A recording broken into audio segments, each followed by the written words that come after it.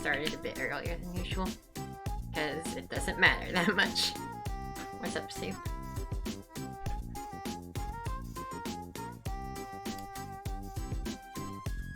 Hope you are well. We're gonna be doing a chill little speedrun day. I kinda doubt I'll finish a run.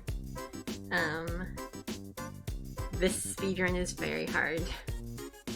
The type that's really hard to just finish.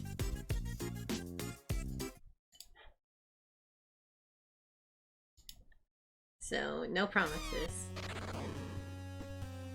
What's up, Sturm? But first I'm gonna practice, because there's no point trying to run if I'm not even, you know, in good practice. So my last two dungeons need work, so I'm just gonna run through them and see how it goes. That's probably what the first like hour or two of this stream is gonna be, is just grinding dungeons. But I didn't really have anything else to do, so I figured it was okay to stream it. But yeah, I hope you are well. It's September, which officially means it's time for spooky stuff, right? That totally justifies it's 2 months off Halloween, so that's totally why I'm doing a kind of spooky stream. What's up, Vlad? Thank you so much. Damn, a full year.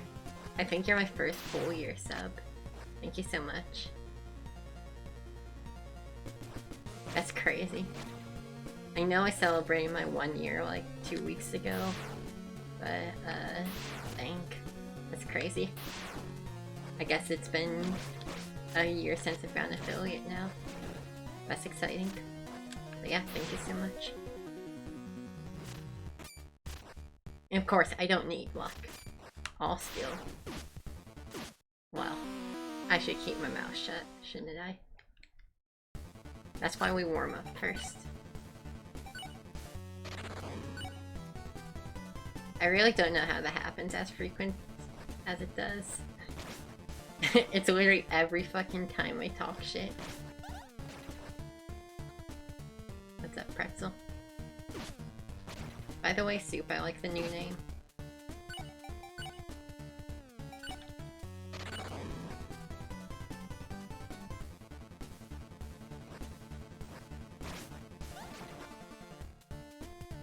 I swear I don't intentionally throw, it just somehow happens. I always do throw. Yeah, this game's awesome.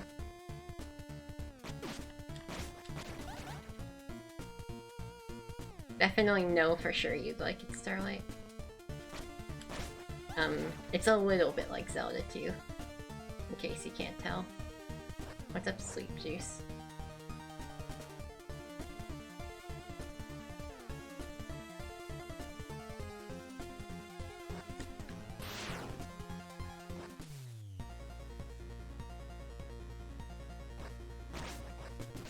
But yeah, I'm pretty convinced this will be a very similar speedrunning experience to Alf, where I know for sure if I ever finish a run, it'll be top 3.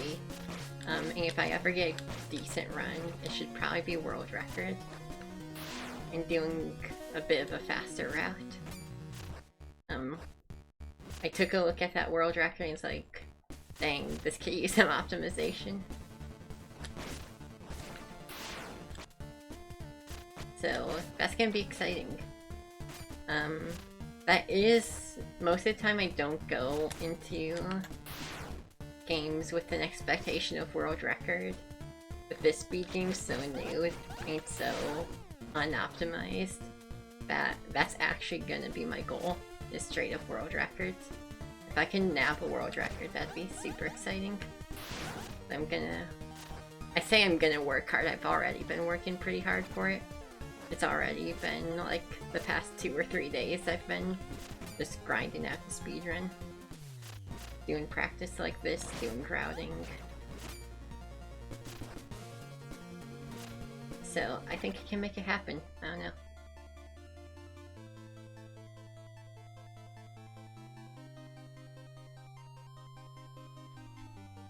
unfortunately, the last couple dungeons are very hard, so I need to practice them a lot. Okay, that actually works. There's a glitch you can do to get out of this room quickly, but that's actually a pretty fast death, so I'll take that. That's like the fastest place I could possibly die. Yeah. Obviously, we will be playing the whole game in like an hour once I start runs. I will say, even if you did watch runs, it wouldn't be too bad. What am I doing? Sorry, my controller's acting up. I started doing new strat there, that's a lot faster, but I kind of forgot what it was. It's worth noting that, this is like the speedrun does the neutral bad ending, which is like the lamest ending. So, even if you watch speedruns, or anybody interested in the game, there's a lot of content in the true good and true evil endings that you wouldn't see at all. But yeah, you definitely should pick this game. Why am I need to be more patient. I don't like being patient, but this area demands it. I might start popping a shield. I don't really know where to pop my second shield. Damn, that's so brutal. So brutal they can just spawn right where you're walking.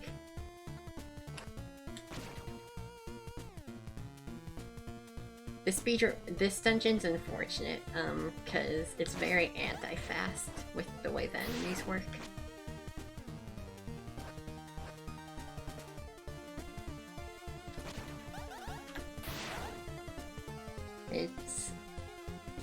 I don't know. I don't know which one's worse. This one where enemies will just spawn on top of you if you're going too fast, or the final dungeon, which is just like the only dungeon that's longer than 5 minutes. Because most of the dungeons are really consistent in the speedrun. All of them are around 4.5 to 5 minutes. Somewhere in that range, somewhere in 4 to 5 minutes. But Kajanto is a bit longer, unfortunately. But you still have to do it one tripping everything. If you could skip just one key door though, like if a little more clipping tech was found, you could actually skip the entire first half of the final dungeon, which would be awesome. I tried labbing it out myself though, and didn't get much success.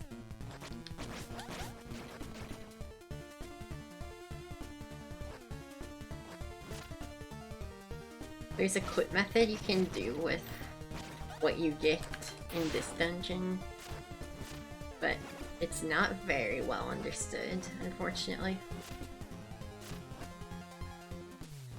Like, it's perfectly well understood for, like, the easy setups, but if you do a setup while jumping or falling, as far as I know, nobody really knows how to make those consistent. It's very unfortunate.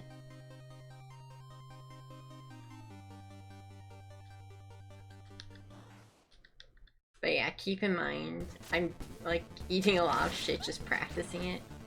In a speedrun, you'd have to do 5 consecutive dungeons without making a mistake.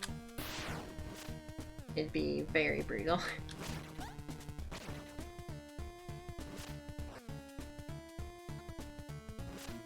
Oh shit, I don't know why I thought that one was gonna go over my head. Like, you can make small mistakes like that, but game overs are just a reset.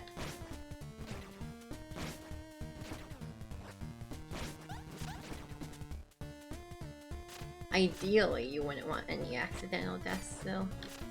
There we go, that's what I was trying to do. I think you can make this cycle, but it's like really scary.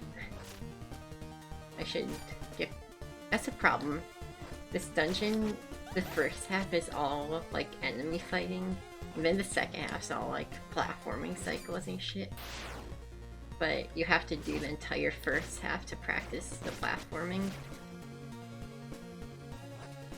Makes it very annoying. Game makes it so I'm not actually that good at the platforming, unfortunately.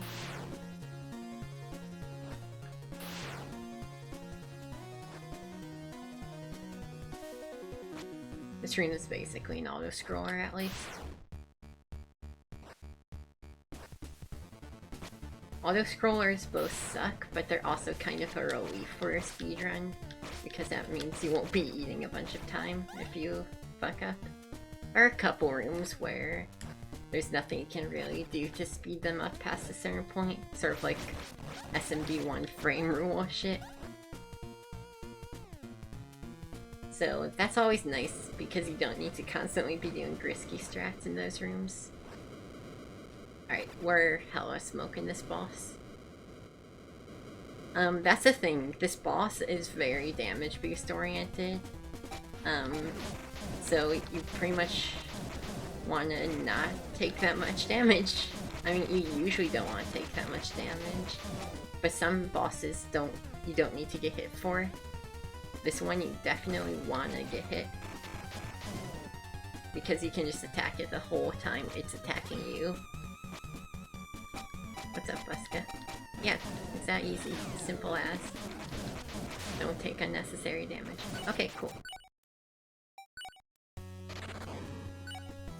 That's probably the least hot boss. What's up, Funchy? I don't know, I guess like Paimon might be less hot. I'll need to make an Infernax boss's hotness tier list.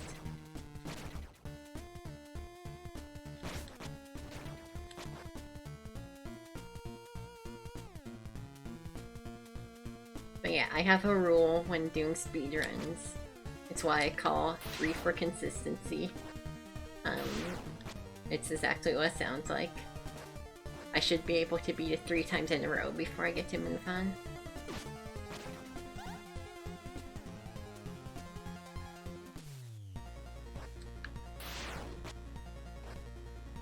So that's what I'm gonna try and do. Unfortunately, doing 3 for consistency for a 5-minute section like this is pretty annoying.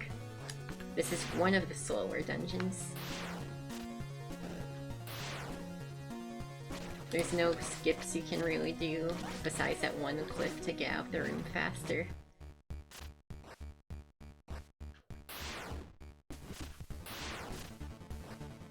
Like, there's auto-scrollers, you're waiting around a lot to not get smoked by enemies. It's... yeah, not the best dungeon. Oh shit, got saved.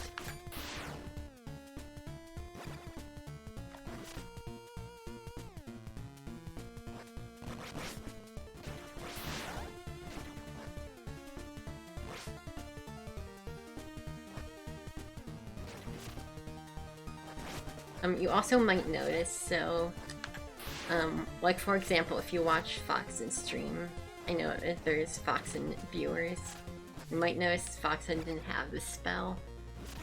This is the Evil Shield spell. You don't get any optional spells except this one, the Fast Travel spell. Normally you wouldn't bother with this at all, but it's actually incredibly broken. Like, to a comical degree. You can absolutely cream bosses with it. Like half the bosses, there's a cheese associated with using the spell. It's very helpful. I don't know if that's actually been timed, whether or not it's faster, but it certainly makes the game easy enough it's worth it. The game would be so much harder in like a low percent setting or something. I do want to try low percent maybe, but unfortunately you can't really skip anything that major, so I don't think it'd be that exciting.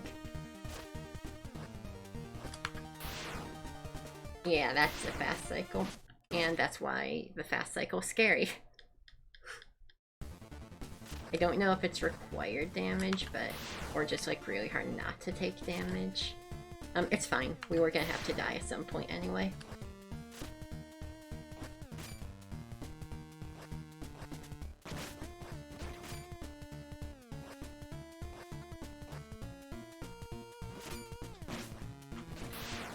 You do get iframes during that up charge, the side charge, and jumping.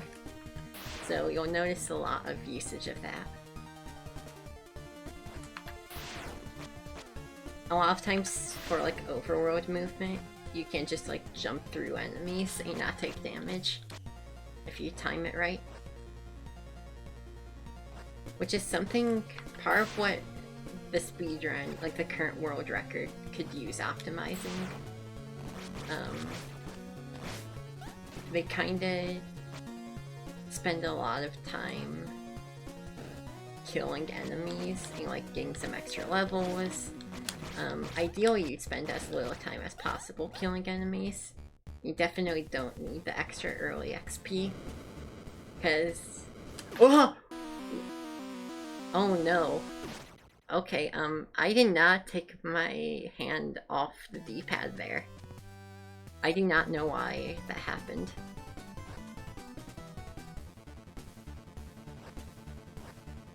I think it's just like a weird... I don't know. That must have been like a weird brain fart, because I definitely didn't intend to do that.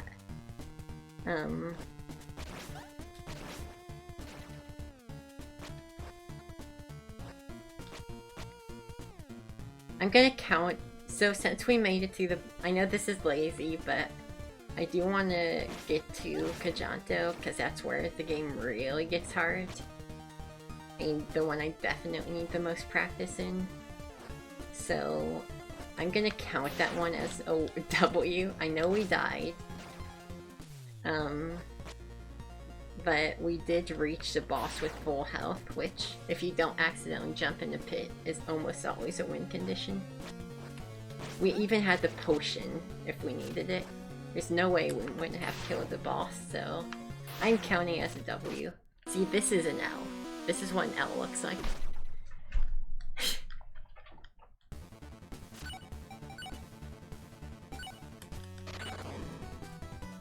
I mean, in a real speedrun I would have tried to save it, but unlikely.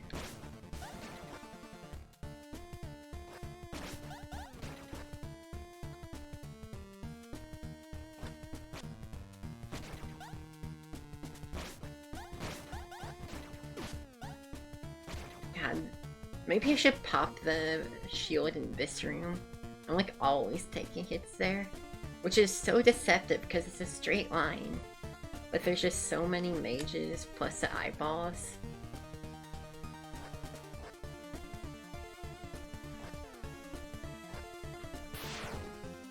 Owned.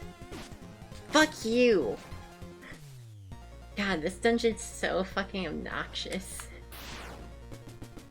Like those first few rooms where there's just constant mages teleporting on you. It's very annoying. The more I practice this dungeon, the more it becomes one of my least favorite.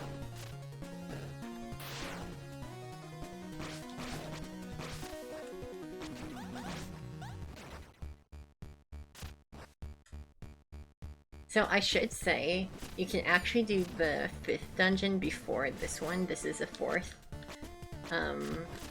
There's no reason to do this. It just makes the 5th dungeon harder. But I guess it's technically worth noting. Though you actually can't do that in a speedrun without making pretty big route accommodations. Yeah.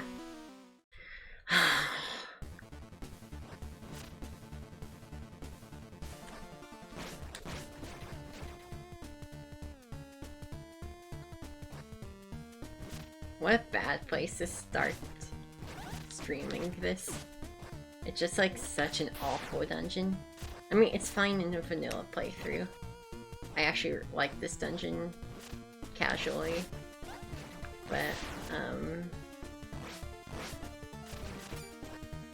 the funny go slow and not get hit by infinite pits dungeon is kind of awful in a speedrun.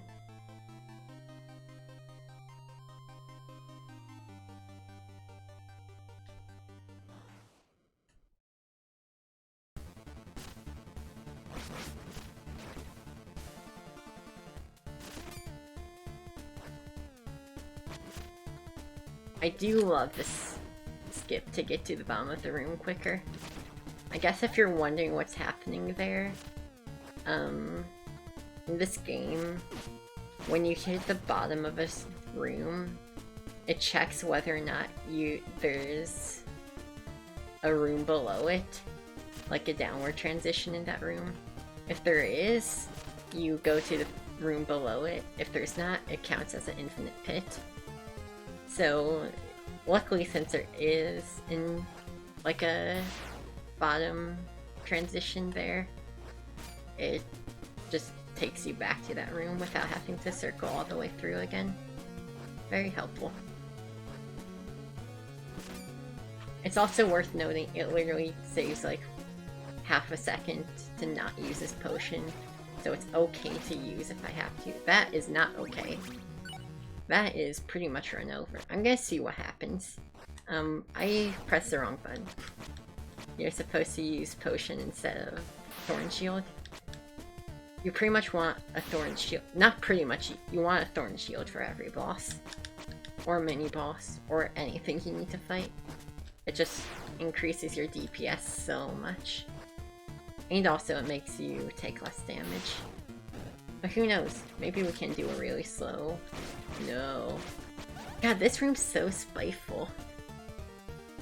I don't even, like, sometimes it just doesn't really work out to do it without taking damage.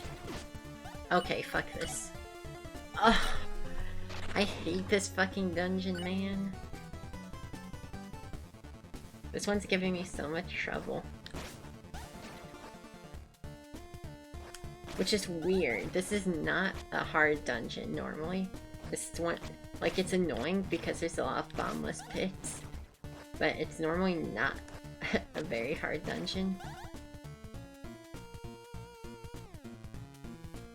I guess if you were doing a casual playthrough though, you'd have a whole nother extra life and the silver armor by now.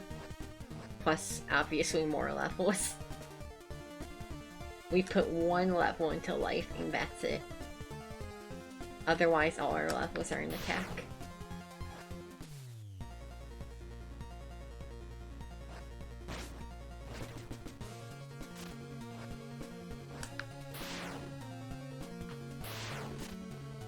But yeah, I do like some of the cool platforming, like the close scrapes there, where you abuse the, like, up dash thing. Like, that kind of shit's awesome.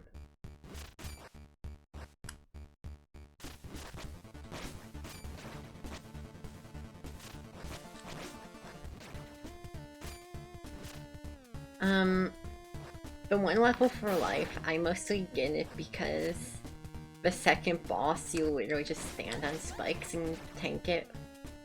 And it just gives you a lot more leeway to get the extra level of life. Also the extra level of life. So it's also good because it lets you damage boost. Like, it lets you tank some hits for the first boss. Which is nice. It's basically tanking hits and safety.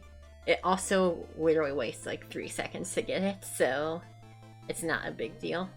The XP route, nothing would change if you don't get that life level. Like, it wouldn't be like, oh, you can get an attack level quicker if you don't get that life. There's literally just no reason not to. We will eventually get one more life level for Belphegor, because that's also one where you kind of eat shit for the boss fight. But you don't actually get that until you beat all the dungeons, so it's not super helpful. What's up, Damp? Yep. So I should say, I was hoping to really abuse Coyote time there. If you don't know, this game gets like half-second Coyote time, so you can abuse that all over the place, but if you get a little too greedy with it. But yeah, it's worth noting, specifically, I call this category any percent NMG. The full name of this category is Defeat Belphegor, Classic Mode, No major glitches, Alcidor plus. It's like a fucking full sentence. But you do the fastest ending on the default mode without using major glitches. I just call it any percent NMG. You can't get me to write a full goddamn sentence in my title. But, I don't know why it wouldn't be called NMG to defeat Belphegor. It's literally just the fastest ending. I'm honestly... This one speedrunner of this game, like the current only active runner, as of a month ago at least, I think they're not even running anymore. For some reason really likes the true good ending. It's not a very good speedrun, it just adds a full another dungeon. It means you have to do a bunch of annoying quests. I'm not really... I don't see the appeal personally. I guess just optimizing the final dungeon. But I don't know. Who knows, maybe if I get any percent NMG down, I'll want to fuck around with a different ending.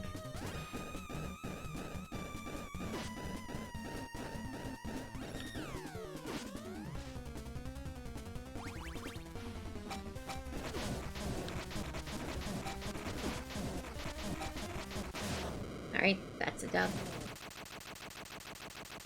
I actually want to see how much XP this guy gives me. So we need 500 for the next attack level. But if we had 1750 extra... Oh no, that is not enough. I was thinking it might be possible to get the health upgrade before this or something. Nah.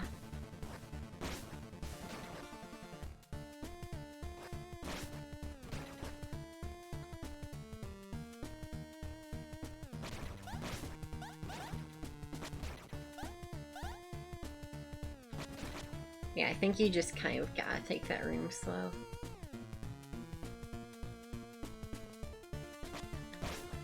I think the reason I've been dying so much on this dungeon is trying to take it quickly. It's just, like, so punishing for people holding great the whole time. I understand that's why the dungeon was made, so you couldn't just... Like, that's very intentional. It's not like some freak accident that the dungeon punishes you for holding right.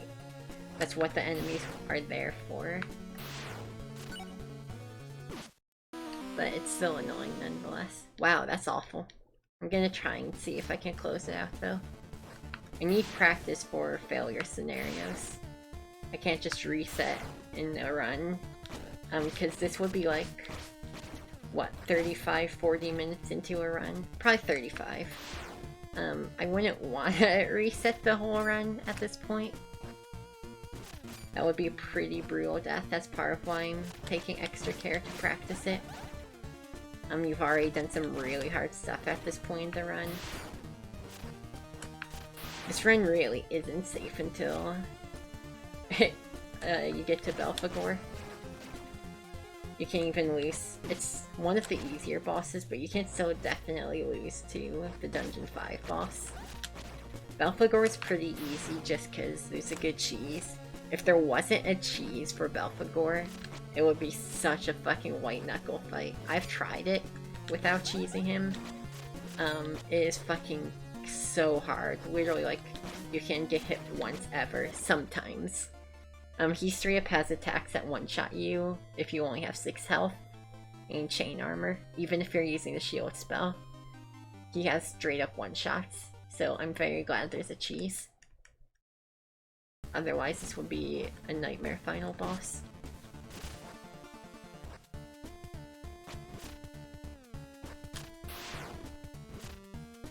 Alright, so if we just never get hit, we can... Wow. Wow. I don't know why. I don't know what's wrong with my brain today. I haven't actually taken a sip of my coffee yet, so that's probably it. But, like, the neurons are occasionally not activating. Like, my brain says, press the B button, kill the eyeball. And my brain just like, nah, homie. I'm good. That's very concerning. Or like a death where I just kind of walked off the edge. Oh shit, it's September? Yo, let's go, give me money. Sorry. Admittedly... So I should hear... Oh shit, I should probably check. I'm supposed to hear back, like, today if I have a job. Should probably check that.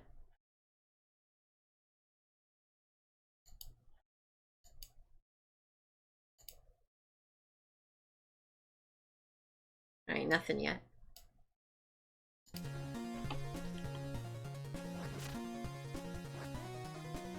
But, whether or not I get this job, I have been thinking of trying to have a bit more. I don't want to, like, have a super monetized stream, but I want to get, like, a direct dono set up. Having a sub counter on stream seems to help people because number go up. Makes people happy. It seems to incentivize people more. Maybe having sub goals, though. I'm not really sure what I could do for a sub goal. I already do crazy CBT just for fun. I'm not really... What? Maybe I could take it easy and play something pleasant for a sub goal. It's like... What? Like, for most people doing, like, an impromptu, like, no logic oot randomizer or like a full 10-hour day of randos is a sub goal. How do I top that for a sub goal, you know? Oh, Mario 150 is actually a good idea. Alright, so I'm gonna see if I can beat this boss without taking damage. I'll have to actually be patient, which is gross. Never mind, I jumped into him.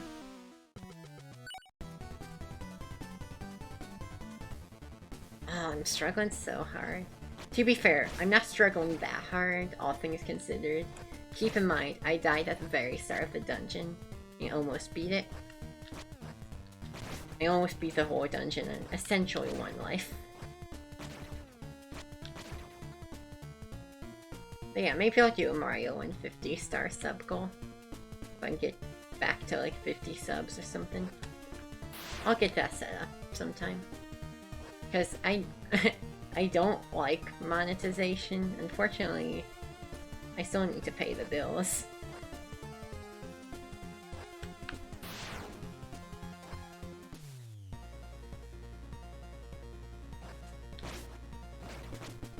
I've always thought that sub goal shit didn't work, but I'm like starting to realize, oh, it hell works, huh?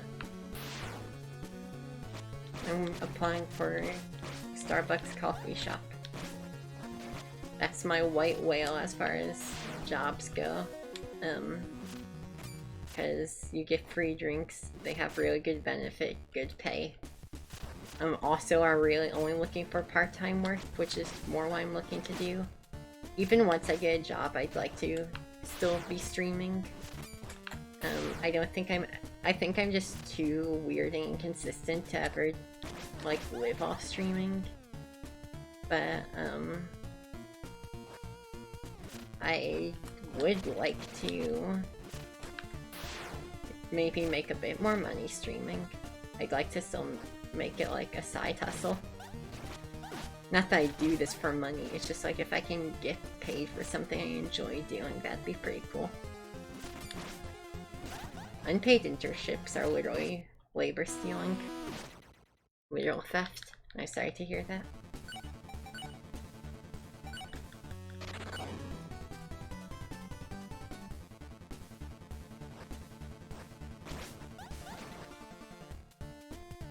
I literally don't know how unpaid internships are legal in a society where you sell your labor for capital.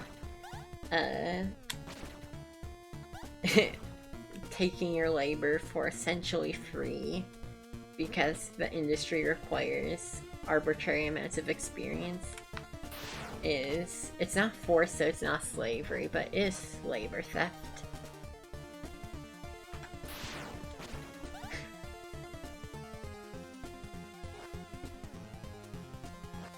Should not be legal in the slightest.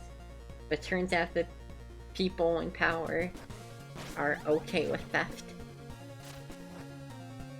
Oh really? That's super awesome, damn. I'm glad to hear it. That's big homie move.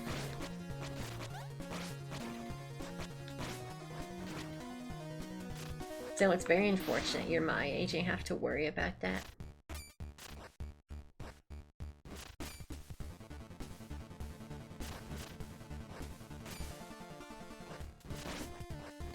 Yeah. Joe Biden woke up for once. That's awesome. Real happy for her. I can't believe people are against it. Even though it's like... I know you shouldn't get mad at weird right-wing boomers, but some of the takes on student debt are so awful.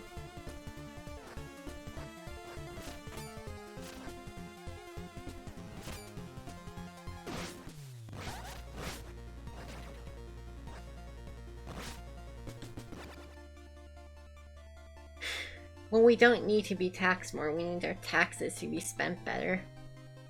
When most of our taxes go to military and police, of which we don't need to have any active military campaigns, and we don't need police. Yeah, I'm gonna be upset if that money doesn't go to student loans instead.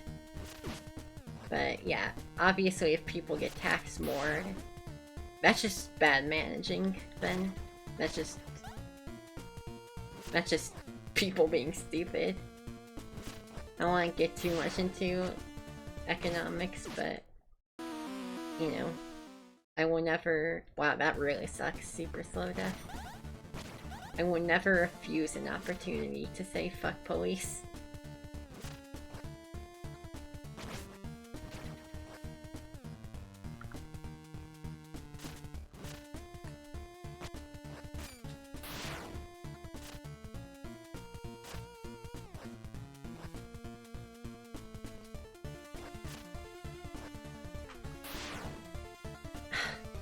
This is frustrating because I'm actually really, you know, looking forward to starting runs. But I can't run the game if I'm gonna just have runs die 40 minutes in. It's not productive use of time. Look at how many- Fuck off! Fucking goddamn enemy spam. This dungeon literally sucks.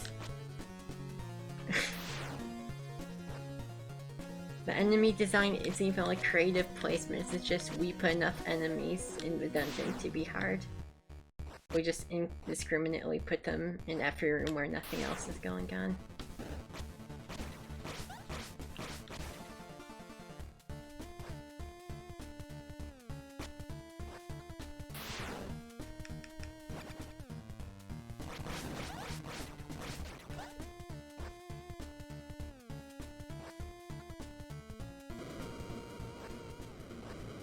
But yeah, that would be so fucking boneheaded if,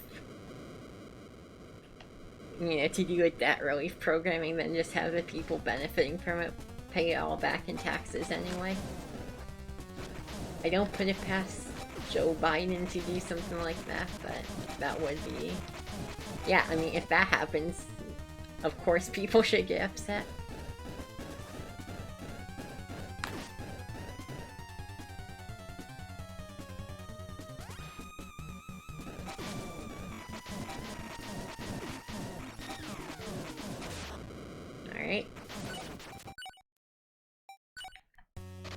I'm definitely getting to Apollyon more, but...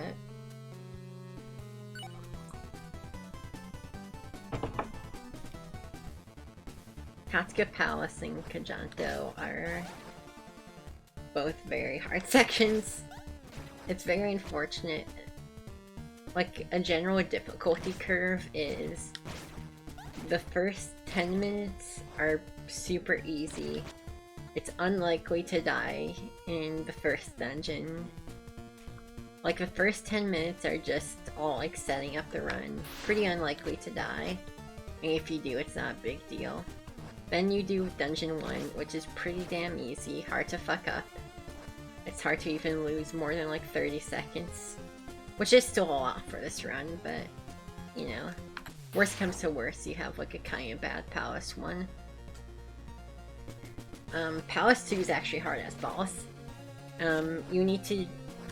You do a death really early on, and after that, you need to do pretty much the entire dungeon without getting hit, ideally. I've done it plenty of times. I've put, like, literally fucking 4 or 5 hours into grinding that dungeon. But it's honestly a real difficulty point. Dungeon 3 is actually really easy. It's kind of a nice break. It's one of the hardest dungeons casually. I was really scared about coming into the speedrun, but turns out, nope, it's easy.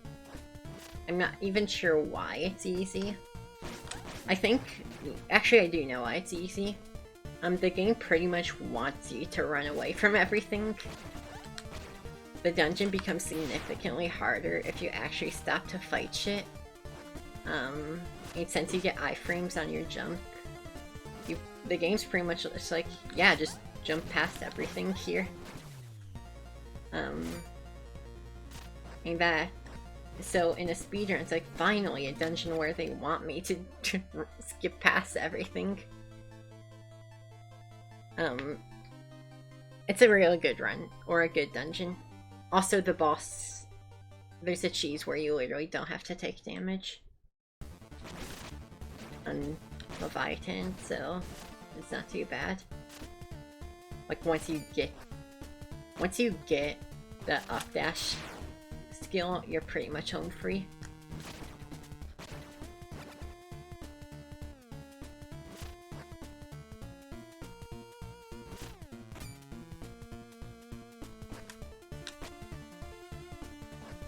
Like, look at this. Unless you stop to fight everything, it's just a fucking horde of wizards. This dungeon just blows, I'm telling you.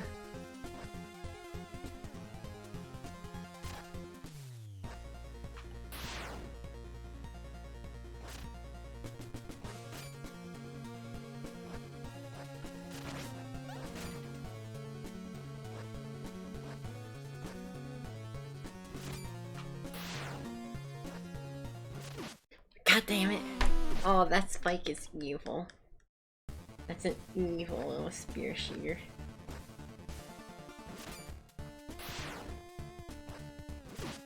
See? If you go through the room quickly, it hits you. It's evil.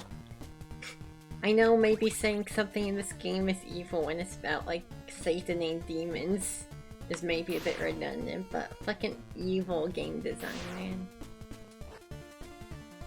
I've been here for like 40 plus minutes, nice. I spent at least that yesterday too. Turns out the reason why their speedrun's unoptimized is because it's hard.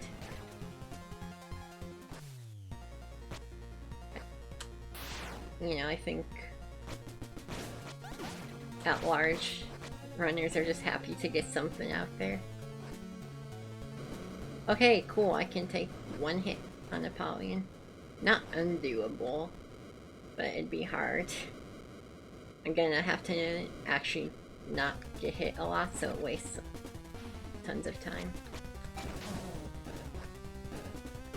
I don't know if something's actually wrong with my brain. I fucking hit jump there.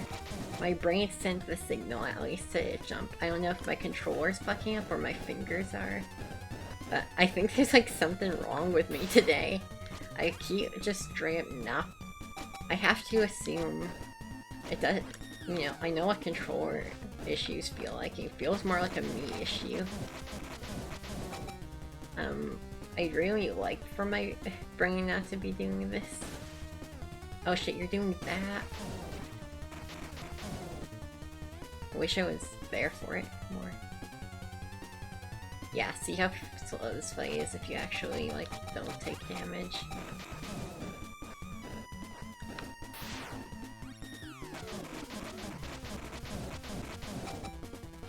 But it's faster than losing the entire run. Hey, I actually clutched out. Nice. Getting better at the boss definitely helps make it more consistent. Alright, so if we don't die, like if we don't fail this attempt, we'll be able to finally move on.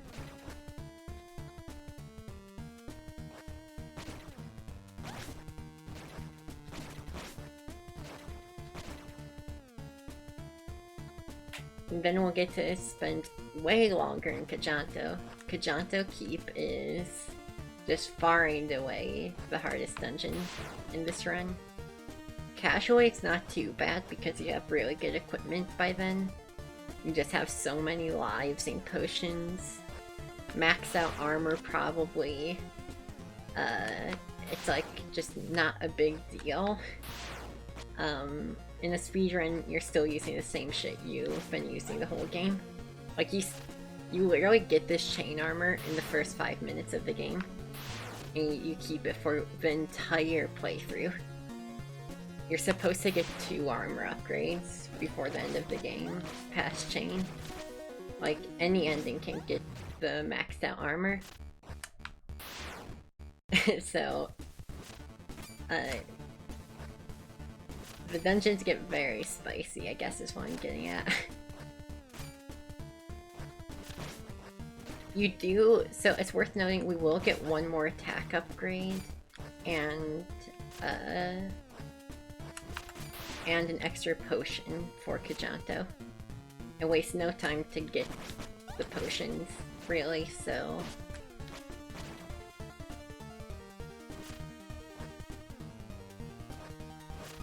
In like, true, like... So if this was actually an NES game that had been speedrun for years, you know, like, if I wanted to really take this game to its full logical extent, which I probably don't, you could play the entire game with probably you just keep the potion for like the 1 damage boost, like any damage boost boss. I honestly don't know if routing out chain armor would ever save time, just because you damage boost so much. Part of me is thinking no.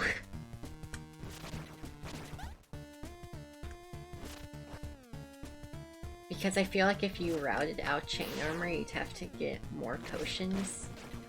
But I do think you could skip pretty much every potion in the game. I think you could get the first potion and literally keep it all the way until you use it for Belphegor. Because you almost need a potion for Belphegor, even with the cheese. Just the way you do the cheese, you kind of eat a few hits.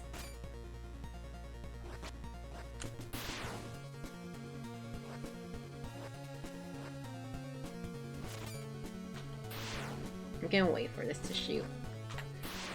Nice try, punk. Oh my god, 3 of them stacked on each other?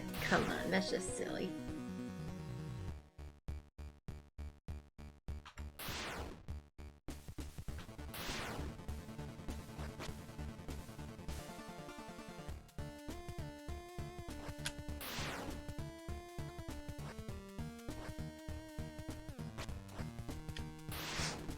Okay, I'm very glad that spike just gently pushes you up if you fuck up the height.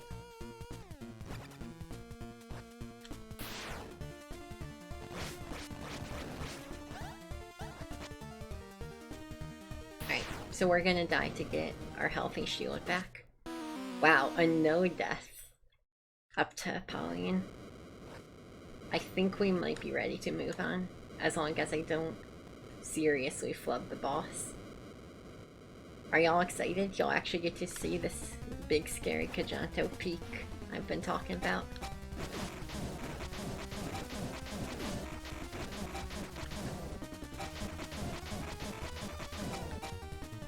God, that's ridiculous. He can do half his health bar. Funny time waste attack. This is the only attack he can do where you can't punish it. Oh, good! I will say that's part of the problem of this.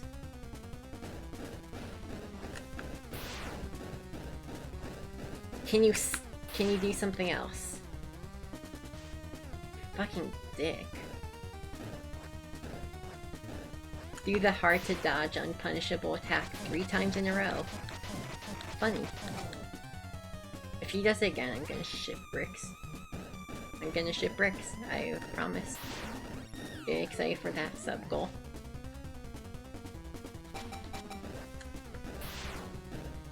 I'm scared.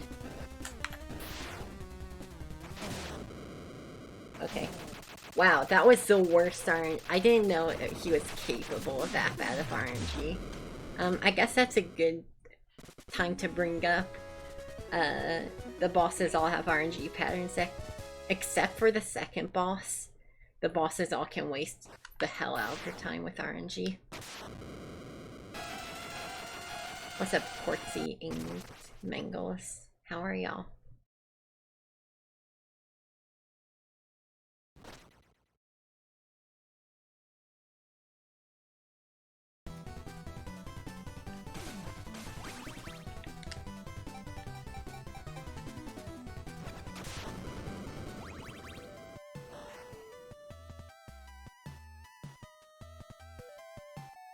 Alright, yeah, so we just naturally get enough gold, we can go buy this extra potion flask.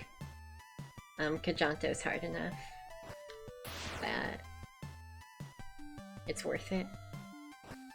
See, I understand why you would grimace at RNG patterns, but at the same time, you can also get patterns where the boss does nothing, just eat shit. That's usually a text trigger, but you can just jump over it. Good luck with the walk. You're not supposed to be able to dash immediately after the up dash thing, but you can exploit a control option to do it, which is pretty dope. Also, this song is fucking badass. I fucking love all the music, but this is one of my favorites. Yeah. You can also skip getting the familiar spell by doing that little dash. Big help.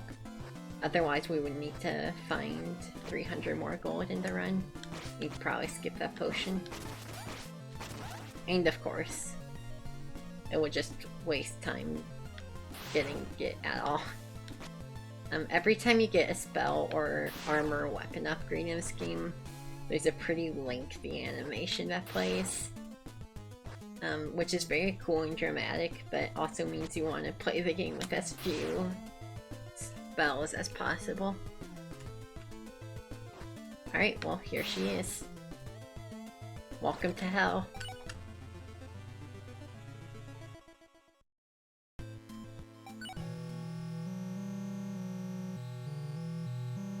Kajanto Keep is literally like twice the length of any other dungeon. You do in any percent, I should say. It has really cool music, at least. In general, like, this dungeon just has like such a different vibe than the rest of them. Like, this one doesn't have like jams, it's just like really ominous music. There's all the hanging fetuses and shit. Brand new enemies. Yeah, you can just dash through the big green lads. Ooh. That can happen.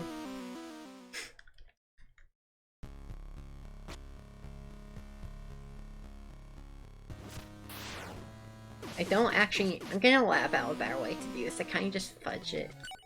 But I should learn a fast draft for this.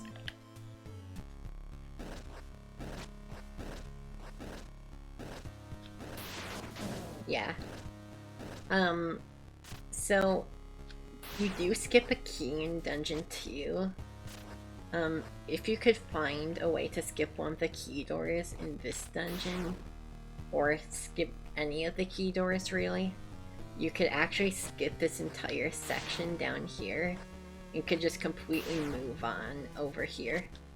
That would be huge. That would make this dungeon way easier. But unfortunately, I haven't been able to figure it out yet. It's still something I'm sort of testing around with, though. that would make the run faster and easier, which is a good combo. God damn, dude.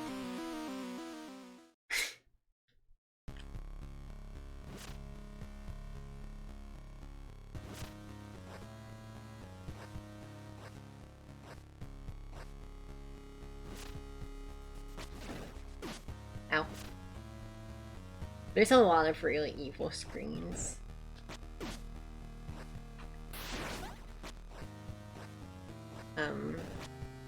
Kajanto Keep is mean. Like this next screen up ahead. Also evil.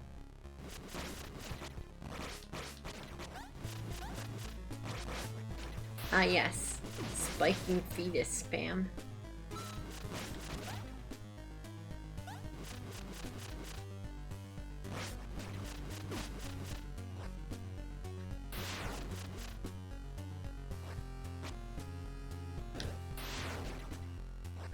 It's worth noting you can actually do this whole dungeon with enough damage boosts without ever getting the holy charge.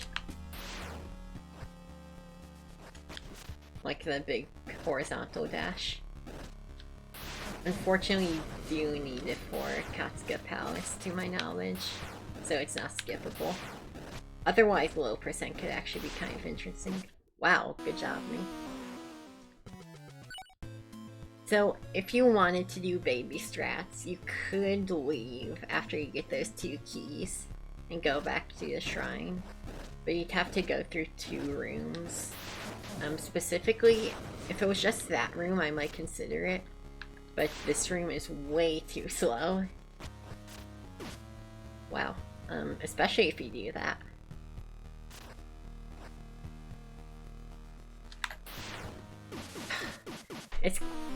I'm not usually this bad. I'm really I woke up pretty offbeat today. So I'm having to really try and polish the rest off. That's also true, Punchy. If I'm going for a world record, I'm not gonna do, like, minute-long safety strats. I'm actually trying to cut out as many of those as I can. I am pretty excited to debut this new route on the world. It's pretty cool. Not many major changes, but it does flow a lot nicer than the old one. Also, I'm just really glad that I fucking love routing optimization, and I've always wanted to do it. So it's like for an actual speedrun, not just like a rando. So the fact I've actually, a game I was already interested in speedrunning was in need of optimization and rerouting. It's fucking so, it's been such a fun experience for me.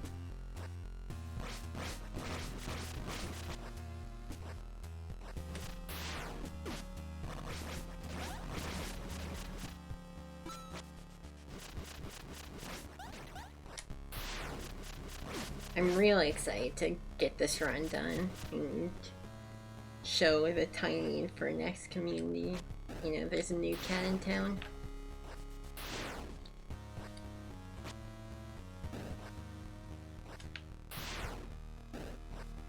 I really do think this category could get sub 50 minutes if it got pushed to extremes. It's currently 54 something, if I recall correctly. So that's our time to beat. I do think if you skipped all safety, you could get sub 50 though, or close to. I haven't actually timed. I don't have proof. It's not like I've timed it out. Like, I know it's real. I just think it's real. Yeah, Quartz. It's a very good game. IMO. Certainly if you like NES games, this is obviously very much NES design. It's very brutally hard, but it's super cool. Also has easily one of the best soundtracks in recent memory for a game. Like, in this category, you don't even get to hear some of the best songs in the game.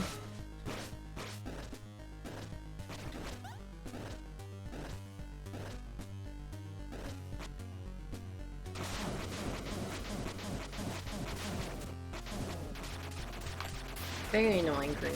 Very anti-speedrun.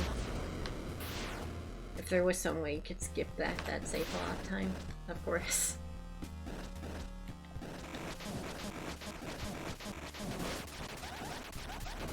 Yeah, you can see how much Thorn Shield puts in work here.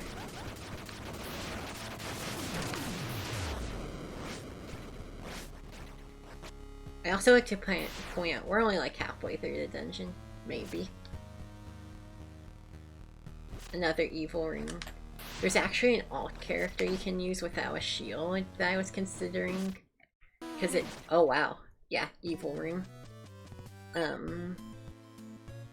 It saves roughly 10 seconds at the beginning of the game to play as that character. But unfortunately it makes this section just so much harder.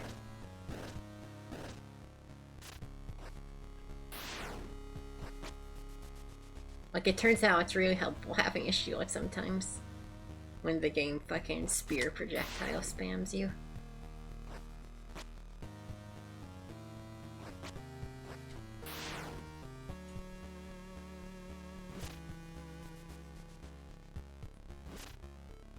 But yeah, this is... I'm probably gonna be here like an hour and a half, by the way. Just in case you can't tell, I'm not very... I've beaten it once. With speedrun requirements. And then I wanted to move on to practicing Belphegor. So I don't have enough time in this dungeon to feel remotely confident doing get 45 minutes into a run.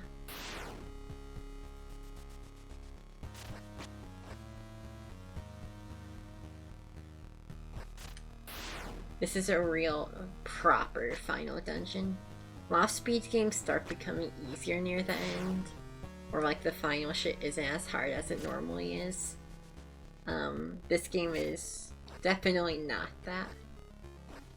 Again, I would say Kajanto is way, way harder in a speedrun than in a vanilla playthrough. Which is like obviously normal, like a pretty good rule of thumb that yeah, probably. But it's like normally you have so much equipment by now that you kind of don't need to respect this dungeon at all. So it's been very difficult having to actually, like, fear it. Normally this is just a funny dungeon where you try out all your maxed items and kill a bunch of babies. Which is not good behavior in real life. I'm not advocating killing babies unless they're fucking 3-foot tall hell babies. Maybe then it's okay. Especially if they're actively trying to kill you. But you know, my point being that normally this is more of a like, yeah, it's hard, but you're so strong. That's more of just like having fun. God, those eyes are really mean. Stop that. You know, people are baby haters. I don't get that. I think... Sorry, because I'm probably going to call someone out in chat, but there are some people who, like, really hate kids. And, like, it's okay to not want kids. It's good to know when you wouldn't want to be a parent. I'm not saying, like, oh, you gotta have kids. But some people take that to an extreme where they're like, I hate people who have kids. I hate kids themselves. I think anybody who has a baby is a fucking dumbass. It's like, I don't know. Some people take it so far, it's embarrassing.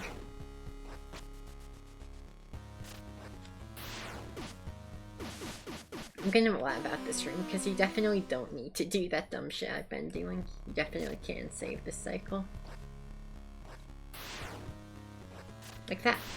Yeah, that's much cleaner.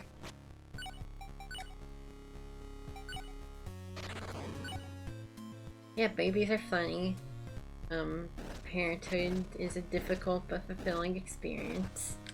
Not that I would know, but I just assume, you know.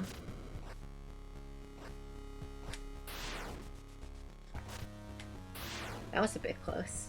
But yeah, that flows a lot nicer.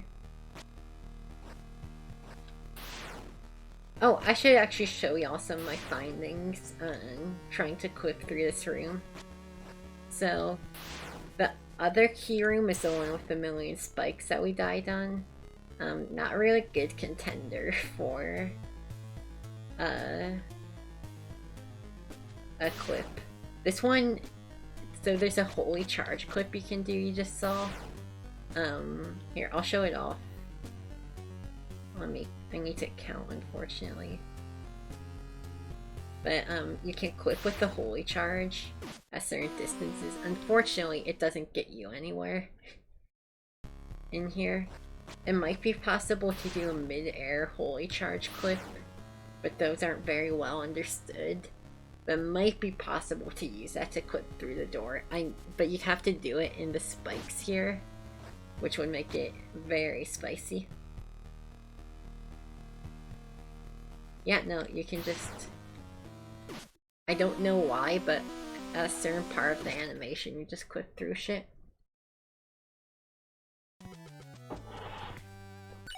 It seems like when you go from holding your mace out to swinging it in, my guess is when you space it right, when you put your mace back behind you, it pushes your hitbox a bit forward and clips you through. That's my guess on why it works. Because I noticed it's like when you flip, you're putting your mace behind you. But it also only seems to work on certain types of walls.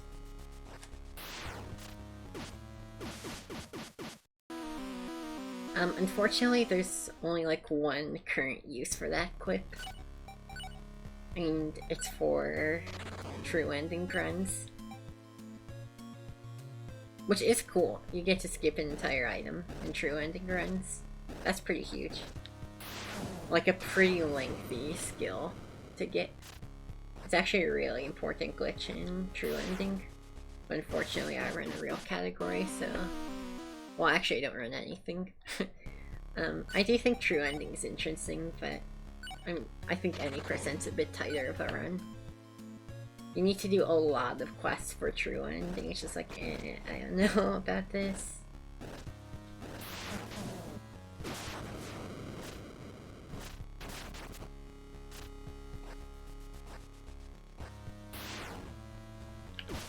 Admittedly, part of the reason I don't do True End is because the final dungeon is way harder than Kajanto is, and it just straight up scares me.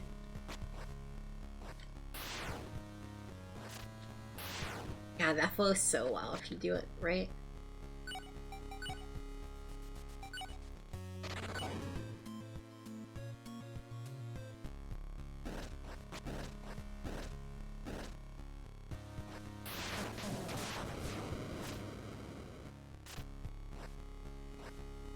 But yeah, I know all I've done so far today is just this. Just sucking absolutely dick at dungeon practice.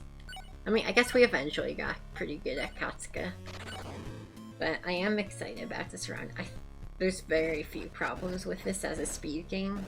Those of you who have known me for a while, know I've tried a lot of speed runs and usually realize like, oh shit, there's something really annoying I hate about this that makes me not want to grind it. Like, there is nothing really wrong with this speed game. Other than the fact it's super hard. That really seems to be the only issue with a speed game. But it's still easier than like Metroid 1 running or something. It's not even the hardest speed game, you know? It's probably even easier than a lot of Zelda 2 runs. I would say this is probably a bit harder than Zelda 2 100% all keys, which is the beginner category. This is not the beginner category. I guess I should address there's a classic and casual mode for the game. Casual reduces loss on death to the point it's exploitable and gives you extra save points. I have never pressed casual mode in this game, despite doing literally everything in this game. That's the one thing I've never done in this game, and I never will. You cannot force me to press a baby mode button in a video game. It's okay. Easy modes are totally cool, they exist for a good reason. I'm super happy for the people who get good use out of them. That is shit. I'm like allergic to that shit. I will not have fun if I'm playing on an easier difficulty. Especially because this game really does feel designed around the classic difficulty. Like, these dungeons are supposed to be really difficult and scary. That's why they give you extra lives. It's supposed to be, like, super tense when you're near the end of a dungeon and you're on your last life. That's the point. So, removing that to me is just like, nope. And then, like, getting time saved because you're playing on the easy mode doesn't interest me at all from a speedrun perspective. Like, a lot of people play as a joke Contra character because he has a machine gun that shreds everything. And it also has 30 lives because funny Konami code. And it's just like, I don't care about using a broken character to go really fast. I want the vanilla experience, the way I first played it, but doing it faster. You know? Yeah, we're gonna be here a while. I don't know how I even beat Kajanto Peak. This is just such a hard area. I don't know how I did it one time. I guess I was super in the groove. Wow, that really is a harder strat, huh? I need to get better at that. I can't keep losing it in the first 2 seconds of the dungeon.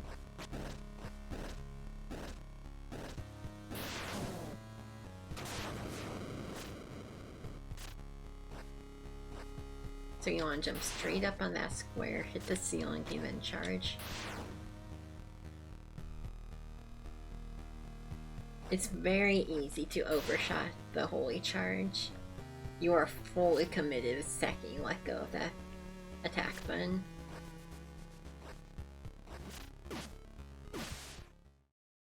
What? Wait, what happened there? What? Let me look at the footage. What the fuck happened? What? I have no idea what that weird glitchy death animation was. No fucking clue.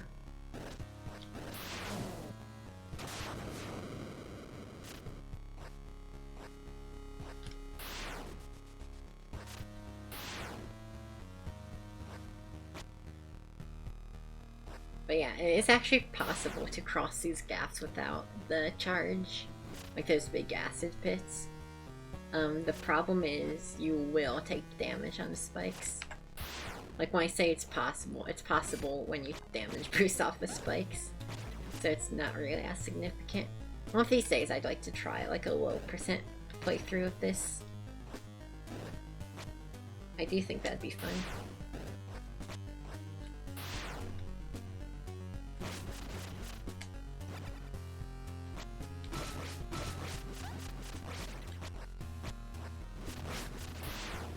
Well, I finally made it past the first 5 seconds of the dungeon.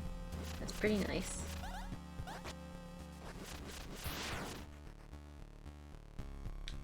We actually have only taken half a peg of health, which is pretty good. I think I really just need to stop trying to be entertaining and focus in a bit more.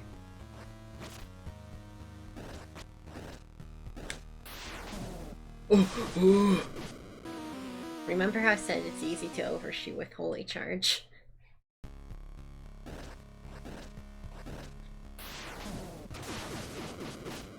How have I been doing that before where I don't immediately die on it?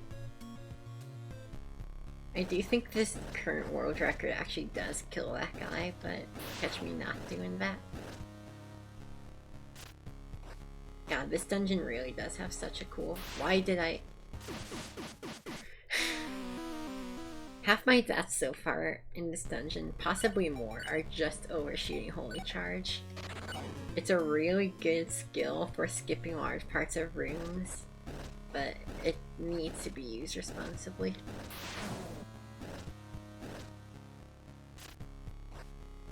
You need to jump straight up on that block, not as... Like, usually when you think about getting big distance, you think, okay, I'll start it as far or as close to the edge as possible. But usually you want to start it far from the ledge. Usually they aren't perfectly spaced, like 10 block gaps. Also, this room is fucking spite incarnate. I hate it so much. The fact you need to run through this room twice every time you play this dungeon. Like one on the returning one the first time. That's why it'd be so huge to be able to skip this. I mean, part of the reason. Also, it would save time. Also, make things easier.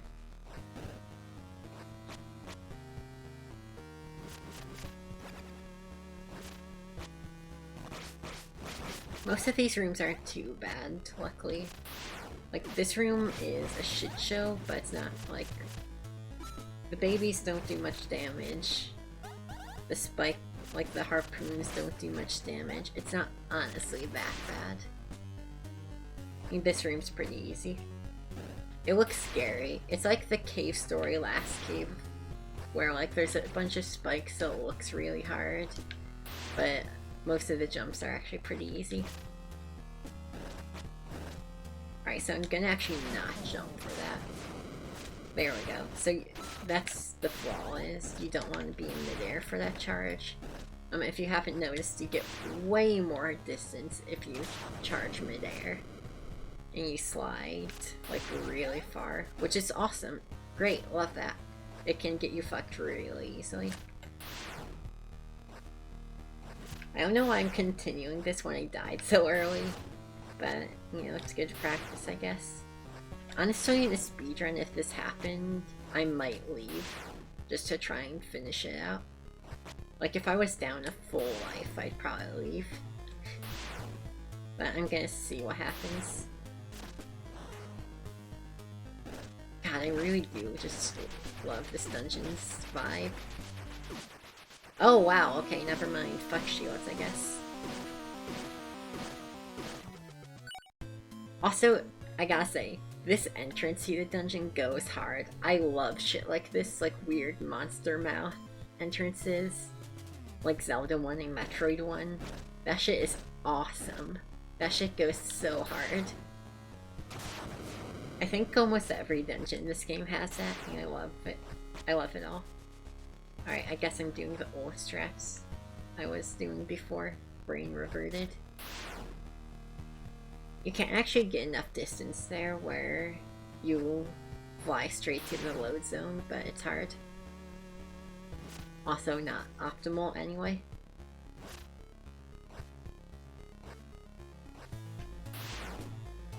Yeah, I think I just need to take this room a bit carefuler.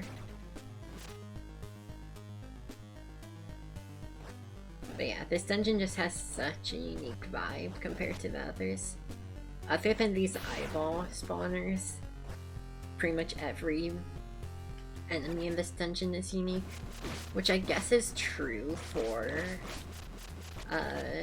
Katsuka as well. But for some reason this one hits harder. I don't know.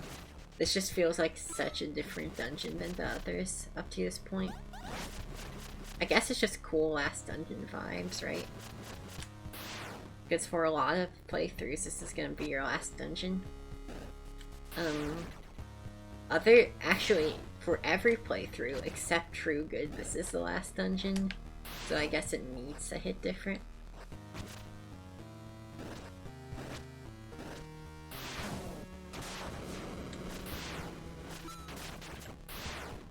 I've never thought about it like that, but damn, this really is the final dungeon in like 90% of playthroughs.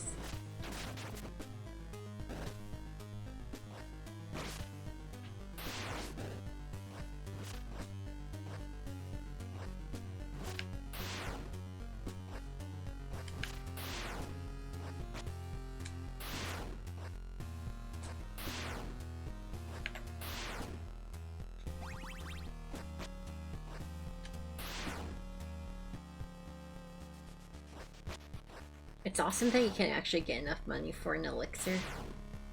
Elixirs are basically like a life in a bottle. You know, fully charging your health and magic again, like if you just died. Very nice. Somehow this dungeon is not even though you get a full elixir that other dungeons don't get, still manages to be one of the hardest dungeons, despite being way more safety than everywhere else.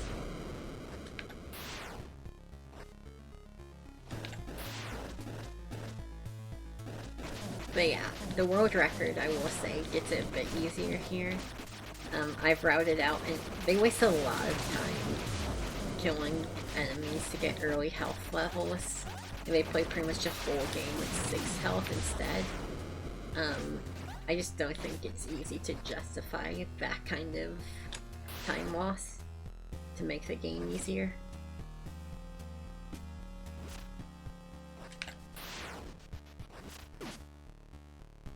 Do I want to become famous? Well, gee, oh gosh.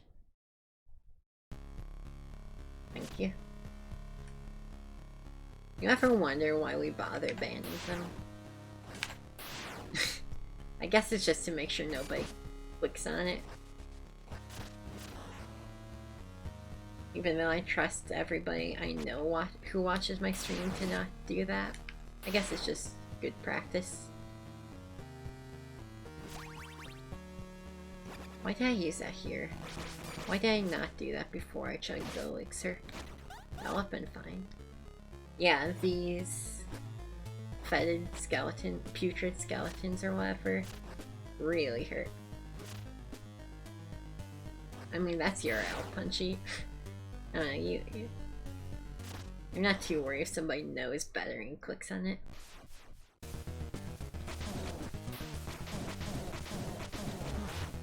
But yeah, this dungeon also has a mini boss, which is a bit unique. It's the only dungeon other than the True End dungeon that has a mini boss. Luckily, it's really easy, so who cares? Normally I would pop shield for that guy, but honestly, it's more for the thorns. I'm not... that guy's pretty easy, don't really need the shield.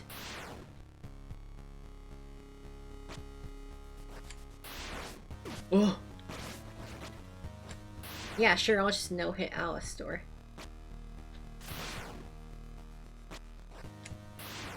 No worries.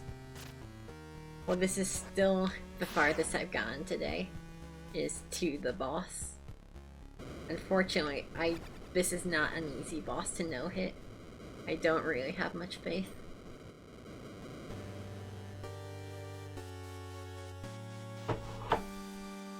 I do love him. That's such a cool intro. What the fuck? Well, so this won't affect y'all, but my fucking Firefox just crashed. I usually have it open.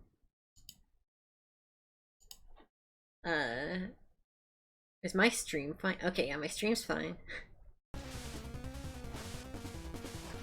I usually keep my stream dashboard open.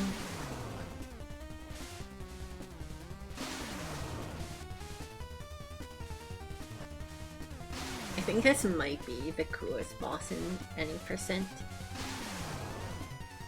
It's also the only boss that doesn't have a cheese. You just have to straight up fight this guy. Well, the first boss doesn't have a cheese, but you know. He's the first boss. But yeah, this guy's design is rad. And this reminds me a lot of, if any of you played Wings of B, Craterak. Like, it's a very similar vibe of like going down randomly generated platforms while fighting a boss. Any boss that's scrolling is so cool. Hotness scale, that's up to you to decide, Punchy. I guess if you like Boar, he's probably up there. Yeah, I thought that was gonna happen. So hard to dodge all those lava balls. Still, we actually made it to the boss. That's progress. Again, I have beat this once before, so...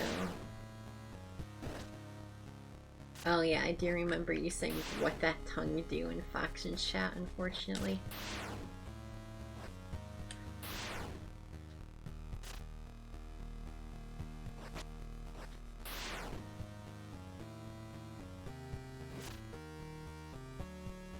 now I think you have the full scale if you don't know this game, which I don't think a lot of people watching do, which is kind of interesting.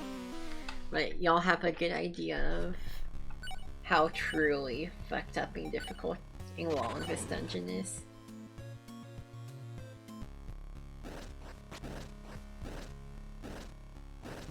It's really that the putrid skeletons do so much damage. That's really what makes this hard. Like the green mutant alien skeletons. They hurt. Even with shield, they do like 2 pegs of health to just bump into them. Wow, good job.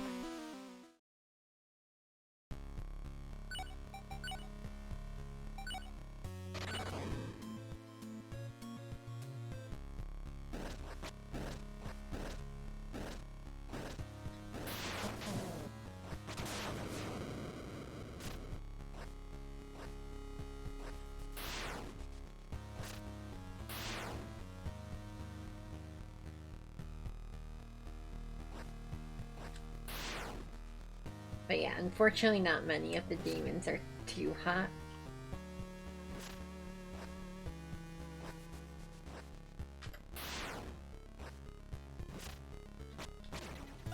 I'm so sorry to all you demon fuckers, but most of them are actually just horrifying.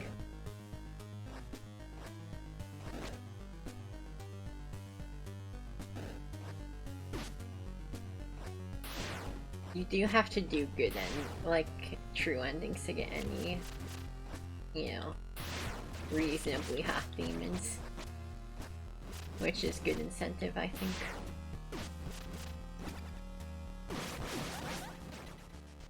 Wow. I was really hoping not to get juggled by fetuses today, you know? I think that's most people, like, a background wish in their head, you know, like, just sort of a background thought, like, man, I sure hope I don't get juggled by giant fetuses today.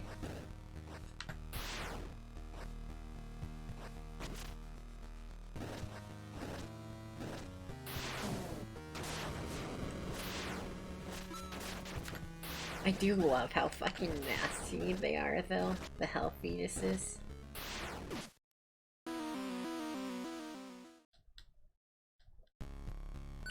What's up, Lily? Hope you're good. Unless that's Euro Truck Sim 1, I'm not sure what that is. I will say, the high school edgelord in me loves that I'm speedrunning a game that needs a fucking gore content warning. Part of me loves that.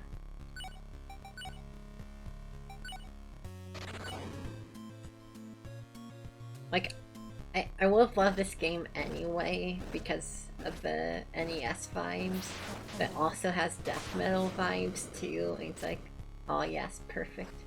Really, Euro Truck Sim 1? I've heard nothing. As far as I know, Euro Truck Sim 1 doesn't exist. I've literally seen nobody ever talk about it. You're actually the first. So congratulations.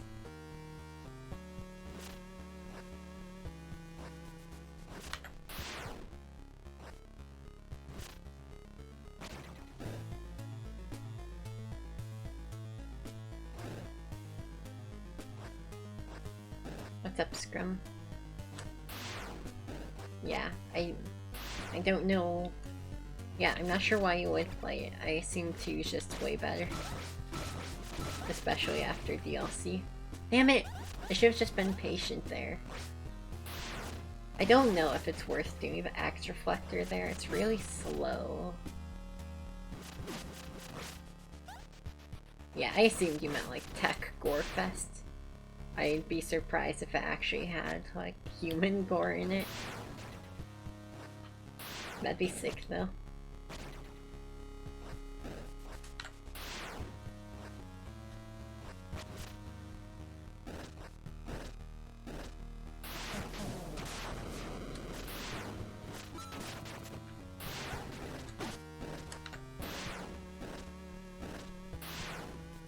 I'm actually really not sure how to deal with that guy. Since we died anyway, I'm gonna practice this room. Because, like, I have this part labbed out. It's kind of inconsistent whether or not you get hit by the eye there. Yeah, like, I don't know. I don't really know how you're supposed to not get hit by that guy. I've done it. You might just need to, like... I think you need to hope he walks in a good direction. Plus you get a max distance charge. Which, I need to find something better if that's true. I can't be eating shit consistently. I'd like to route out any, like, damage that's not just pure accident.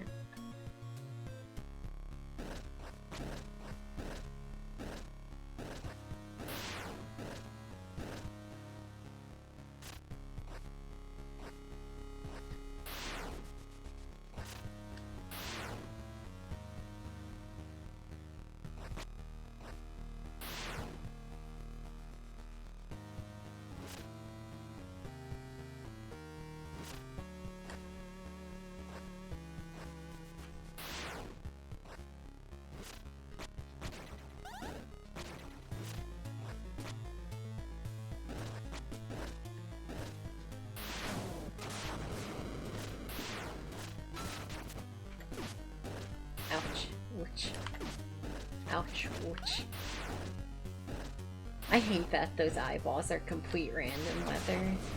Okay, no, you just take your time and charge. I do really hate these eyeballs though. I wish there was some way I could avoid getting hit by them. Maybe I should go back this way. But then that happens.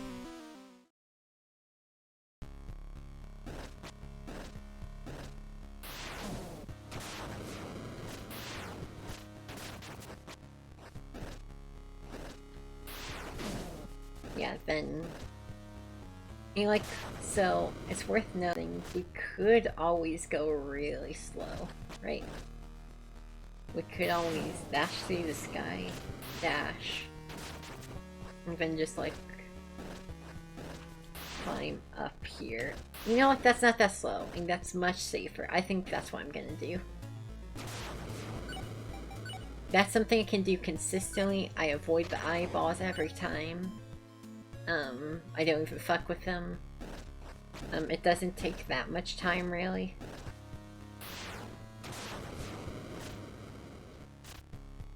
Did you ask them when you were supposed to hear back, Scrum? Do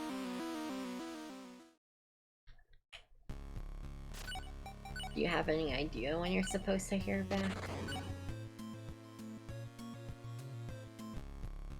Okay, so I will say, good interviewing tip, always ask when you'll hear back.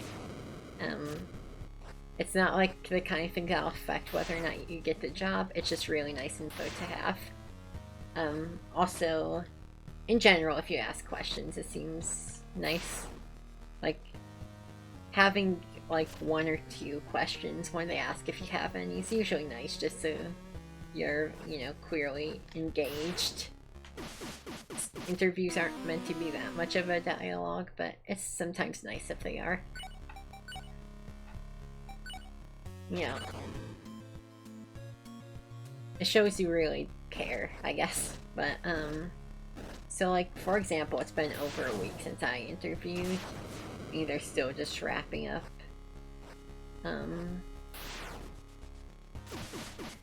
Interviewing other people, and would not, I don't think,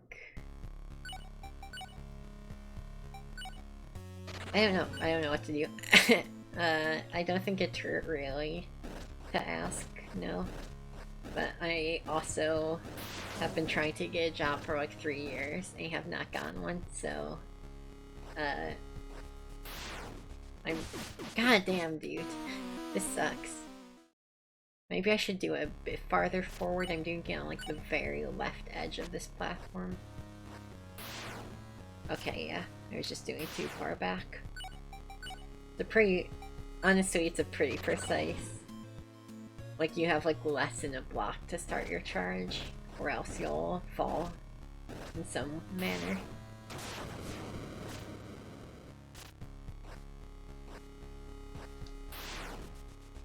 Oh, that was sick. I'm not sure why that happened, but it's sick. I think I started to do a holy charge clip, and it just kinda stopped me.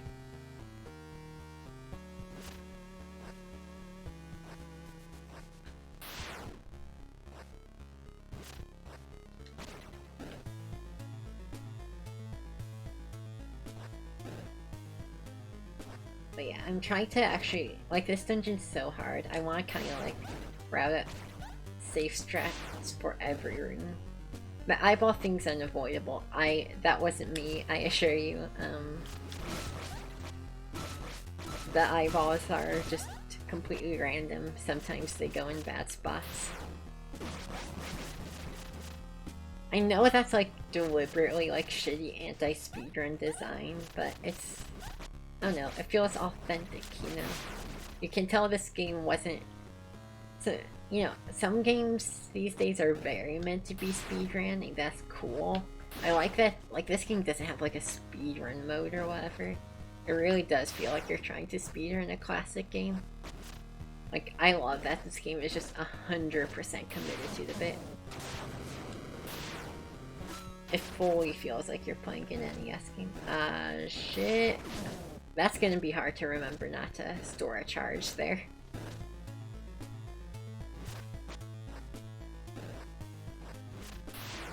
If you're storing a charge, you can't do the up dash. You really can't do anything until you let that charge go.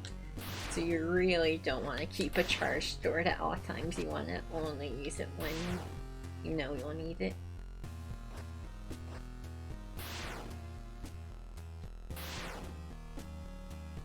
Fuck this room, by the way. Slow bullshit.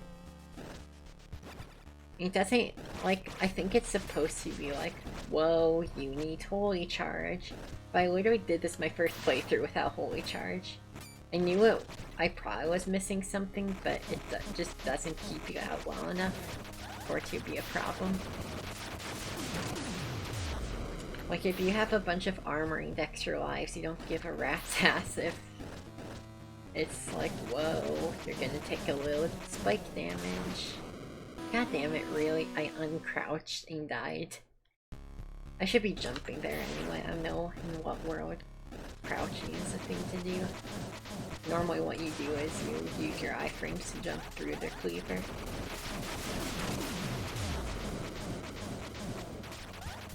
I know it seems bad because we took it back, but we do still have all of our potions.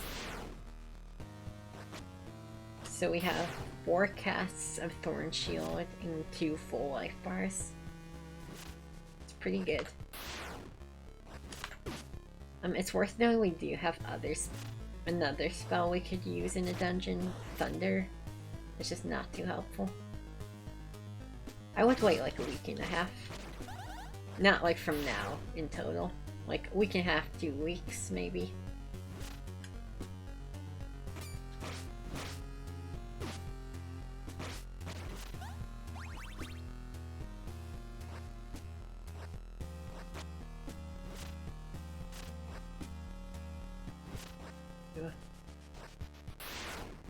Okay, that works, that works. Tuesday, that works. That sounds good. So of course this boss has RNG. If he ever does the holy charge, it's slow. Unholy charge. This guy has a badass name, by the way. It's like Champion of Rot or some shit. Dude's the fucking Dark Souls boss.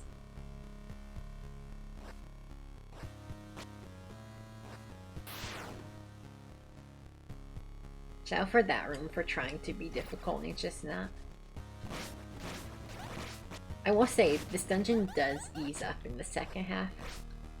There's a lot of these putrid skeletons. And this room's pretty hard. This is probably the hardest room in this half of the dungeon. Just 3 of these sword guys is brutal. But yeah, after that, that's it. We're up to Alistor. We have an elixir still. This is a straight up dub unless I fall in the acid or really bean it.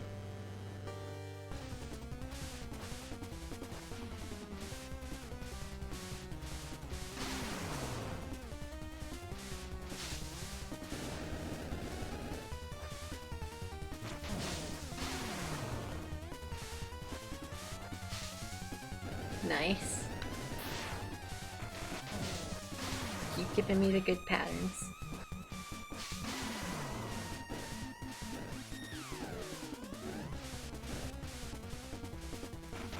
This is one of the harder bosses to avoid taking damage on, unfortunately. The fireball patterns are just kinda random. Wow, this guy's being very generous. So far he has not done a non-damage attack.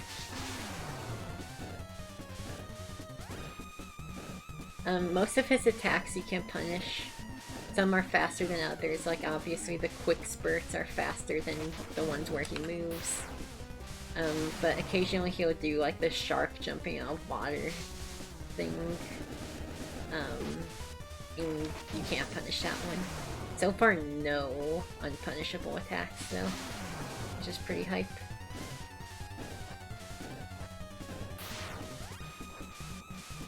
And that's a dub! Hey, we beat Kajanto! It only took like literally almost an hour to get an attempt all the way through. Alright, now I just need to do that consistently. Yeah, this dungeon's fucking brutal, man. It's so hard. I am understanding it better though.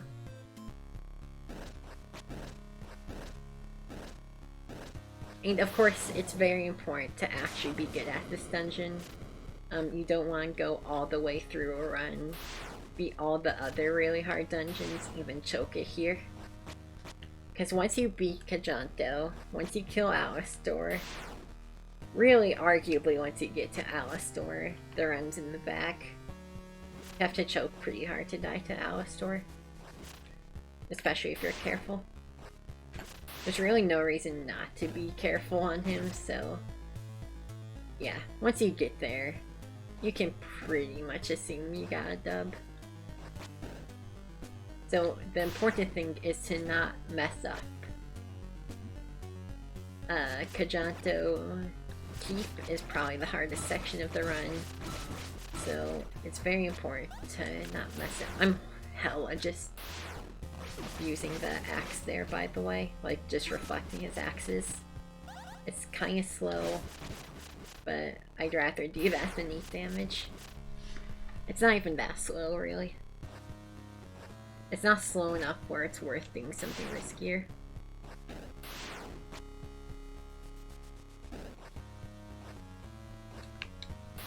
Yeah, don't store a charge when you don't need to.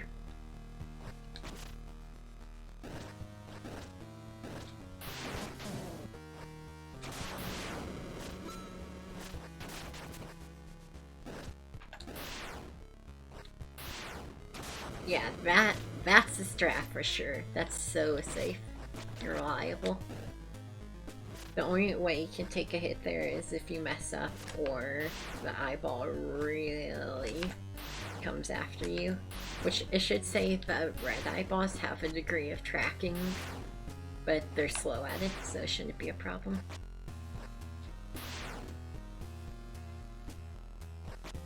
The other nice thing about this game is it auto-saves after a dungeon. So let's say I die in Dungeon 1, or I beat Dungeon 1, but I die in Dungeon 2. I can just reload the save and go back to Dungeon 2 and practice it again. So I don't need to make like a bunch of backup saves for every dungeon or anything annoying like that. It just automatically does that for you. God, that elixir is so huge. Look at that, where it's like we haven't done, like, had to use anything yet in this dungeon.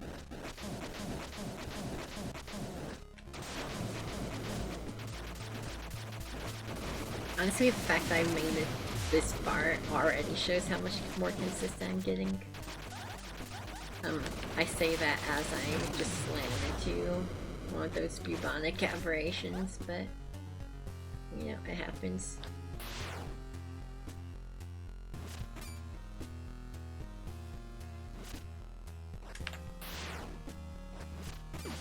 Damn it!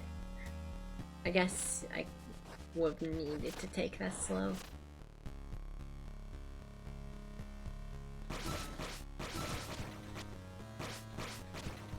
This room is a lot less scary than it looks. You see so many putrid skeletons and you're like, ah shit, I better start praying.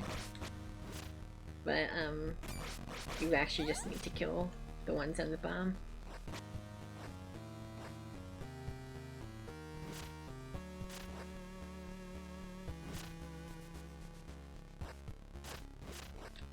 Honestly, I don't know why I do that clip. You just do that. Wow, this has gone super swimmingly well. As long as we don't die to this guy, we'll be able to die in a room up ahead and just have all the health we need. We'll even have a potion for Alistair, if everything goes as planned.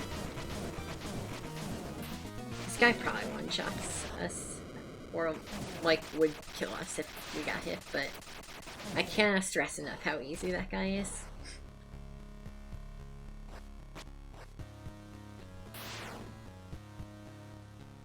Alright, I guess I'll try to get through this room quickly. Nope. Okay, yeah. This room you have to respect. This room sucks. This is... You know, I've done this dungeon enough by now. I feel like I can make the call. Worst room in the dungeon.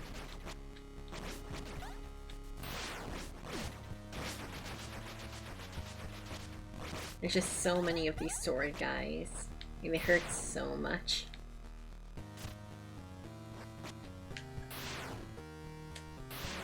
Alright. Well, 2 in a row to Alistair. And unless we fall into lava, we have full health and a potion. So I think we might be able to beat him. We are getting so much more consistent at this so quickly. It really was just the first half I needed to unlock. The second half's not that bad.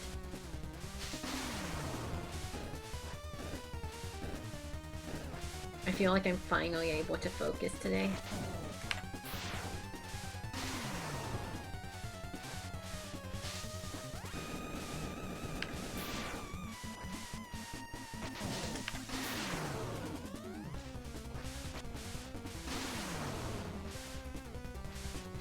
Yeah, so every time he does this attack, that's just free time loss.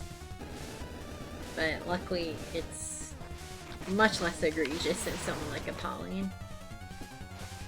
And also, it's not threatening time loss, it's literally just pure waste of time.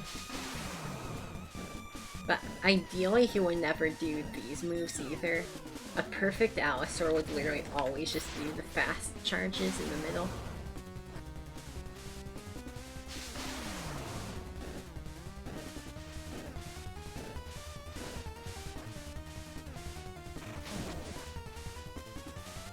God, this boss is so easy. Once you understand it, you might take one hit maybe. If you get really jank fireballs. Wow, this one's being a lot meaner to me RNG-wise. But like, these slow charges are so not threatening. You just sit in the corner and wait for him to come to you. This is one of the few bosses. I think this might be literally the only boss in the game where damage boosting does not benefit you. Just due to the way his vulnerability works.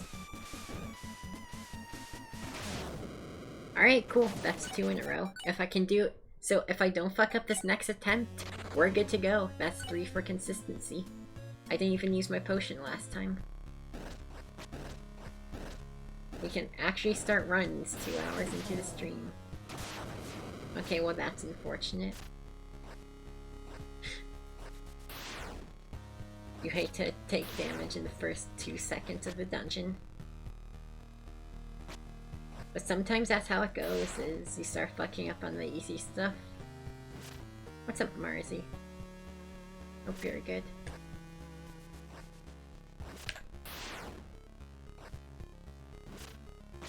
You might actually get to see me do a speedrun soon.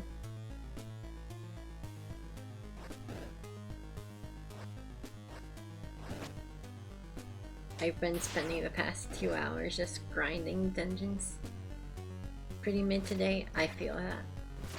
It's taken me, like I've been up like 3 hours and just now starting to feel like I'm alive.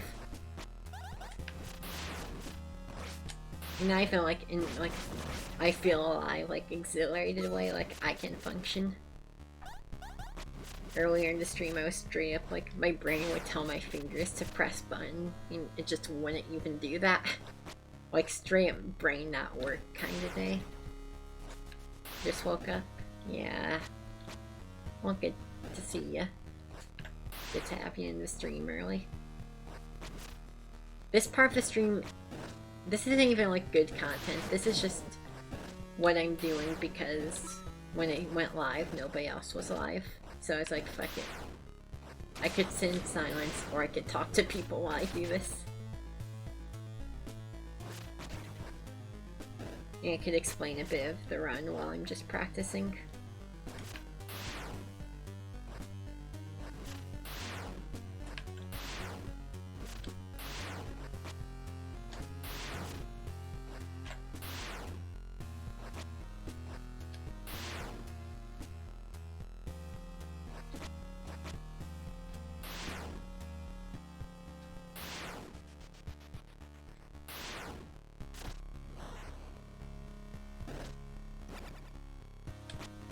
God damn, dude, that guy's such a friend.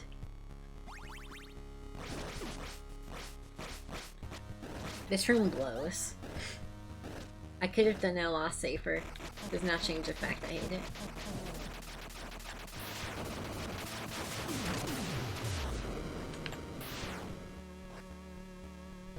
This room blows.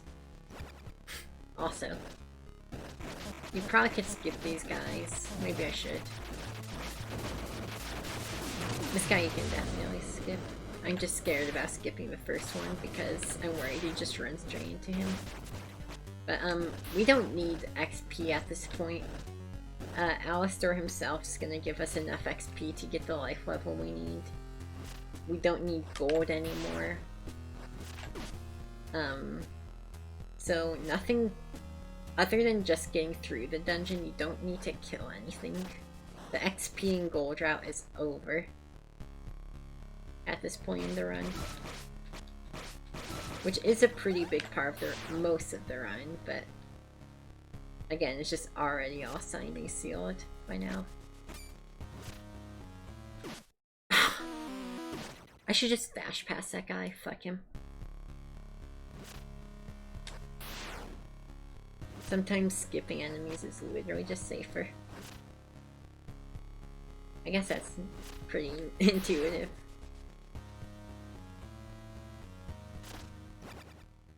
Maybe I should have saved this for the next room. The next room is the big sword room I'm always scared of. God, the song goes so hard. I fucking love this game's OST. Like, this is just some mini boss music. It's sick as hell.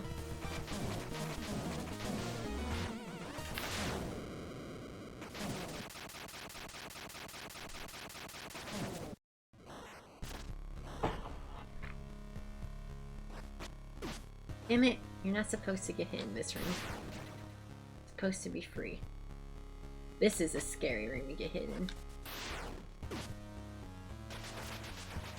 Yeah, I don't know. I'm starting to think that these guys are too hard to not just boost through. We got boost power, why not use it? Also, that was scary. I almost lost a run there. Hey, another run to Alistar. Assuming I don't choke hard because we still have our potion. This should be a big 3 for consistency.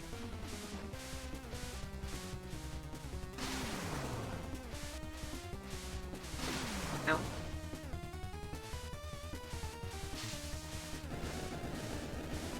That might be the oh wow, okay. I didn't think it'd do that much damage. I should've... I don't care. I'm not gonna choke Alistar in a run, I promise. I don't give a shit. We're gonna practice Belphegor and then I'm done. We're doing grunts. That's not the right file. Do I not have... Oh, I don't... Belphegor's easy, whatever. I know how to fight him. I just want to do runs, goddammit. That was 3 for consistency. I now know if I have 3 health and a potion, chug. Okay? That's new info unlocked. That's fine, that's fine. Alright. Let me edit the stream info a bit. And we're ready to start soon.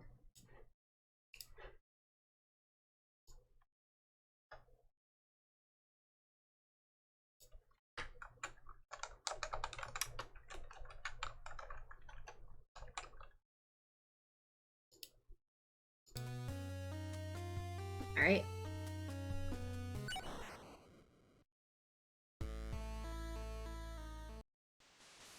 Y'all, I know that's shitty impatient behavior, but I've literally spent the last 3 days doing dungeon ILs. I'm ready to actually get some full game runs under my belt.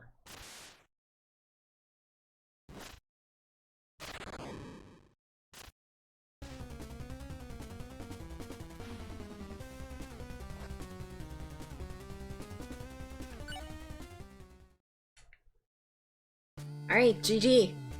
It's that easy. We won. Good game. Good game.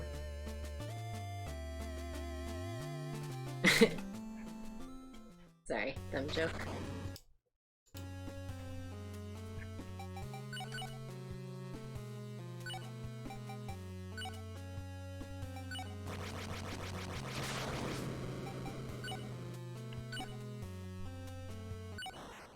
I do love joke endings like that where you just immediately leave.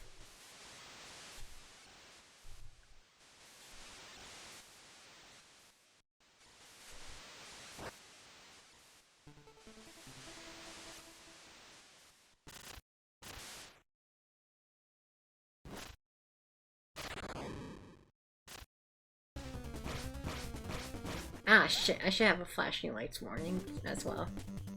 Well, if I lose this run, I'll do that. If you have photosensitivity issues, don't watch or play this game.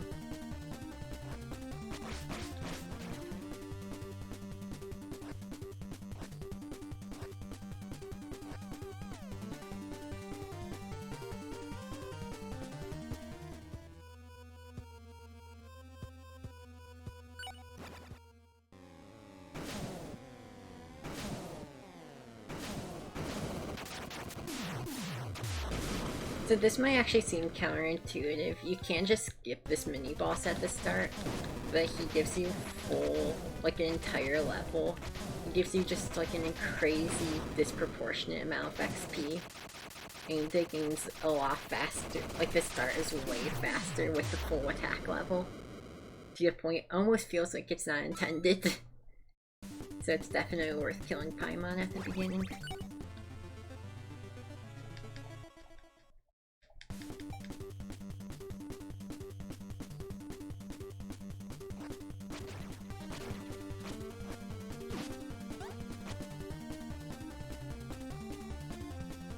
It's unfortunate you need to watch that kind of lengthy cutscene for it, but...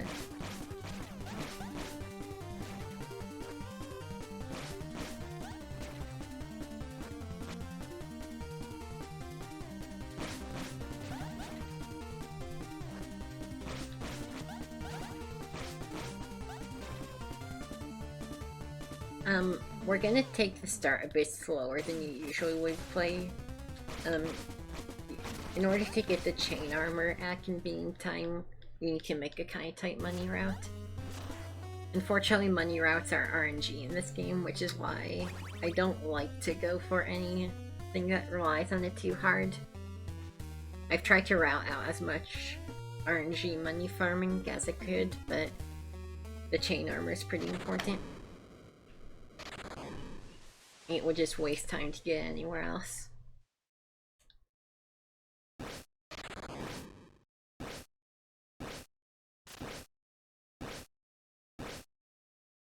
But yeah, the first like 12 minutes of this game are just chores, unfortunately.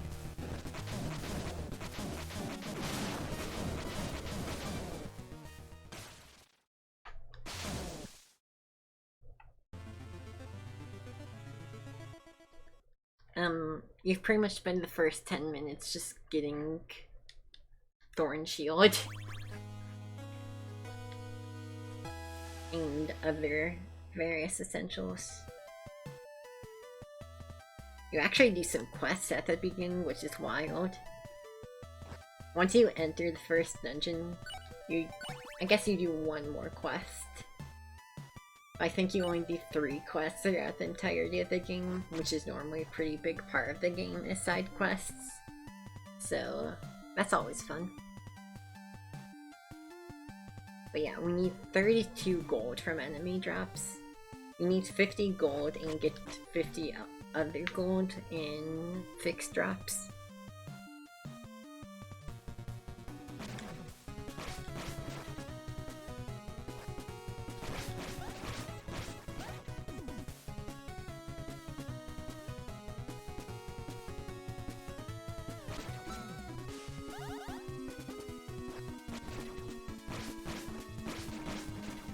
So very important, by the time we get back to town we have 100 gold. Unfortunately, I'm not getting very lucky right now.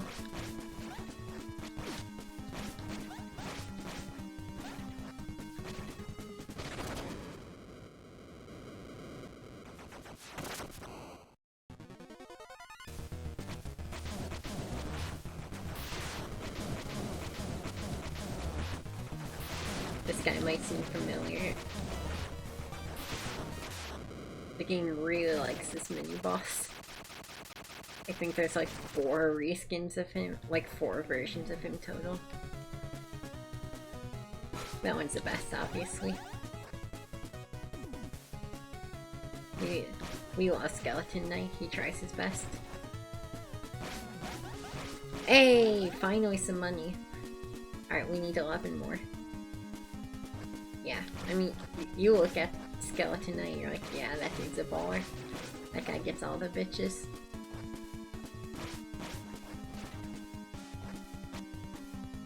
Kinda love him too. Like, the lore behind him is he's just haunting somebody's grave for no reason, really.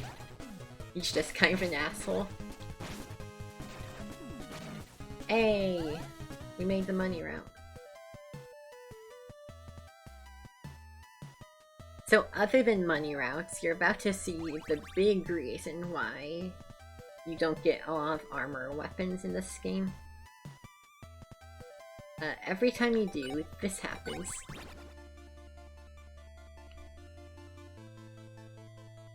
This very, very slow cutscene. It's very cool and dramatic your first playthrough, but then it's sort of like, just get me through this shit.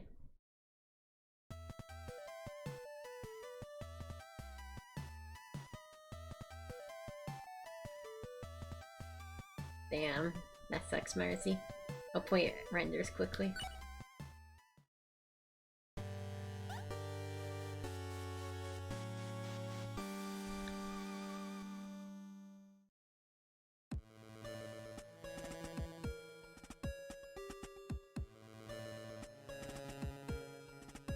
Man, I need to upload VODs myself. I'm really... I do it the easy way and I'm still really bad at it. Shout out to these guys in the back. I always see their feet under the blinking, think they're fucking pitching a tent. I can't lie. Every time I walk in that room, I see that.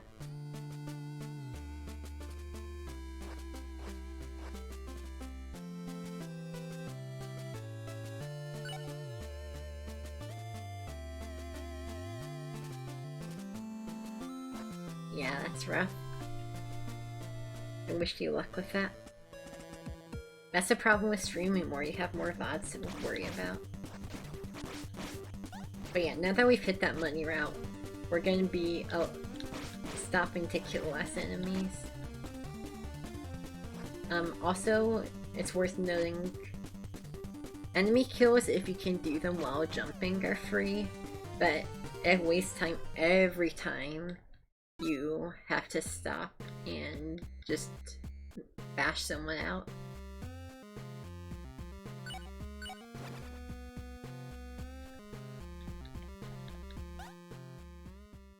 I will say the current world record does something interesting. They actually grind the fuck out of the start to try and get attack 3 before the first dungeon. I don't think that's worth it. I've timed it.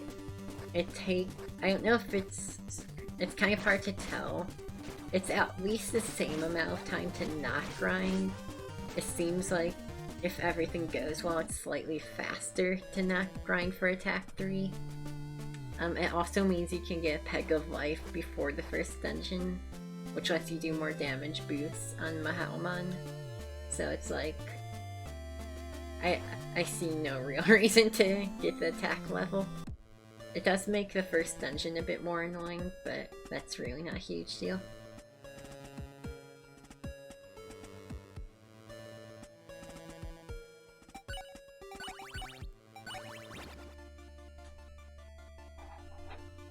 It really sucks how useful Thorn Shield is, because it wastes so much time. Don't get me wrong, I don't think the game would be... It might be slightly faster to skip it, maybe? I don't think there's much... I don't know, it saves so much time on certain bosses, I don't think it'd save much time, if at all, to skip it. It just is unfortunate that you need to do a full quest for it. It costs a lot of money, and you need to watch 2 of those item get animations, because you also need it for getting Thorn Shield itself. You cannot get Thorn Shield without the regular shield. But hey, we're finally done with our chores. Literally the first 10 minutes flat is just chores to get Thorn Shield, and then you get to play the game.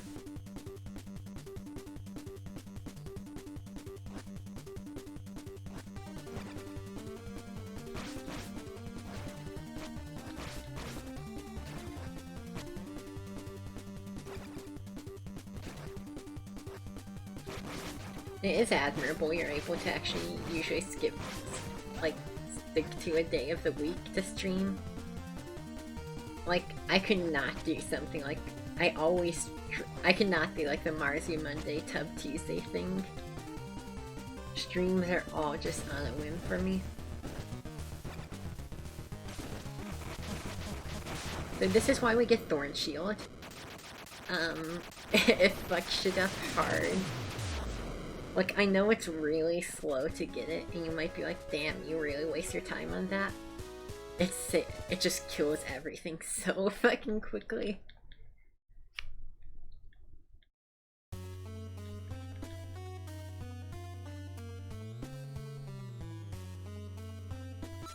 So you can skip getting this key, but it's really fucking slow.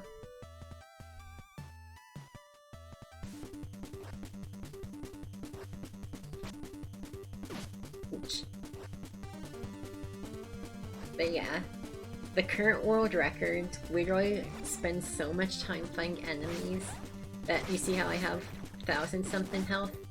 They're almost getting 1750 by now, which just takes forever. So instead I get life 2 instead of attack 3 here. They also eventually get attack or life 3 before Belphegor. I'm not really sure why, truthfully.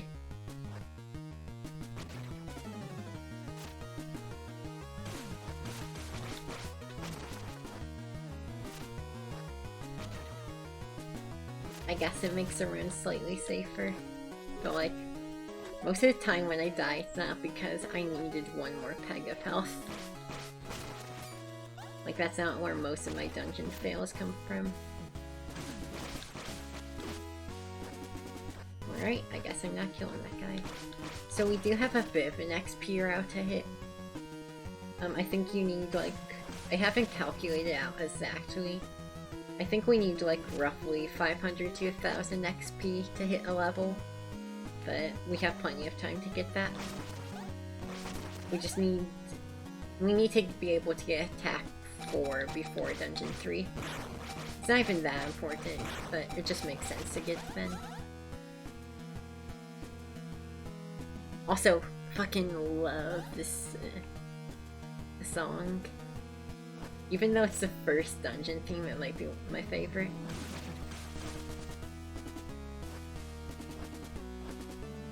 That'd be crazy, Marcy. I don't know how you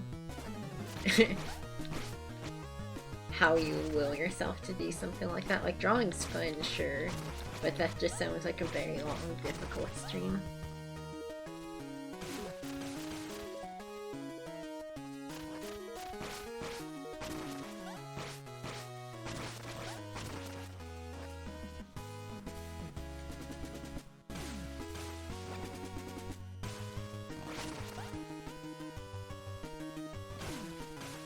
So it's worth noting, you notice there's these other guys in here that the skeletons are fighting with.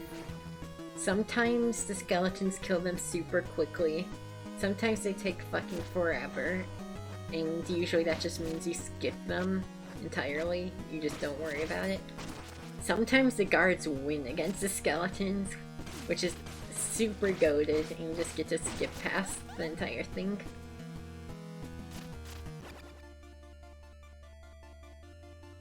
I know it looks like we ate a lot of shit. It's like, damn, you're down to 1 peg of health. Actually optimal. It's actually optimal to take a couple hits in this first half. So you can do this. You need a lot of thorn shields in this dungeon, and it saves a bit of time to leave the room by dying there. That's the fastest place you can die in this dungeon. These hits aren't optimal at all. Every hit we take before Mahalman is a hit we can't damage boost.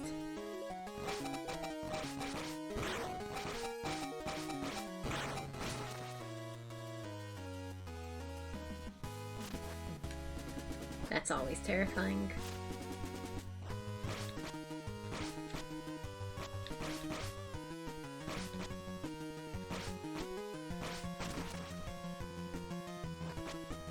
Yeah, schedules are just hard to keep up with, though.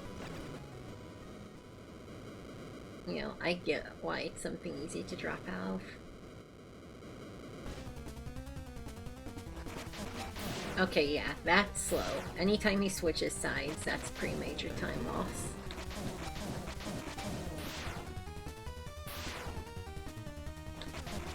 Whenever he shoots an eyeball, that's fast. A good Mahalman, he'll just sit there shooting eyes for an hour.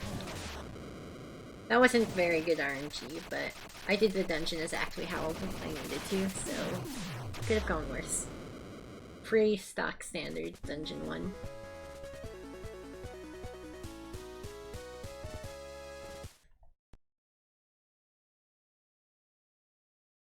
I forgot to split. Oops.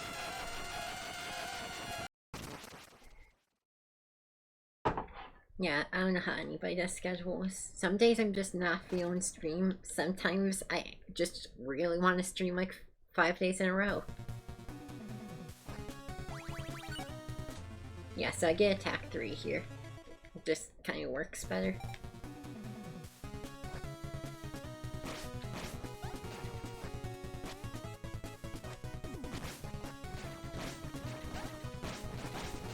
Once you get attack 3 though, overworld movement becomes a lot easier. You can one-shot these zombies. Very nice. So you can get a lot of almost free XP just doing these jump hits.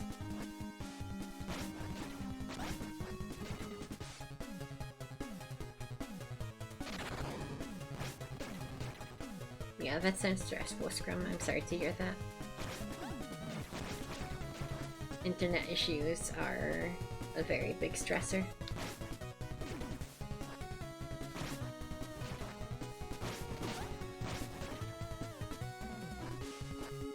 God, this song's so rad. It really helps that this game has such a good OST. No matter how much I play it. Like, I've played like 70 hours of this game, but you think I'm ever fucking getting sick of this overworld theme? You literally can't. Like, it's just so good. It's just the perfect fucking up demons music.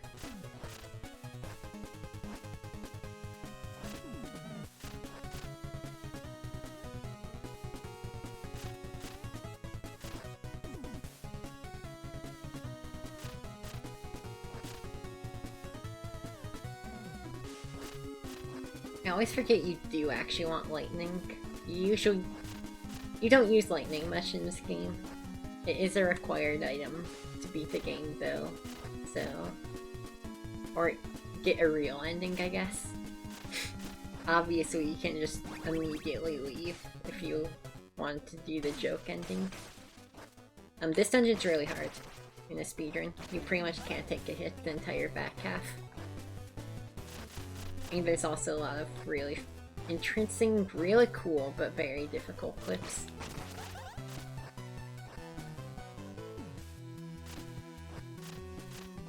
Yeah, like this shit, awesome, also really hard. Very cool platforming in this dungeon. I love the first half of this dungeon. That the second half just becomes a complete fucking gauntlet, though.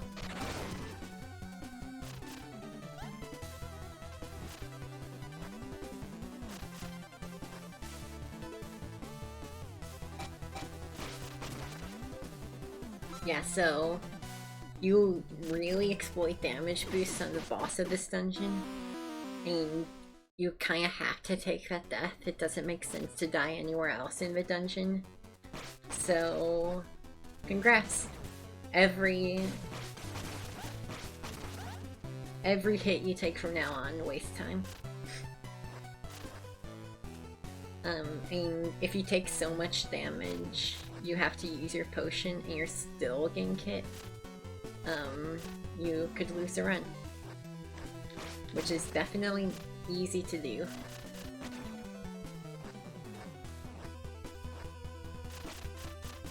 This dungeon I've had to put a lot of practice into, but you get to skip a key. That's really cool. Yeah, it's true. Losing the run's not fun. I feel pretty confident in this dungeon now. I've just done it enough. I know these rooms like the back of my hand, except the ones you skip.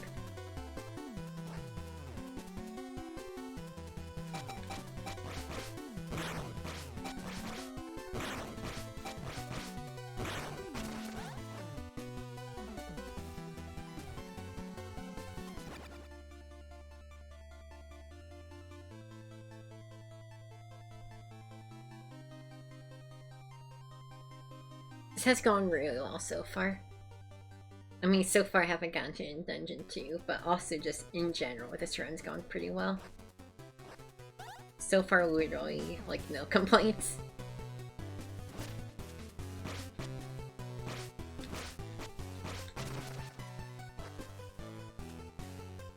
We do need to fight a couple of these Horned Knights. They are decent XP. And we do need to meet XP. Ouch. That's fine, that's fine. We'll probably need to chug the potion, but that's okay.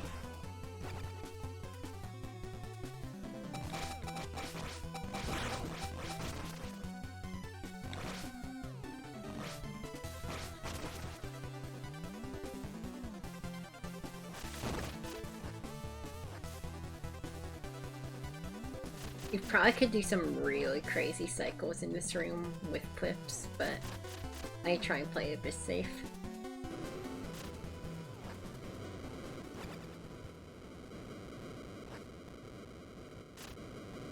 But yeah, you do not fight this boss as intended.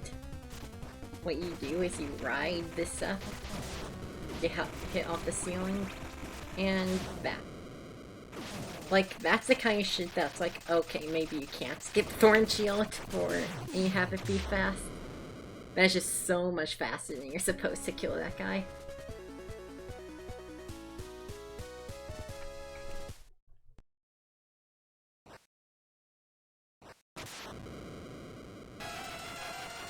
Wow, first try Dungeon 2 today. That's really good. Can't wait to lose it somewhere easy like Dungeon 3 or on the way to Dungeon 5. I'm pretty worried about D4 and D5 still, even though I practiced them today. Oh, that's cool. That's not a problem, that's just annoying. I don't know why I wasted time checking my levels.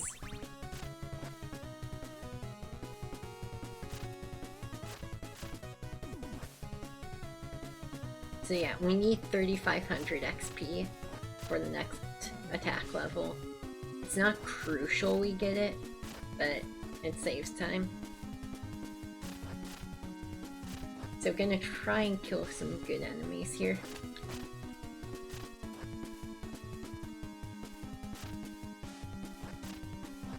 Anyway, I have my first complaint about the run, is that death. Embarrassing pit deaths are kind of awful.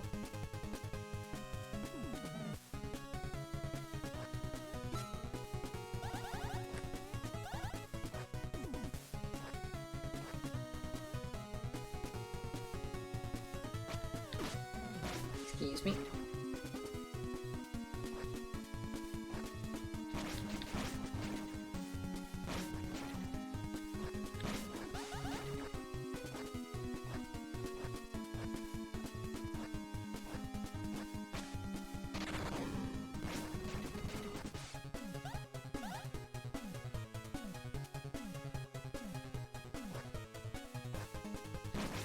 You might not get the attack level.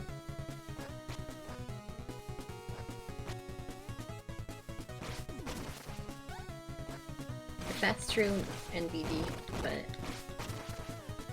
I haven't really routed it out that well, it just kind of usually works out.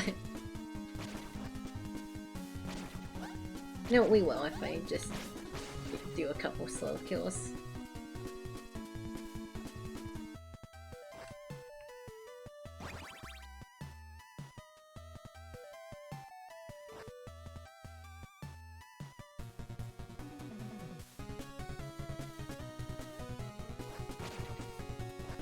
I don't think we even need to... Yeah, see, I'm always worried we won't hit it, but then there's just so many eyeballs you have to kill that it works out.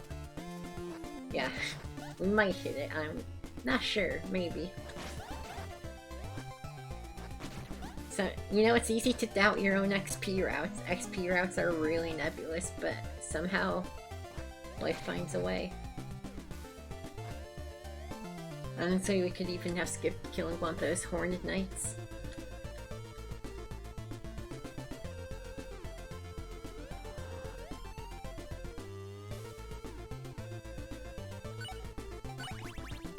So this is a big difference I do from the current route, is you get money from this weird possessed guy if you break this dam and flood the town. And the current world record does something different for money route, but this is literally on the way. You're probably gonna need to buy a potion anyway, and there's a bar right there. The world record even visits that bar, but doesn't break the dam. And I know it's because you want an extra potion slot, but you just don't need that.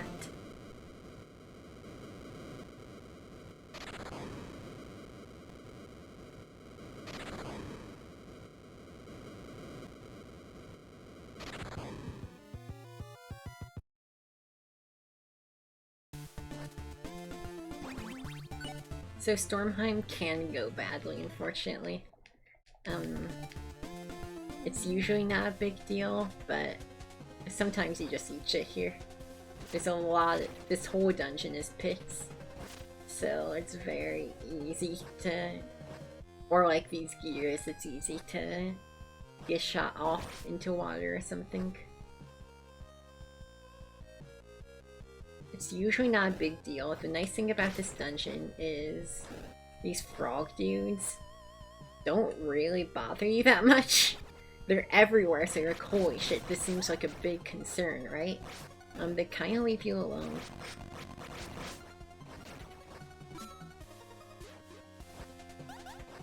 Also, ideally, in an optimized route, you take a death here, but, just not gonna work. Just not gonna happen. You'd have to pretty much do the entire rest of the dungeon no-hit.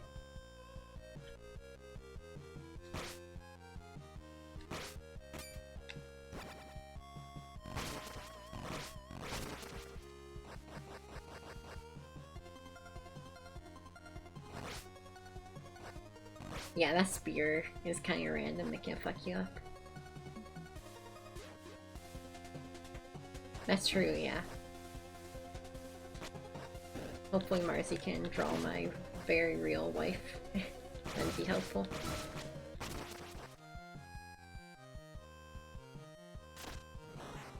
I don't know why I can drop through that block.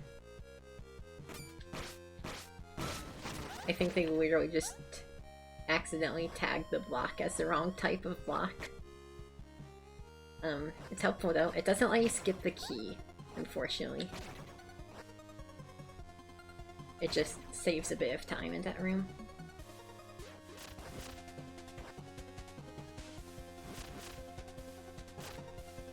I mean...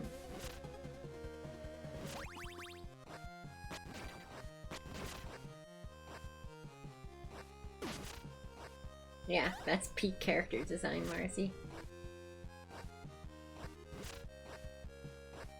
God damn it. Sometimes this damage boost does not work out well. I think I might die if I get hit again.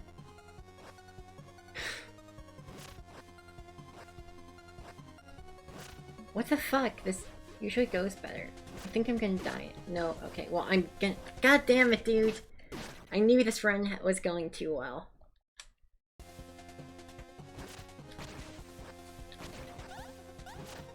Unfortunately, I have like a pretty consistent manip. Yeah, that's how it's supposed to go. Unfortunately, the other eye's got in the way. Ah, that's so frustrating. I think we'll be able to win, but that's like literally a minute time loss in a 15-minute plus run.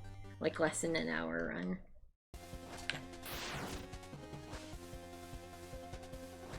Oh, that's not nice. Again, I made the setup for it and I just fucked it up royally. Instead of just dying and decommitting, I decided to go fucking whole hog. Fuck off! Oh, these red eyes literally are so annoying. It's fine. I know it seems bad right now, but you literally... if I focus in, I shouldn't get hit on the boss here. I think there's not much left of the dungeon. The dungeon's pretty much over once you get the thing. I don't know what it's called. Sky Call, I think. Anyway, once you get the thing, the dungeon's pretty much over.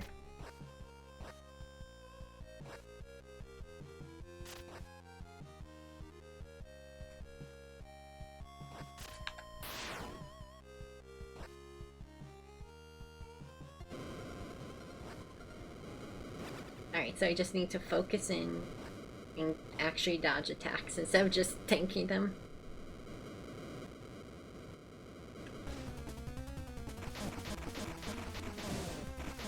Oh yeah, every time he dives, this is like one of the more obvious time losses. That dive wastes so much time, and he can spam it. But yeah, this is another big reason. This boss is way harder and longer without Thorn Shield. With Thorn Shield, you kind of just crouch under him and dodge if he tries to hit you. Wow, he didn't even attempt to hit me. Nice! So, we wasted a lot of time, but the run's still alive. So we can lose it to Dungeon 4 or 5 instead. Honestly, it would have been really bad for my mental to lose on Dungeon 3, because that's usually pretty easy.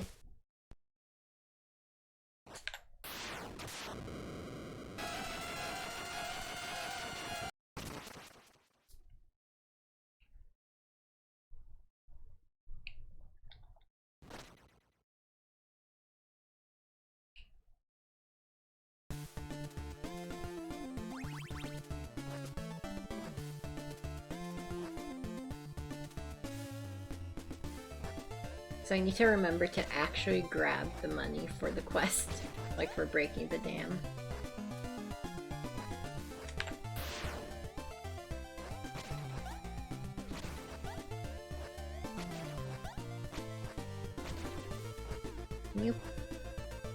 Can you not? What a fucking dick.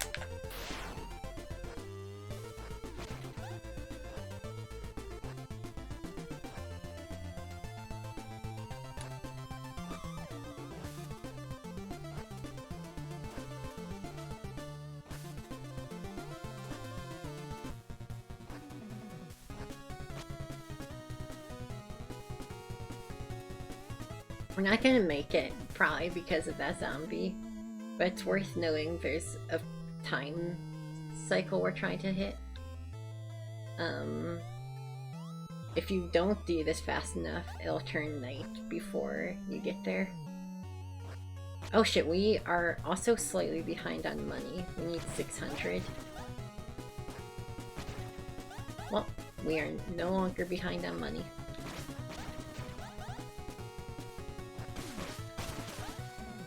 Again, the money XP route is tight, but always just barely works out. I'm like really fucking proud of the money XP route I made. Because this is all, like this is completely modified from what the current run does. I'm really proud of how clean it all is. It all just works out.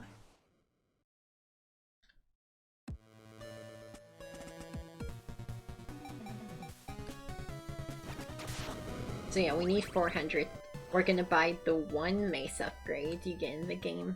You get exactly one armor and one weapon upgrade for the entire run. Pretty brutal. But you've seen how long it takes.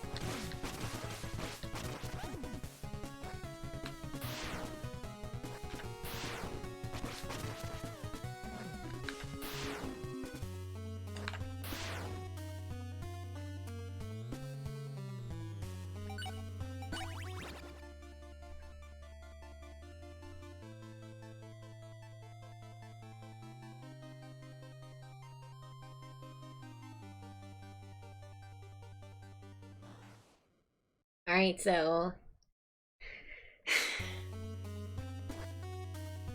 I used to not be very scared of Dungeon 4, and I now am. I'm honestly kind of terrified more than Kajanto. Katsuga is rough. Also, the path to Katsuga, also rough. It's like a little mini dungeon just getting there, which is ultra fun.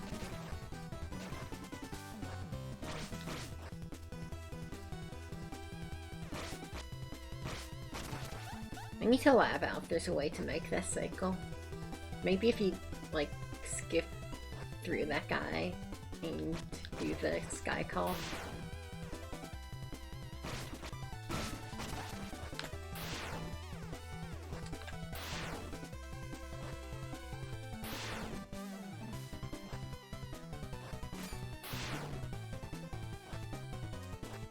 God, can you imagine if that axe fucked me? Got me from the fucking... Well, something much worse did. That's a very costly death. I don't know why I didn't pop a shield here.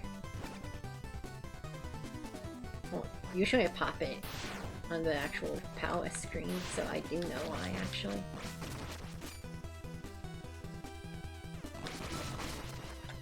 Yeah, again, very hard to even get to Palace 4. This is where the game really starts ramping up with the difficulty. I mean, really Palace 3 is, but it's pretty easy in a speedrun context. The only reason we lost time there was because I fucked up a trick. The actual Palace itself gave us no trouble.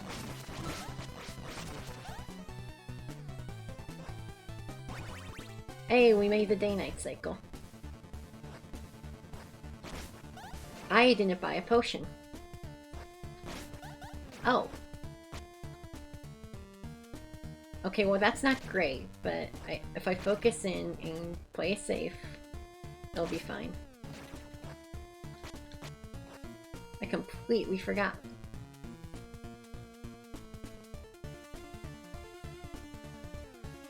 But we've lost so much time already, I'm okay losing this run. I have to do something drastic to redeem.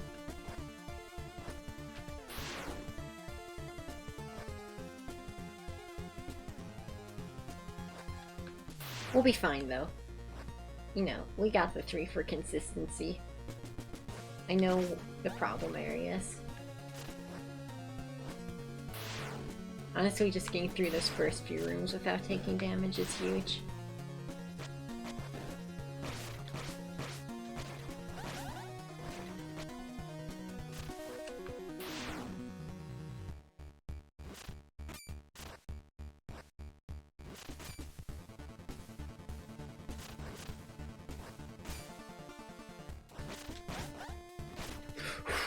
Very glad I didn't eat that spike. Spear spike.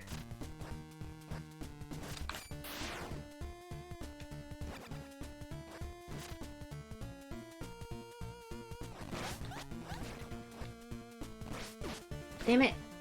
I literally didn't even see him. His thorn shield's so busy. Luckily I did have the shield on, so I only took a peg instead of 2.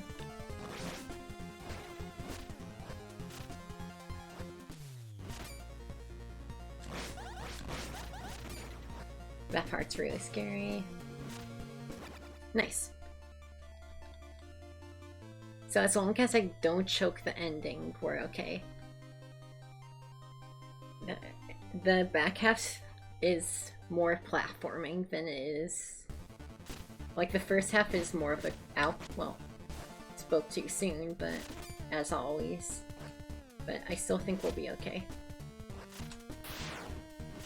Especially if I can make it to Apollyon without dying. That's my goal currently. Well. So we didn't... Bad news, folks, we did not make it to Apollyon without dying. This room's real. Like that return.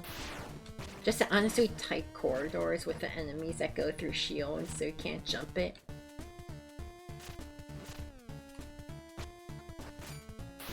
Straight up mean dungeon. Nasty, nasty shit.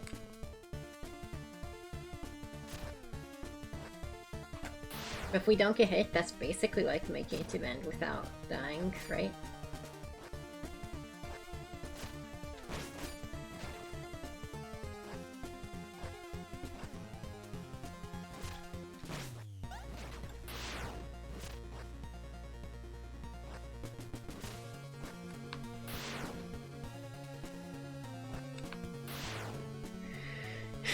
Okay, there's still a couple scary rooms up ahead.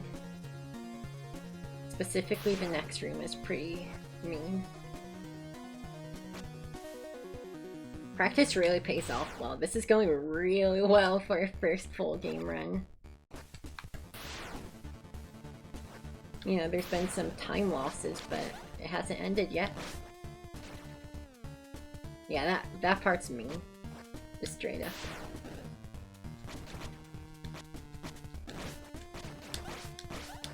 Oh my god, we actually did make it to Apollyon without getting hit.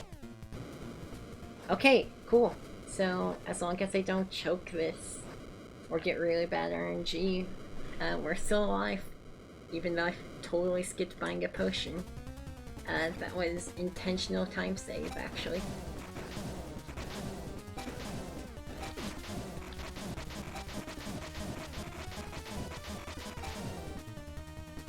Please, no spit.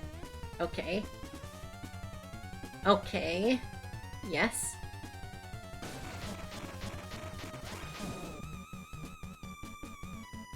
Can you land? Oh no. God damn it. I hate this attack so much. It's such a massive waste of time and also easy to get hit by if you're low on health. Hey! We actually saved it. So if I don't choke Kajanto Keep, we actually have a run.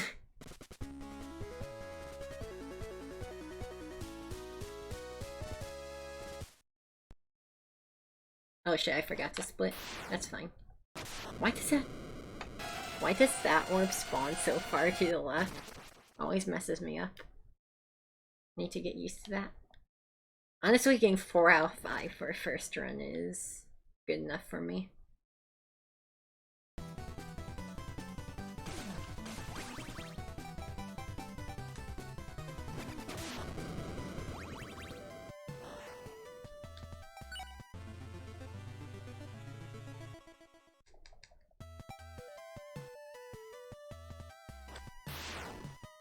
What up?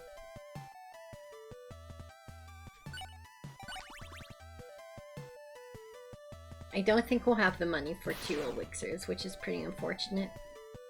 Or 1 elixir even. So we're gonna have to be a little more conservative in Kajato Keep.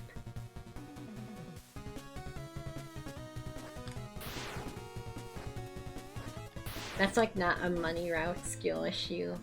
It's just straight up sometimes you don't get the money drops.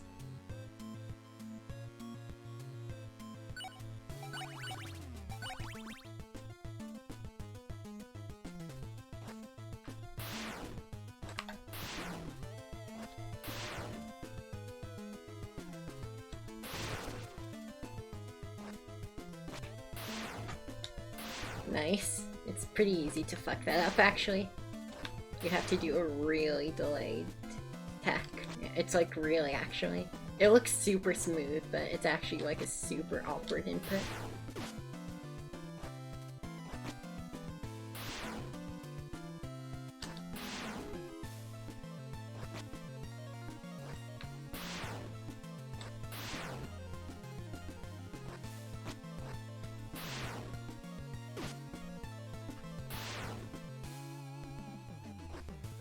Let's not die here. That would be slow.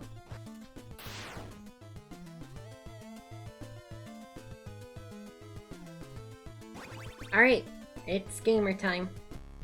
Hardest part of the run. But we got some really good practice in. I feel a lot more confident on Kajato.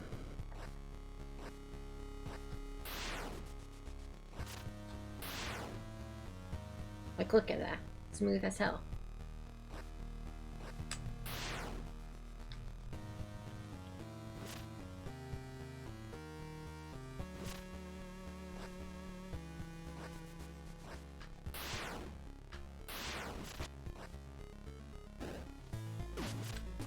Fucking dicks, man. Fuck off! Actually go fucking shove a cock into your throat. God damn, these little fucking obnoxious eyeballs are the worst. Actually full tilt from that.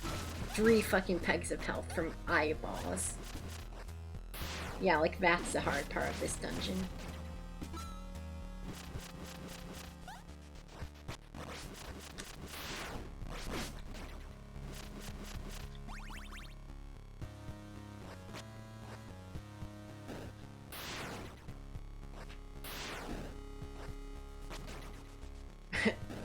This run has made me hate eyeballs a lot more, let me tell you. We're gonna have to be pretty gamer. Not gonna lie.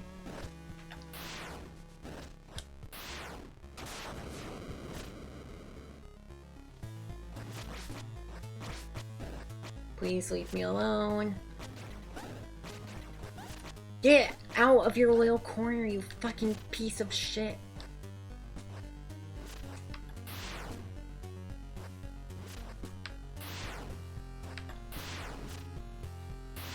These eyes are actually such fucking cunts. I don't know, I never had a problem with that in practice, but holy shit was that a problem. That was a straight up conundrum.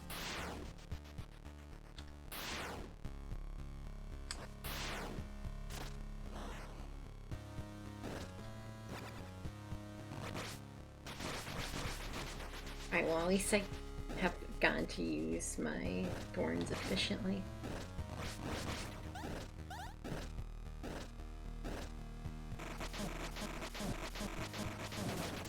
Wow, that guy just didn't feel like playing me.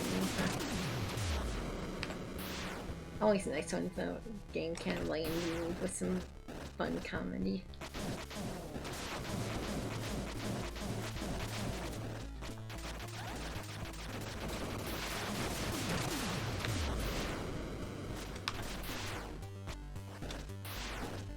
Okay, wow, I'm really surprised he didn't take a hit there. Gonna take this room a bit slow. Never mind, doesn't matter. Doesn't matter, just gonna lose all my life to the goddamn stupid fucking undodgeable harpoon room. I say undodgeable, not that you have to take a hit in that room, obviously. But just, you can't shield the harpoons.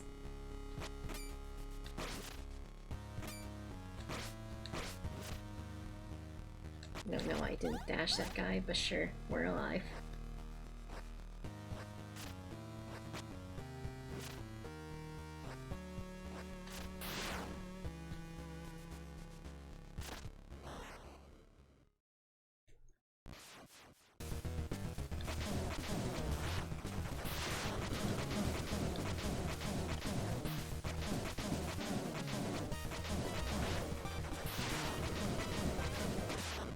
Easy.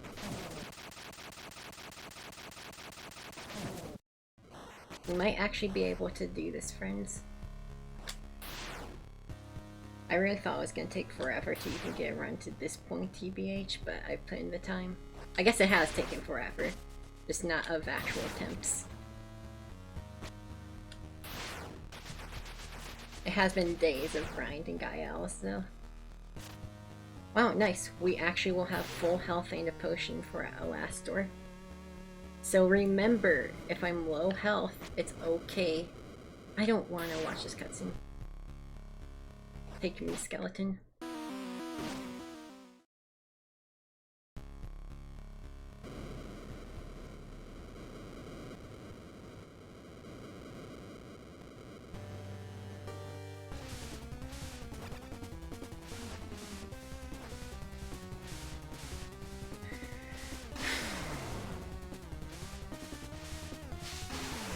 This is a weird opener. Not complaining, clearly.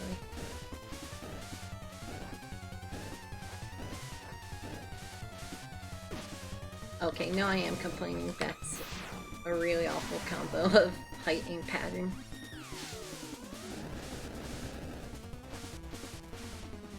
Turns out when you make a boss completely random, sometimes it just sucks. See, now this is a good height pattern, because I can just drop down and do that.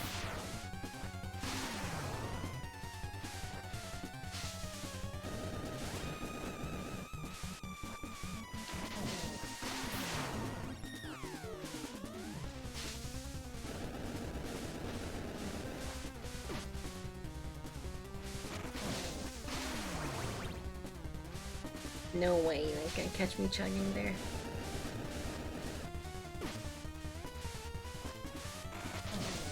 Alright, one more hit.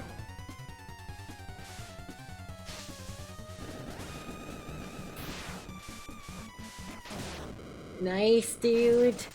What the fuck? We actually beat all 5 dungeons my first run? Oh my god, it's been slow. We've wasted a lot of time, but am I a fucking gamer or what?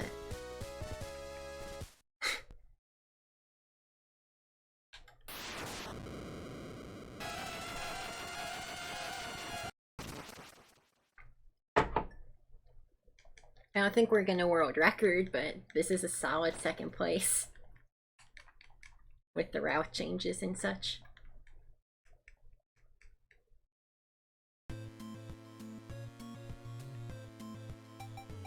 I never got the shrine in Katsuki. That sucks. We have to get a slightly slower potion.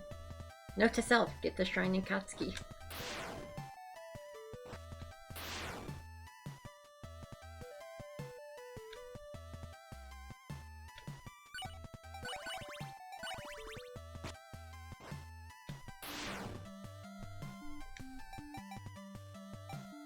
At least we remember to get the shrine outside Valkabor's room. one more health upgrade. You might be like, isn't the world record like 54:30? You might be able to win. No, unfortunately, the ending takes a while. You forgot about the minute-long door opening cutscene, silly. Second place for a first ever run is fucking insane though, so I'll take it.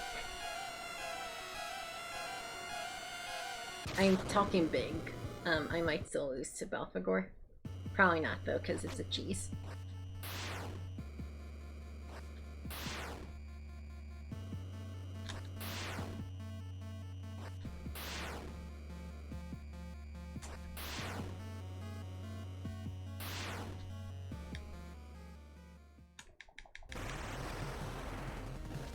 Don't throw your spear, thank you. It wastes a lot of time if he decides to open with throwing his spear. So yeah, this guy's actually a super hard boss if you don't do the cheese. But you can just stand in this corner with Thorn Shield and gamer him. He kinda doesn't know what to do.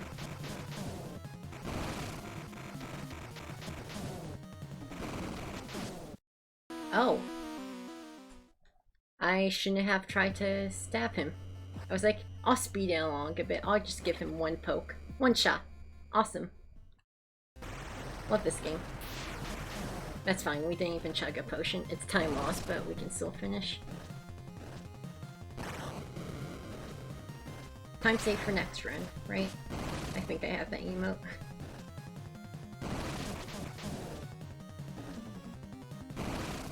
I am not leaving this corner. You cannot make me move. I am finishing a goddamn run, so I have a PB to run against. And a leaderboard time. Top 3. Whatever. I've had those before. Boring. It's not world record, why even get excited?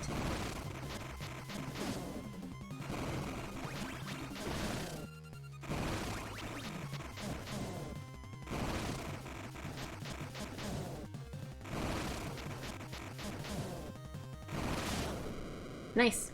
54:41. Or 55:41. Little first try. And we beat the game. That's insane. Phew. Oh man, I'm a bit of a gamer.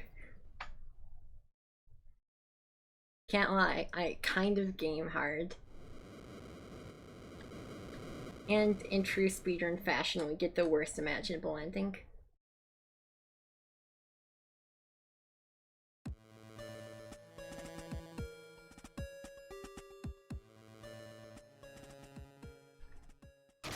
I did it.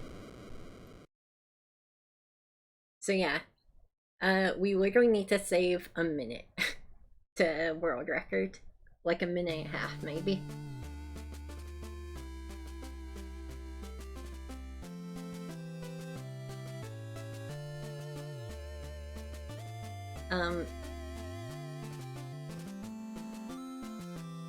And we can obviously save a minute. We lost probably a minute to that damage boost. We had that really slow death on like before Alistor. We had a couple slow deaths like that one on Katsuki Mountain. And of course we had the really slow Belphegor death. We probably lost 2 or 3 minutes throughout this entire run. So world record is in fact free. If I just have a run without mistakes, it's world record. I knew this route was faster. I fucking knew this route was faster. Not like the world record didn't make any mistakes, but this run was definitely worse. Let me go check actually what place that is. I need to stroke myself off a little.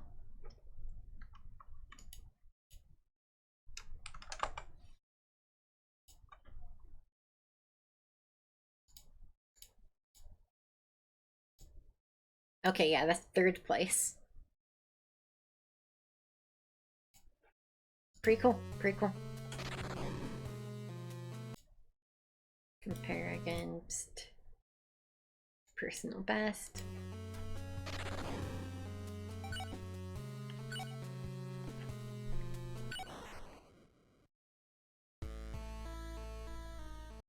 Now that was cool, but we could do it better.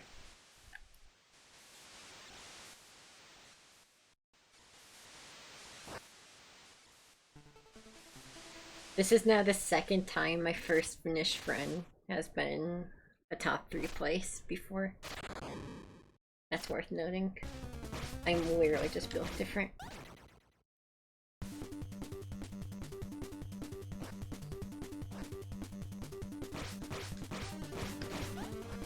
God, it's so slow to kill stuff before you get fight time on.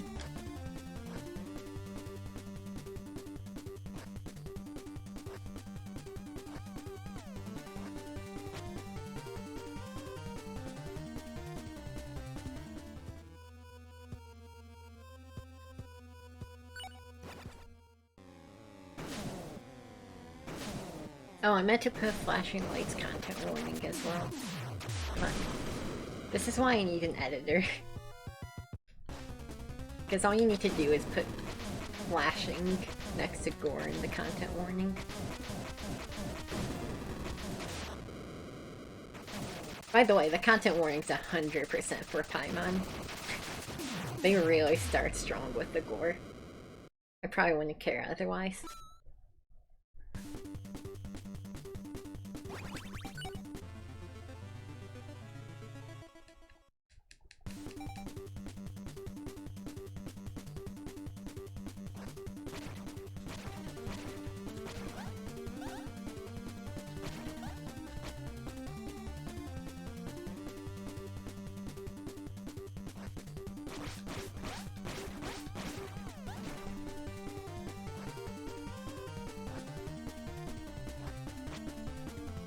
I had no idea second place was so close, though.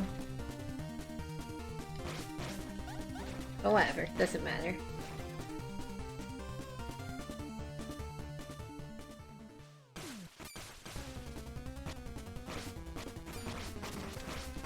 I just need to not make a bunch of rookie mistakes, and I'll get first, so second doesn't even matter.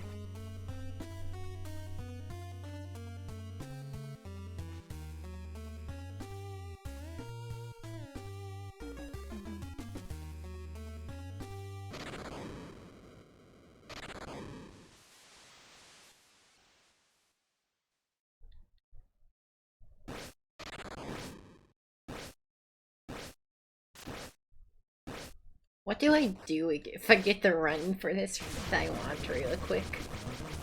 I like having a speedrun to grind, but I guess I could try doing some of the optimizations I've talked about of cutting out shit like potions. I mean, clearly you can cut out getting a potion before Dungeon 4, right?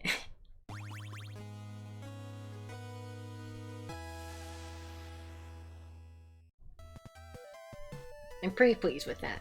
That's exactly what I wanted from a first run. I mean, I would have liked it to have no issues, of course, but, you know, it's nice to have an actual time to beat. Could you imagine if I played the game once, like I do a full game run once, at world records, I stop playing? I actually wouldn't want that because I do want to have a speed game to grind. That would be fucking awesome. I do appreciate that concept.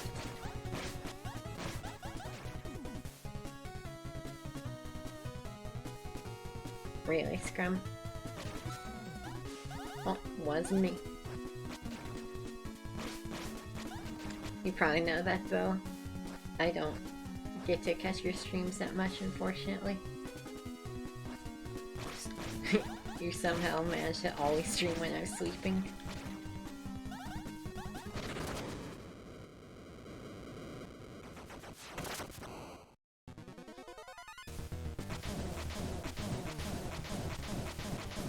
I thought he was just gonna let me beat the fuck out of him.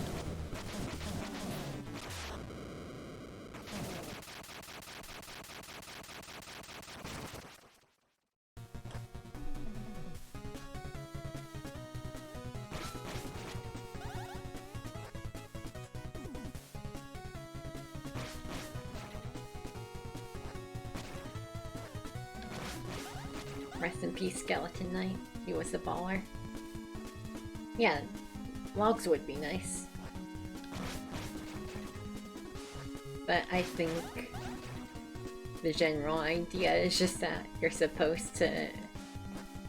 The idea is probably that they don't need to have that because mods should be trusted anyway. But, you know, sometimes mods make mistakes. I think a lot... Obviously this doesn't apply to Twitch themselves putting in policies and shit. But I think people who haven't been mods before tend to like think mods aren't just regular people who just are trustworthy. Like are like, yeah, every mod never does stupid shit. Like, you know, I'm a mod in a lot of chats, but I've still done stupid shit. I especially have the problem of forgetting that some people don't want my extremely far left politics in their chat. Because obviously I'm kind of bad about, like, I talk about that shit a lot. Oh, they cleared a suggestion box. That's fucked up. Oh yeah, I forgot, Quartz. Thanks for reminding me.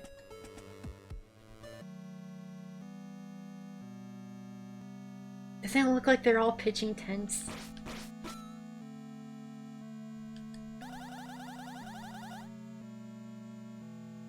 Every time I walk past, I'm like, wait, what the fuck? Do they have giant boners? Like, oh no, it's their feet. Okay.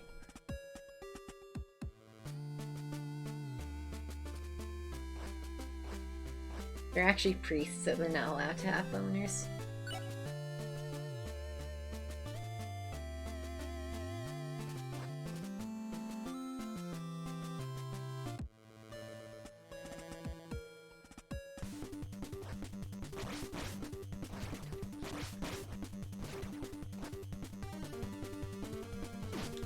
Ouch.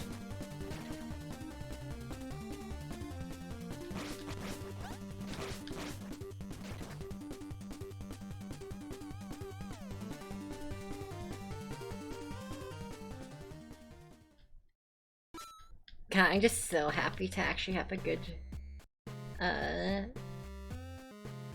like, actually have a run on the table. Even if it takes me literally, like, weeks to top it. I don't think so, but even if it does, it just makes me happy that it was all these past few days of grinding have been worth something, you know? Even getting my second top 3 time under my belt is pretty rad, you know? Not a lot. Even though I tend to speedrun obscure games, not many people have had top 3 times in anything. So that's kind of neat, you know? Top 3 in an unoptimized category nobody's played isn't that impressive, but it's still cool. People have played it just like less than 10. I always wonder, like I keep thinking like, damn, why does nobody speedrun this game? It's probably because it is still really hard. I honestly wonder if that's why it's not the most popular speed game, it's just the difficulty. But there are plenty of really hard speed games people love, I don't know.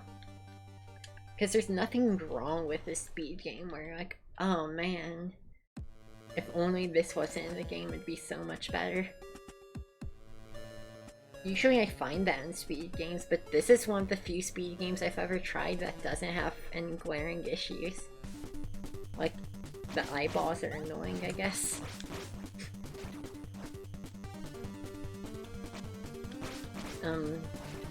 The first part's kind of boring, because it's just chores.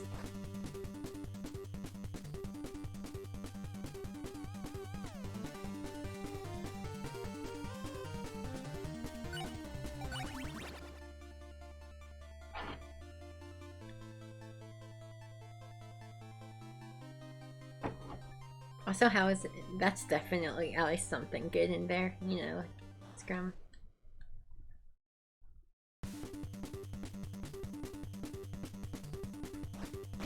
Oh yeah, if I'm gonna unmod someone, I just do in chat. If somebody's lurking, like has my chat for some reason, you get bonus content. You get to see the saucy behind the scenes.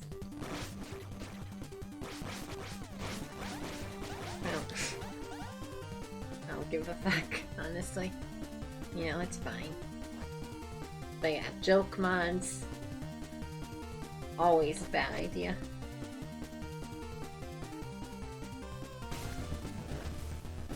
I do not understand why you would joke mod someone.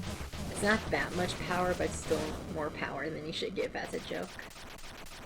Plus also, some people really just shouldn't be mods.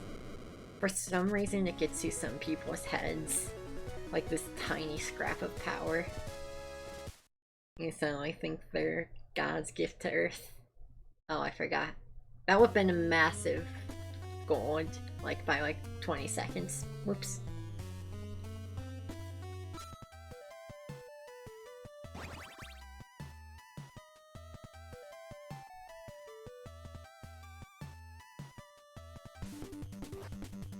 Gotcha.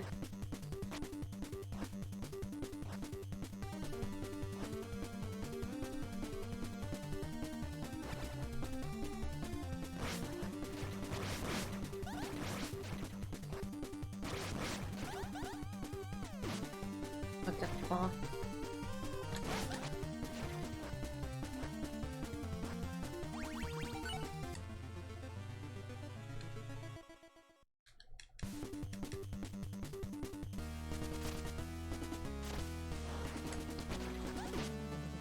Do not full speed that. I know better.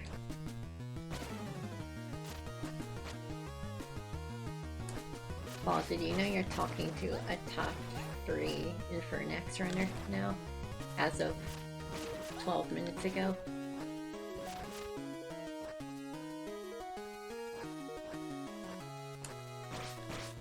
Not many people run this game, but it's cool, right?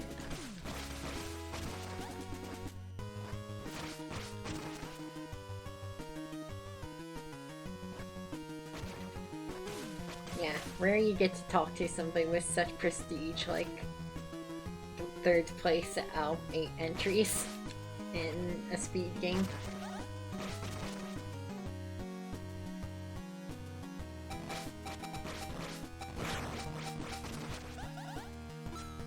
Yeah, no, this game's awesome. Big fan. Obviously I'm a big fan if I speedrun it, right? It's been a very fun speedrun experience, especially since the route, like I found a few route optimizations that, and now that I've tested it fully, it all works really good actually.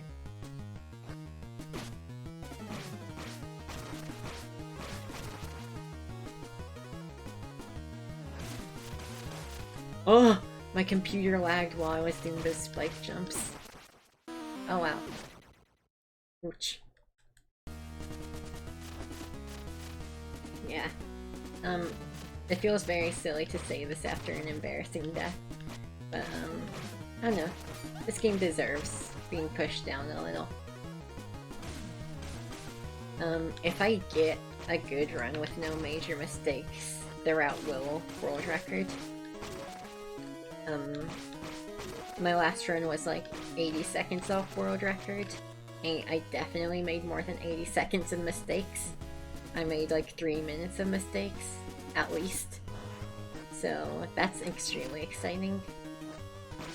That with enough gumption and route optimizations, I can world record in, again, a small category, but it's still pretty cool.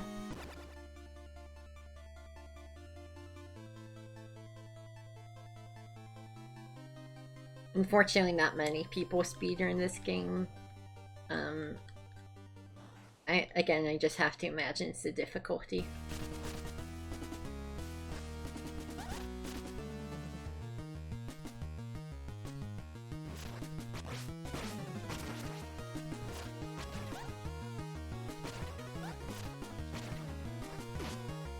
But yeah, it's been a cool project to work on the past few days.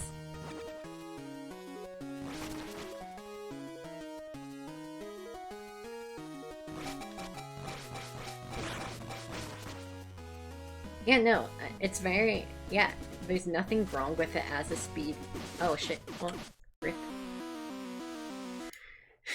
There's nothing wrong with it as a speed... Yeah, like, people love games like Zelda 2, Castlevania 2. This is not how you start a speedrun. But yeah, people love Zelda 2, Castlevania 2, that kind of shit. So it really is quite crazy to me that this game hasn't caught on yet. I think honestly part of it's because the category... No, that's not true. Because the categories are a nightmare for this game, but same with Castlevania 3 and Zelda 2. You know? Both of those also have a million categories. Yeah, I really don't know why this hasn't caught on. Maybe because it's less than 6 months old. Maybe there just wasn't enough growth in the speedrun, like enough change early on to get people committed. That's rough, Scrum. I'm sorry to hear that.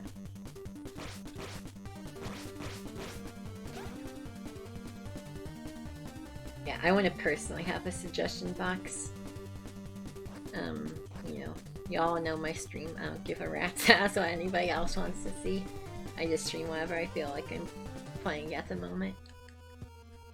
Nobody was begging me to play Infernax speedruns. Like, nobody was begging me to speedrun a game. They never even saw me do a blind playthrough of.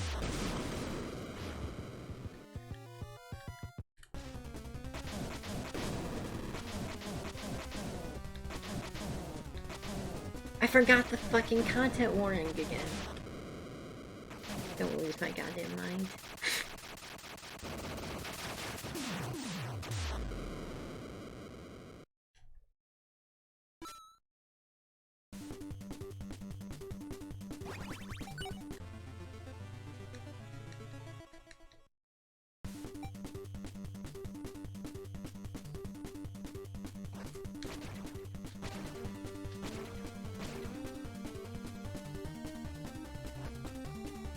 But yeah, super happy with this route I've made. It's a lot smoother than the current, like the previous route. Which, to be fair, was made in the first month or so the game came out. Can't fault it for being a little choppy. But this one pretty much never takes detours. It's pretty much just a clean straight line throughout. Anything you get extra for like safety or whatever, you get on the way.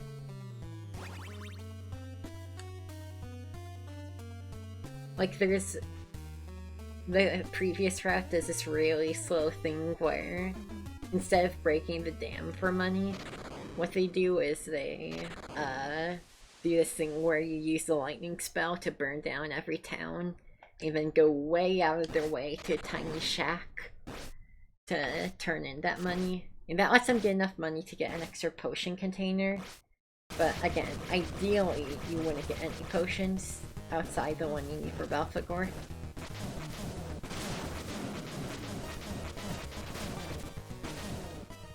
You know, it's a very beginner type route. Which, it's just wild to check a world record video for reference and be like, oh shit. Yeah, no, I get it. I get it, it's funny. I know it's something Alphappy has. It's a funny idea. You know, I still sometimes think about the only entry in Alphappy's suggestion box being Glue's the shorts. Like, that's funny. But yeah, unfortunately it can also be kind of hurtful.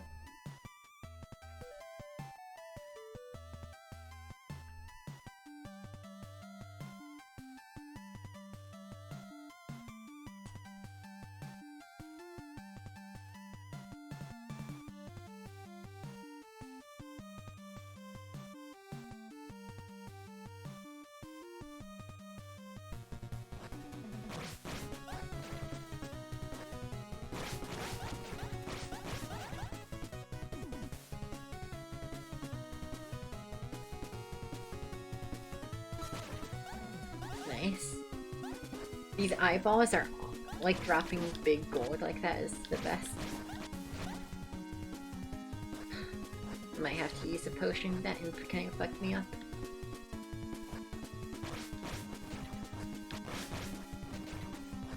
It's definitely possible to die early on.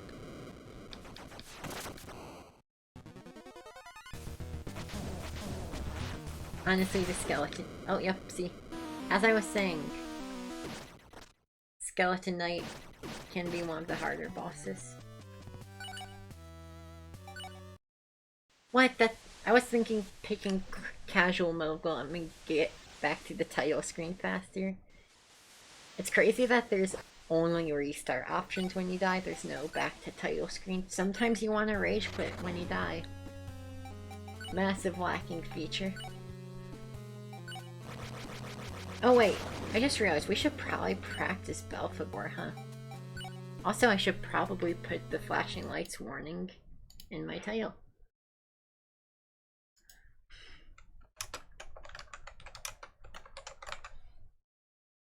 I remembered. I remember. I remember. The game's in goddamn Chinese, I can't. Oh yeah, the game actually like eats your potion when you beat Belphegor. But he's not dead, it just ate my potion. So weird.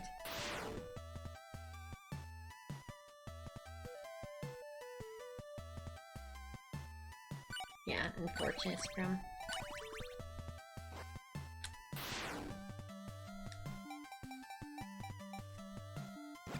It really goes to show that old thing they say where you should never get horny for a weatherman. That's just true.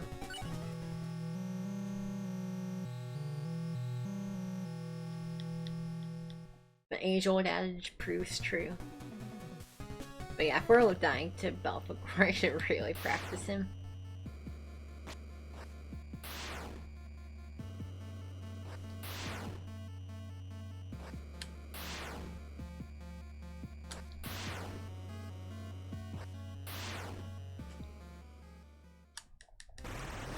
I do want to see what hits are possible to take. Because I'd like to be able to hit him a bit with the mace. Like if I do this, will I take damage?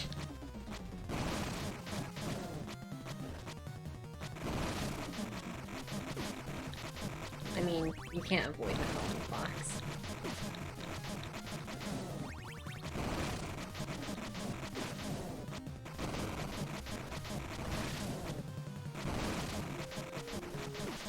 Wow, I feel like I got worse block luck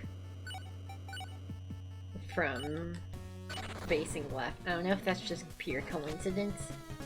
But yeah, I'd like to not die. That would be a very awful time loss. I'd like to 100% kill Belphegor. This is a bit late in the run to lose it. The last minute.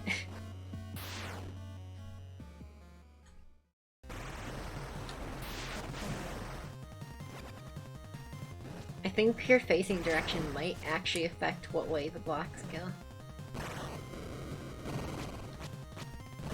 Ow.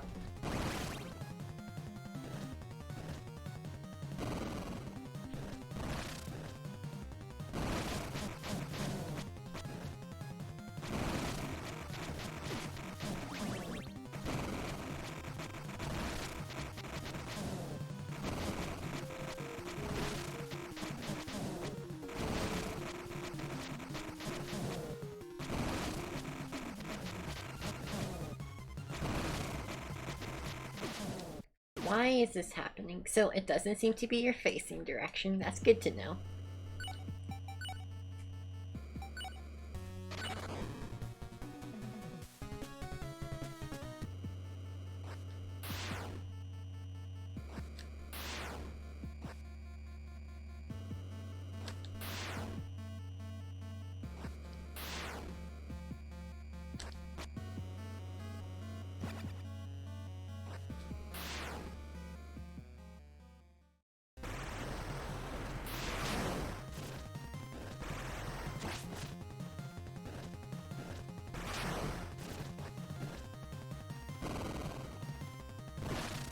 Okay, well try not to take damage when you can actually dodge more.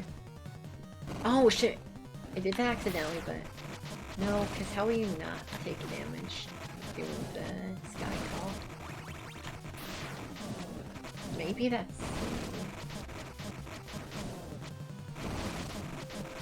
Like if you know one's gonna fall and you try sky call.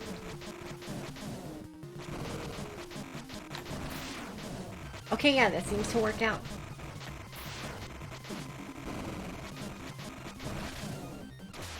Cool. I do need to unfortunately just straight up close the game so I don't lose my potions again.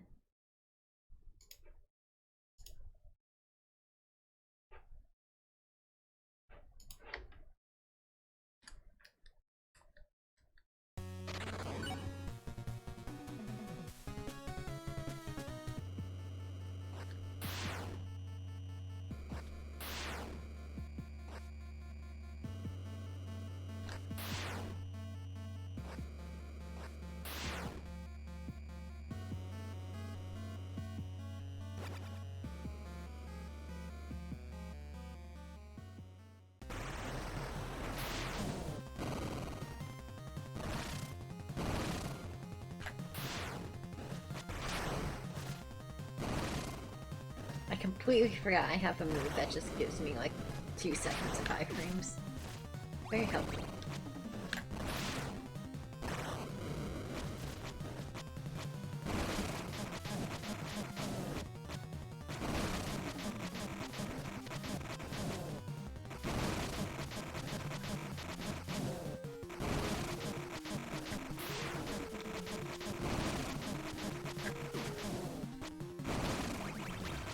This is still pretty fucked up cheese, the fact that it's still so dangerous. What? I thought my iframes were still gonna be active. Yeah, the cheese sucks.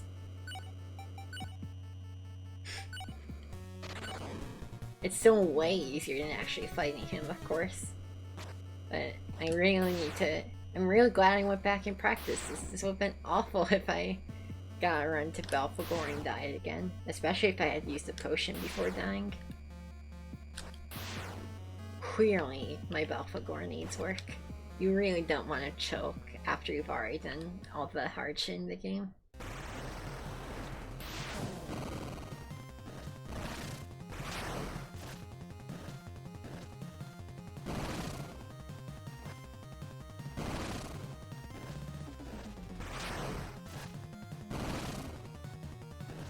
It's like the whole cheese revolves around getting him to spam this jump move.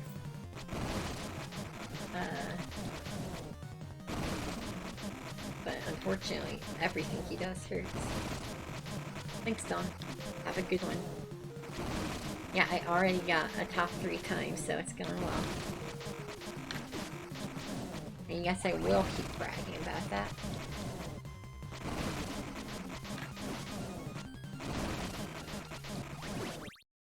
Ouch.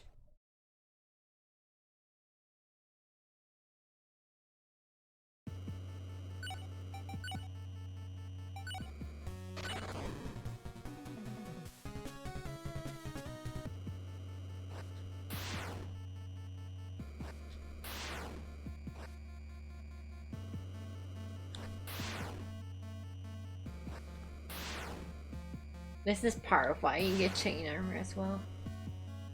Yeah, no, this current world record is where I learned the strat. I was gonna just try and fight him legit. This guy just has a stupid amount of health. And everything he does is dangerous. It's like he's a final boss or something.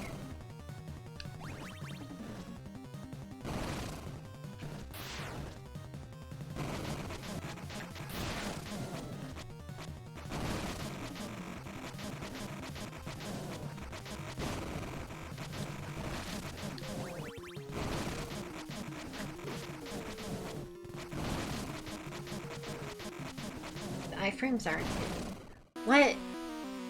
So he can just sometimes get in your corner anyway? Is this just like the most inconsistent cheese in the world and I've gotten lucky with it before? No, surely I just need to lab it out more.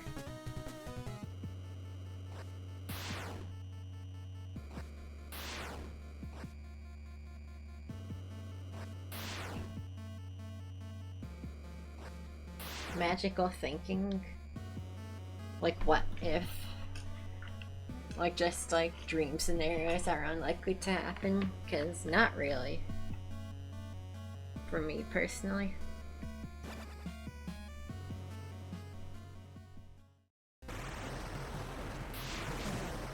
You can't expect anything like that to ever happen.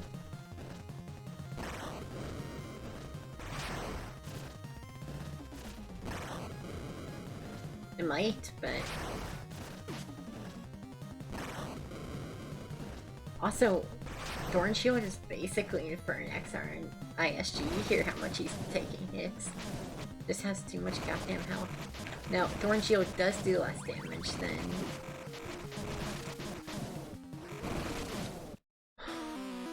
Why am I getting my ass kicked? Thorn Shield does do less damage than your mace, but... it's still very frequent damage.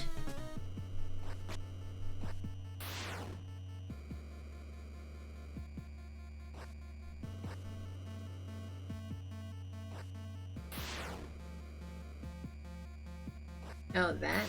I mean, not really that either. But that probably shouldn't come as too much of a surprise. I think of myself as a very grounded person.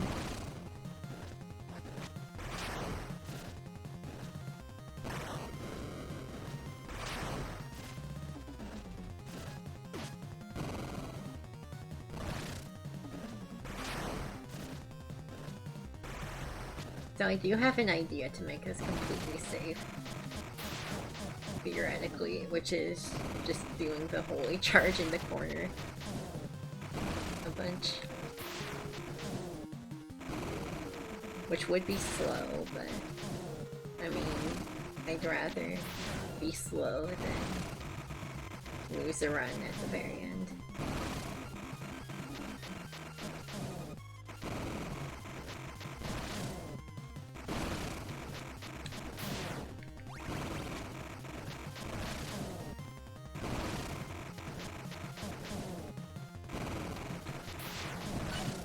Yeah, I mean, that seems to work. Alright, new strat. I'm pretty sure I remember the world record mostly relied on Thorn Shield anyway, so I think that's pretty legit.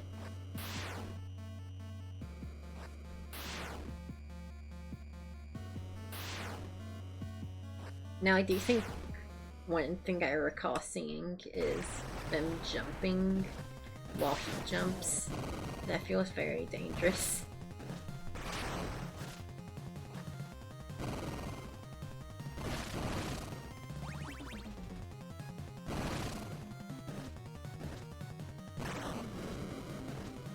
Maybe it's a...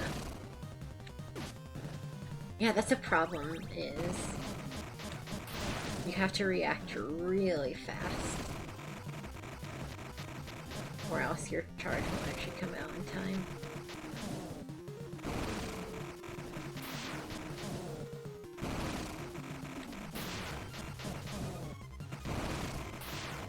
Which I think was a problem with the Sky Call as well. I don't know, I'm gonna try the Sky Call again and just do it good. Because I would like it to be both consistent and fast in a perfect world like that. I did take some damage, but I still, you know, won.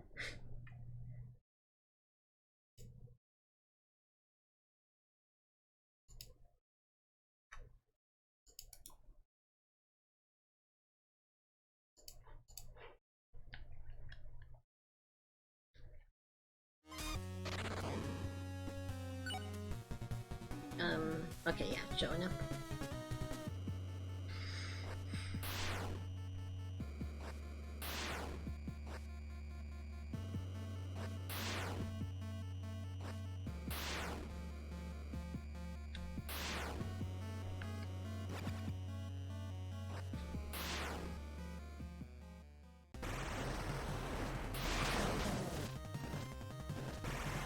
Also, I'm not fighting Kim here because it'll cause him to slow down.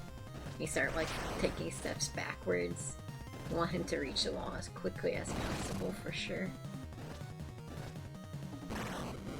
I wonder if it's almost a good idea to just straight up sky call every time he jumps. Well, not that early, certainly not.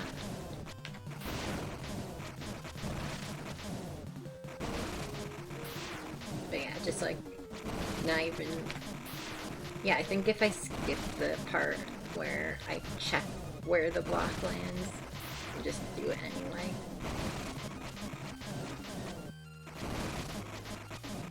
But then again...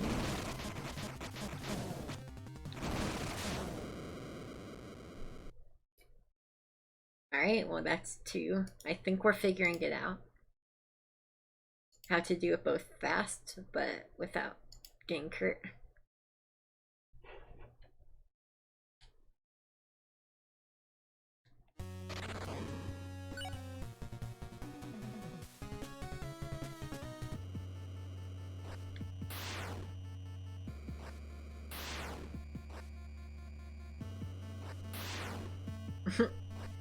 Yeah, just gotta treat the blocks right. I find it funny that that's the final boss's big scary attack that gets you killed in a speedrun, is a block falling on your head.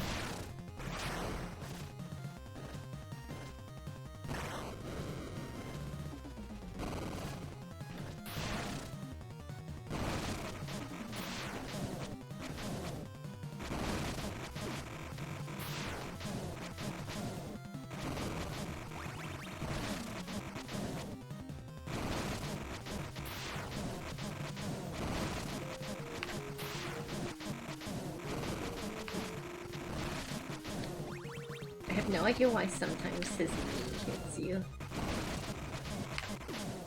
Ooh, maybe we don't have it consistent.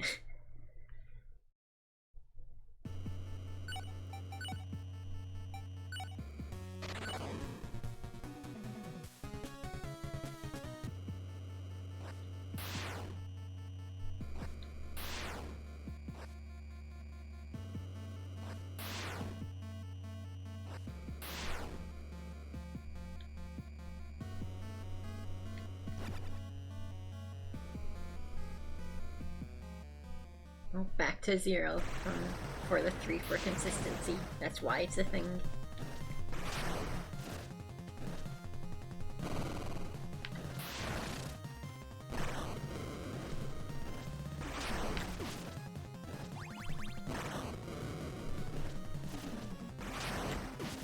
Stop that.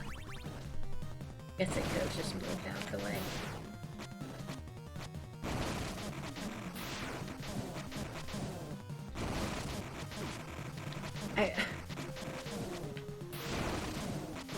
Why is he getting so close? I don't know why sometimes I think it's something... Maybe that's why I shouldn't be doing the sky call.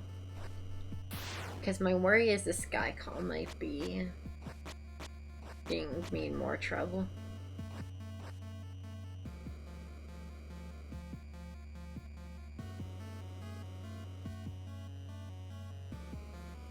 Here, I know I remember seeing the world record video. Jump when he jumps. I'm gonna see if there's like some magic stuff to that with the way the block spawns. Because jumping does give you iframes. A little bit, not that much. Doesn't give you enough where it'd be like particularly easy to iframe jump every block.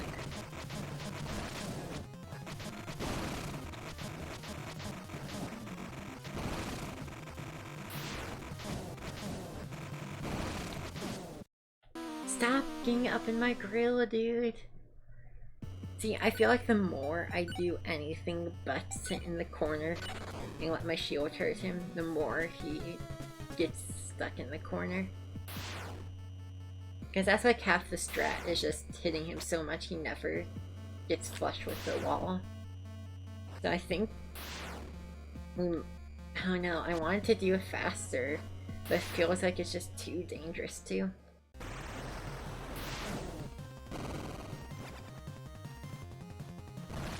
We might be back to the holy charge in the corner.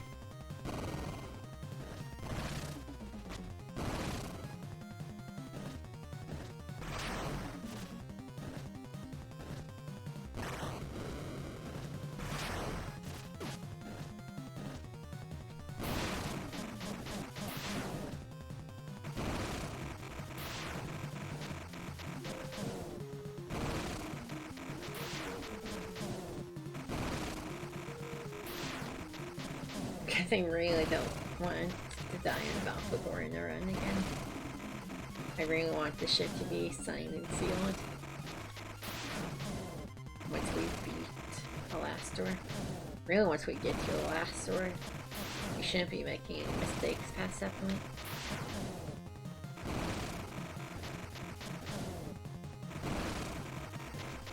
Yeah, unfortunately it seems like trying to do it faster just makes it really risky. Because we were like perfectly safe just sitting in the corner there. I don't think the cheese works as well if you try to sneak in so many extra hits.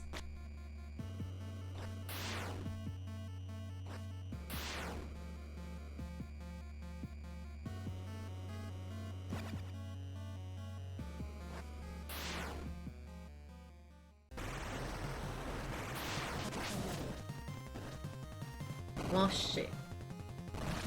Yeah, this is a very rare thing that can happen. You need to, if he throws his trident immediately out of neutral, you need to go let him pick it up again, and then start leaving him back in the corner. It's very stupid. Actually, fuck it, does left wall work while we're testing? Is it just that the right wall's closer?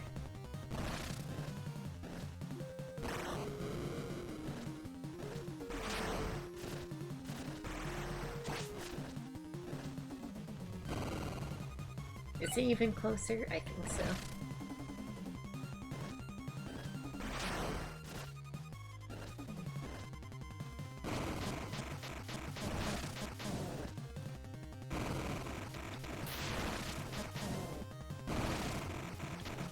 Okay, and it seems like the block also likes to spawn on your head more if you're on this wall, which isn't too big of a deal if you charge through it.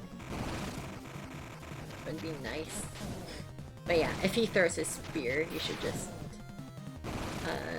left wall it. It's a bit riskier, but it's really not a big deal. Wow, you wouldn't even need a potion with this strat. It literally seems like you're completely safe with this strat. That's good to know. If I can consistently do him without a potion, that saves at least like 10 seconds buying potions after Dungeon 5.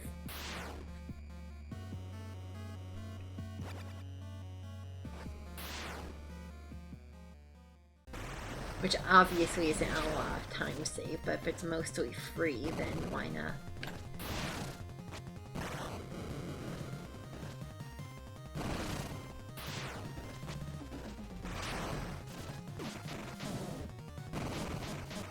Yeah, nah. You're gonna fuck up the demon they summoned and they just don't give a shit.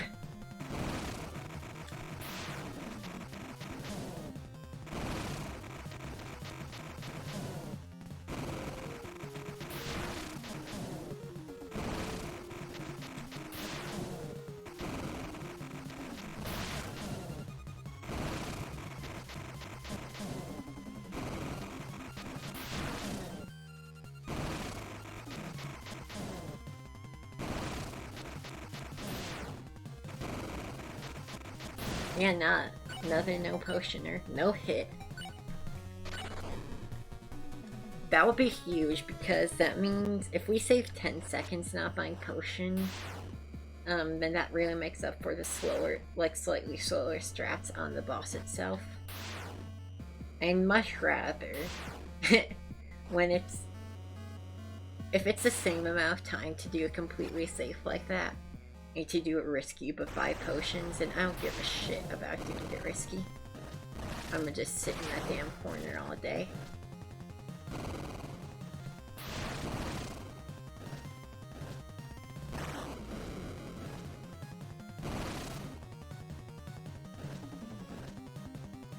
This is a very silly cheese, I will say. But yeah, wait, what? He hit me? Why? I really don't know what goes into him getting close to the wall occasionally. Is that... What the fuck?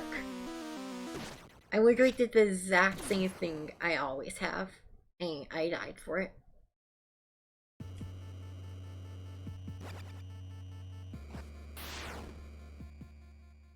Who knows, we might be doing slow stressing and buying potions, because I sure don't... If it's literally just you can get unlucky and die sometimes.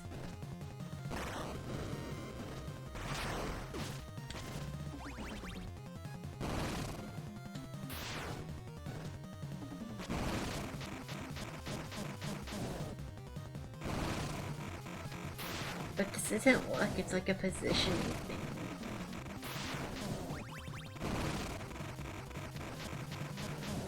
Oh wait, was I just standing up? You're supposed to crouch. I might have just been standing up. Depending on why I'm getting hit.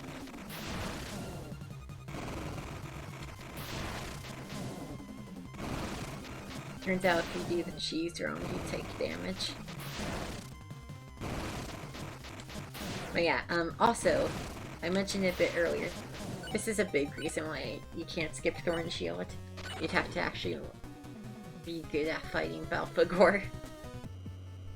And it will take longer to fight Belphegor. Because just wailing on him does not go much faster. In fact, it's usually much slower. It's like a 2-minute boss fight that's white knuckle the whole time if you don't use the cheese. Belphegor and Calamon alone, I think, might make up for the time getting Thorn Shield costs. And you also Leviathan, it's like, you just use it to cheese so much.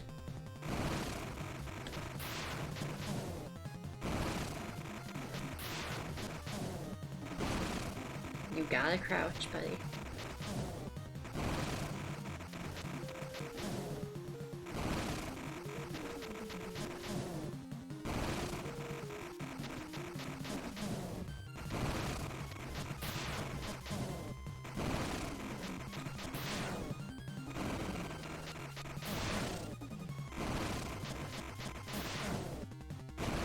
Yeah, no, as long as I remember to crouch, this seems 100% safe. As long as I crouch and properly dodge through the blocks, it seems like an 100% consistent strat.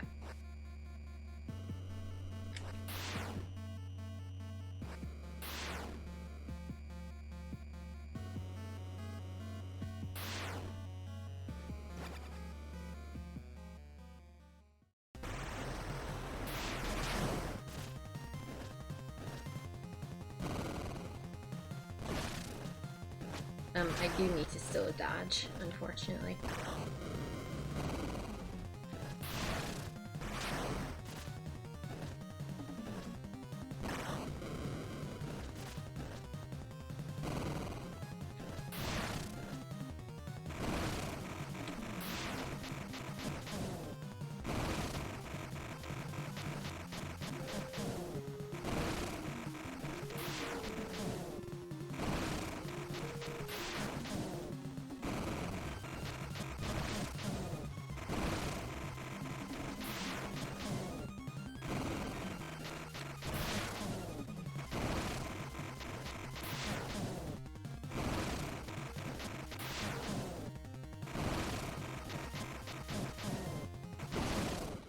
You need to crouch.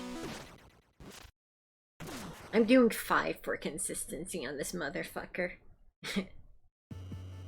I cannot lose a world record to freaking, like, getting bored with the cheese and having, like, forgetting to crouch.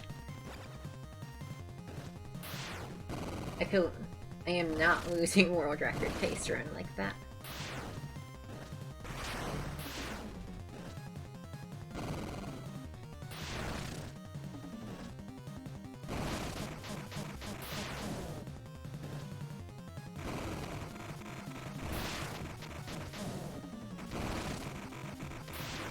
I'm glad I have this file on Belphegor though.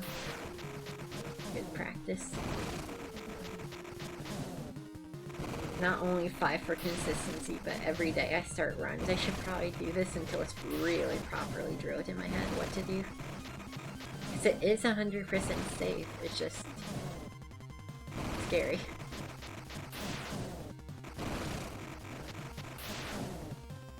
Mistakes will cost you your life.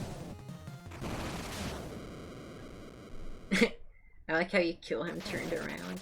Also, I like how you walk through a wall for this cutscene. With the cheese, I didn't notice that before.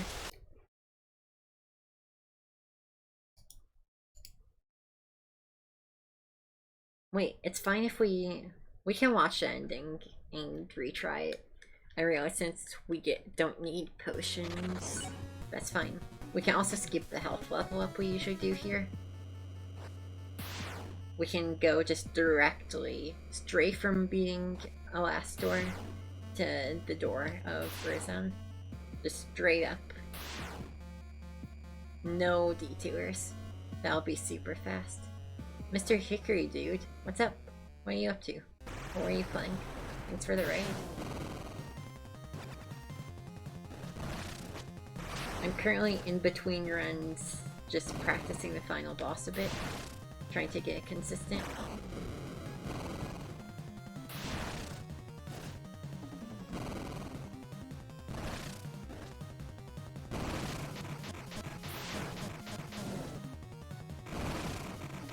Which I think we've managed to find out. No hit, full consistent strat. You're playing Infernax? Nice. This game's sick.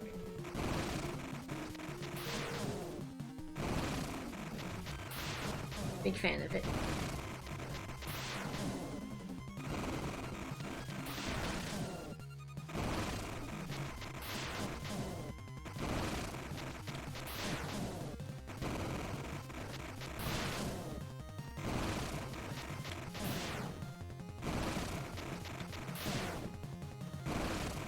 Almost forgot to crouch there. Top 10 favorites? That's awesome. Yeah, it's a super good game. Definitely my indie game of the year, but I guess that's not saying much. There hasn't been that many good indie games this year. It would be my game of the year just straight up if it weren't for Elden Ring. Yeah, the Thorn Shield is stupid, busted.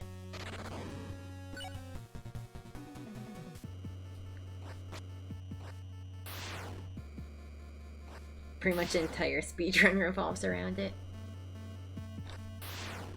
Even though it takes some time to get.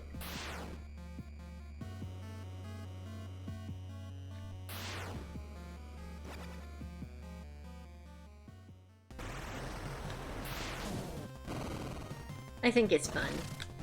You know, nothing like a good broken power-up to give you some good fun.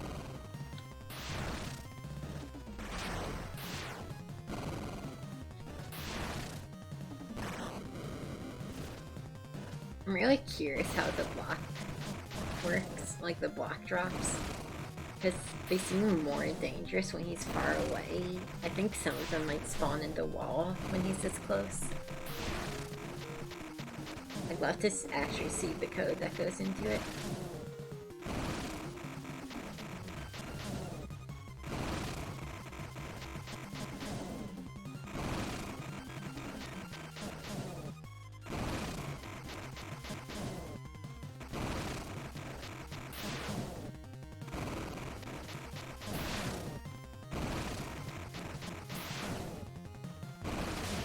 Alright, cool. I think I'm ready to start runs again. I'm glad I remembered to lap this out though.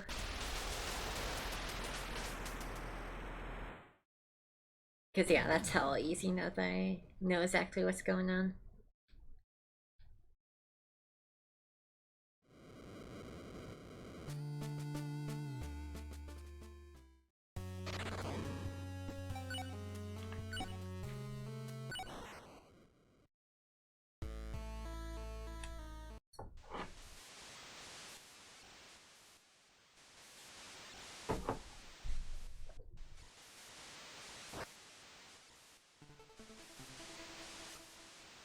Alright, so hopefully I don't choke on the skeleton knife split again. It's so weird. You want to think the first 5 minutes of the game would be very hard, but you just have so little going on, it's actually pretty tough. So this isn't Japanese text, this is traditional Chinese. But pretty much any non-Latin language is faster. Like the English text is super slow in this game.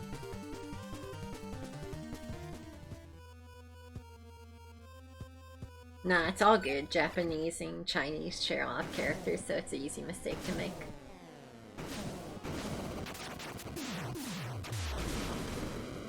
Especially since so many games are speedrun in Japanese. But yeah, traditional Chinese is super condensed as a language. Super hard to learn, but very condensed as far as characters, so it's very nice. Pretty much any game that has a traditional Chinese translation is gonna be the fastest.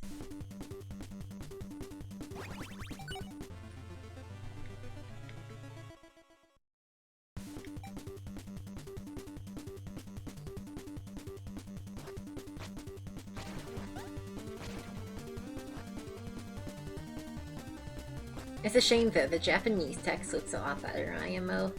It's a shame that it's Chinese that's the fastest.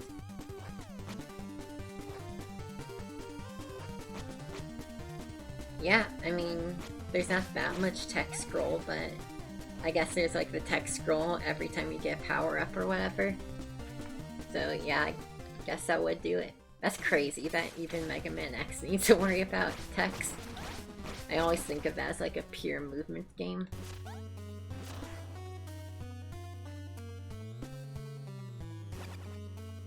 don't think I'd ever do it, but that seems like a really fun speedrun.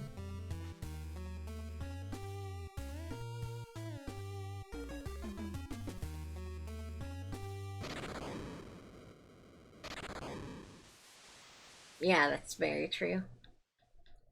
It probably saves upward of a minute on this game though, which is sick. Especially, so I've actually been doing, like I've actually optimized throughout the previous, or current still, world record. And there's one very, very slow text box that I've routed in, but it actually is really still pretty short on Chinese, but on English it takes like 10-15 seconds to clear. It's really stupid.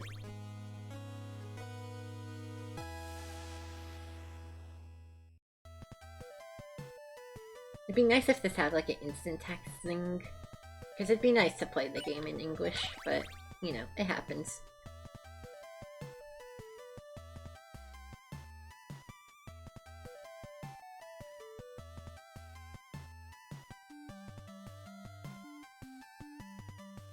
Oh man, we did not get much money up to this point. We're gonna have to probably play it pretty slow and kill a bunch of stuff. I say as I start skipping enemies immediately, not going back for coins. I still like to, you know, I'd like to just get lucky with money, ideally.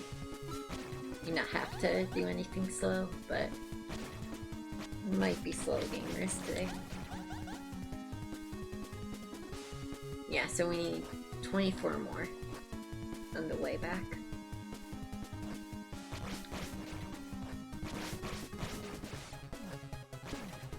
Oh, nope, I'm grabbing this. I didn't get the quest. I just completely forgot to stop at... Wait, I stopped at the inn, but I didn't get the quest?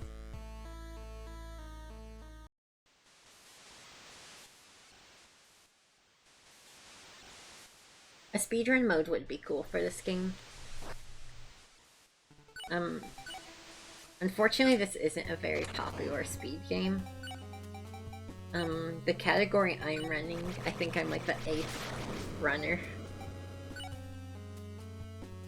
So, I don't know if there's enough demand. This game's just so hard, I think it scares a lot of people off from speedruns. It would be nice to have a mode that automatically skips cutscenes and has instant text. Ooh, and if it like skipped the cutscene. No, because that's the thing. If it like skipped the cutscene of Paimon transforming, that'd be pretty broken. It'd make Paimon even more worth it.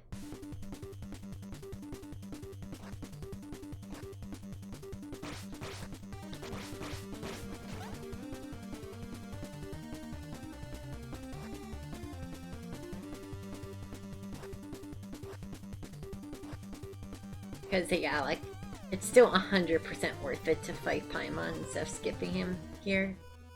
Paimon's this boss, if people don't know. Like this mini-boss at the beginning. But, you know, there's like this 10-second cutscene that makes it slightly less worth it.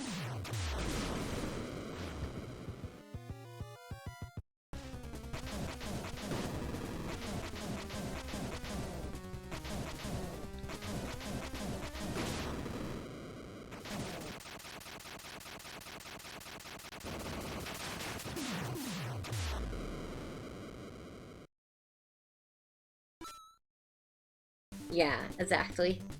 Getting this immediate power too is so good. I can't imagine skipping Paimon. Again, it's like a 30-second detour, but it's worth.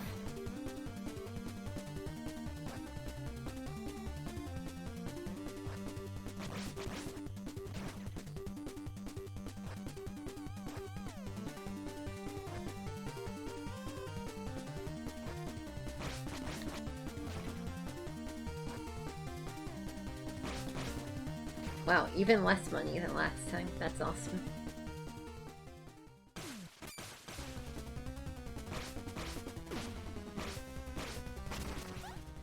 Honestly, it's a big relief that the chain armor is like almost required for this run.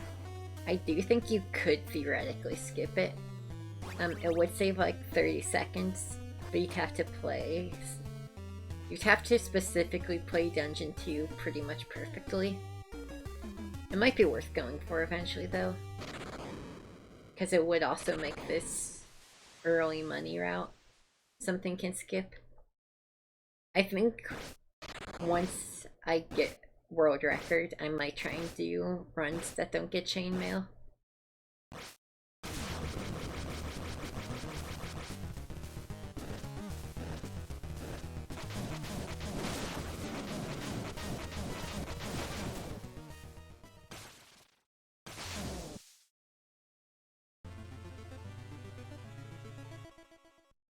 It really is that easy. I know it sounds super silly to say, oh yeah, I'll just get world record real quick. But this new route saves enough time that as long as I don't make too many mistakes, it's free.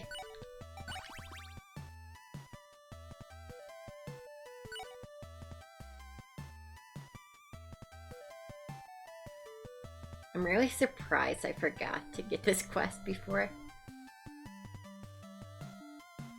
Like, I can understand forgetting to go to the inn and just immediately doubling back around, but... Like, I went to the inn and just left immediately. I mean, to be fair, you do stop in inns for potions a lot in this run, so I guess it's not too crazy. What the fuck? It's almost 7 PM? Holy shit, the time just disappeared. What the hell, dude? That's actually freaking me out a bit. I did not think it was, like, time to start thinking about, like, what I'm gonna do for dinner. I just woke up. I just started runs for today. Right? I just went live. God damn it, dude. I hate time. Get rid of it.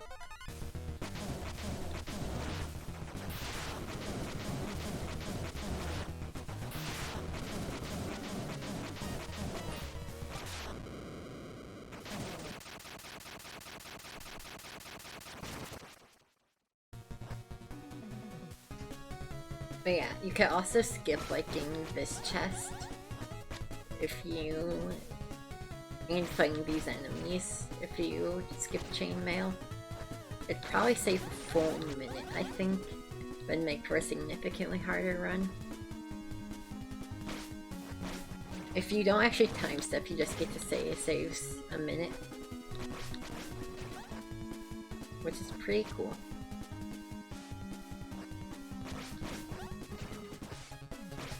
Honestly, I wouldn't even be worried until Dungeon 4.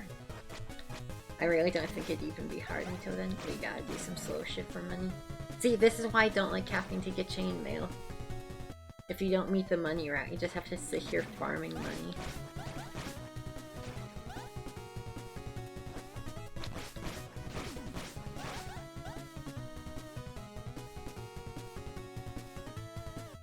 I mean, there are a couple other places in the money route that happens. But if you skip chainmail, the money route would actually become easier in other places. So, honestly, I think I'm still gonna try... Not that. I think I'm gonna still get chainmail for the time being. But it's so fucking tempted to just... Like, especially now that I know I can do Belphegor damageless. It's honestly really tempting to just say fuck it and do full game in Rusted Armor. That's definitely... The more I think about it, the more possible it is. Like, just obviously possible.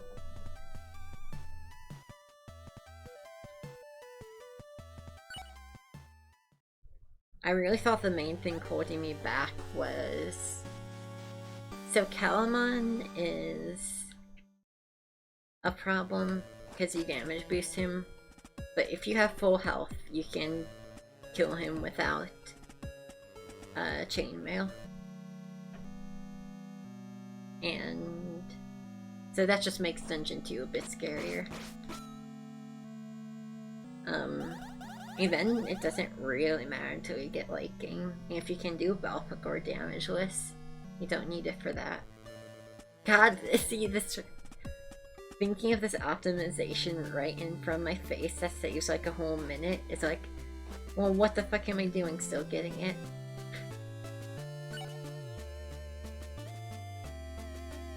I probably should still do an easier route. I probably shouldn't jump straight into the deep end of, you know, immediately hard. But then again, I have to fuck up a lot for a Rusted Armor run to not. Like, that would be pretty much, like, my last run would have. So, the last run I got, even with, like, the really slow damage boost in Dungeon 3, would have still, and, like, the deaths I got that were slow, it was still easily world recorded if I had Iron Armor. Or Rusted Armor, I should say. God, it's just like, the more I think about it, it's like, fuck, what if I just... just fucking go for it, you know?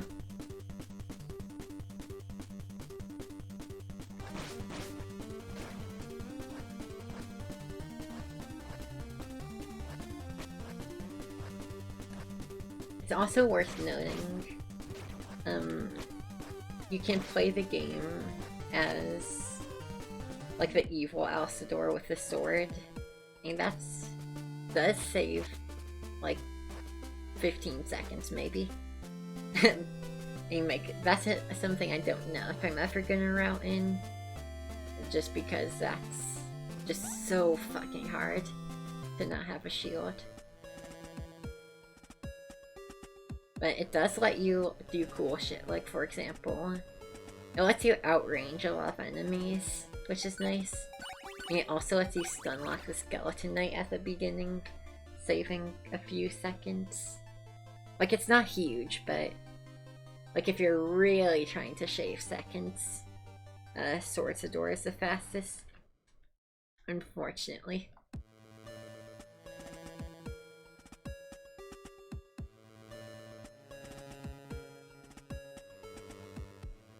I might need to do a bit more testing, because there's also a bonus character that's legal if you have, where you have like a big slow axe. I've seen that people do try and do runs with it. I tried it and immediately it was like awful to fight Paimon with it. Like, this is slow as hell. But maybe it starts really putting in work later game.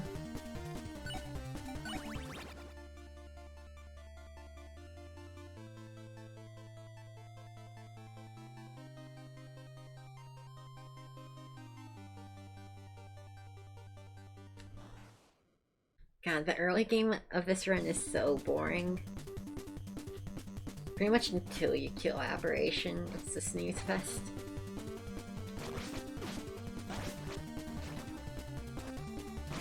A dangerous one. Obviously, like, we can't take another hit or we're dead, so it's not like it's free. It's just boring.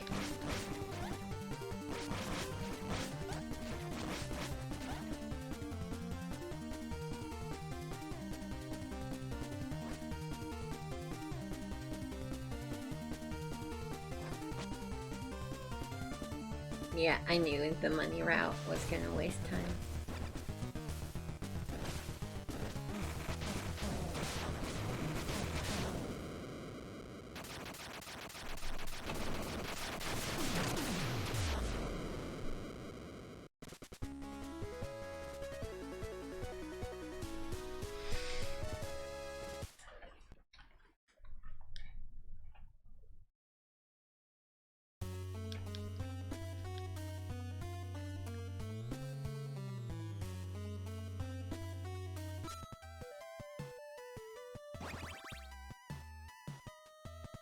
The health is nicer, but that's not why we get that.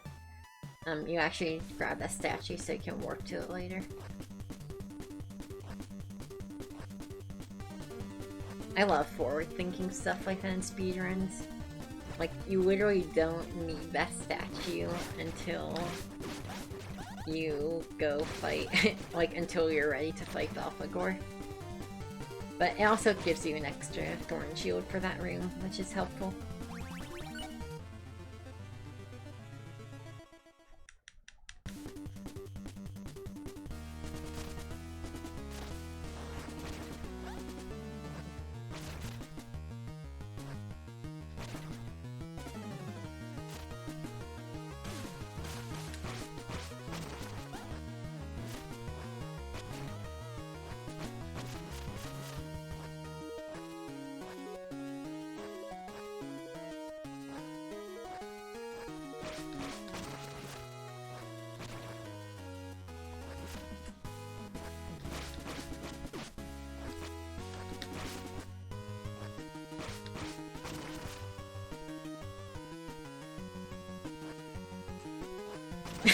Hey, let's go! He won! Shout out to that fucking Giga Chat over there.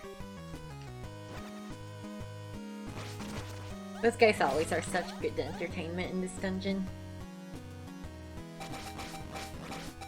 Get to root for them to not get completely destroyed.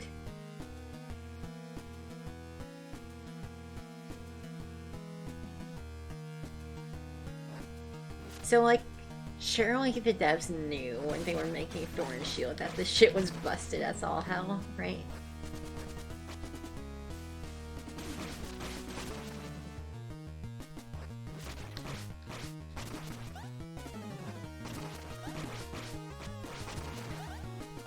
Dude, the guards are killing it today.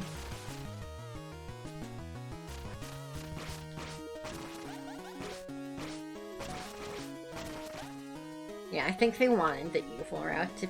Like, I think they really want to incentivize people to get the evil neutral route first. Funnily enough, I did do evil neutral first, but, I fucked up and got the heal shield instead, which is just way less helpful. I guess it's fine for our first playthrough, though. You're not gonna be exploiting Thorn Shield your first playthrough that much, probably. That's true, yeah. You can fuck around with the endings a bit. Hickory, have you done the ending where you, like, go full evil, join up with the cult, and still get a good ending? I think that's one of my... That might be my little favorite, like the redemption ending. I think that might be my favorite ending in this game. Super fun to go for. It took me like 3 attempts, but it was good times. But yeah, Thorn Shield is just so comfy.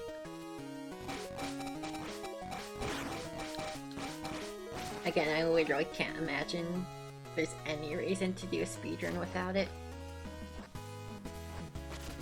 Yeah, Redemption's dope. So are you like a speedrunner? How much have you played of this game? Seem to know quite a bit about it. Can you fuck off? Thank you. But yeah, it was really fun labbing out, like, the route you need to take to get Redemption.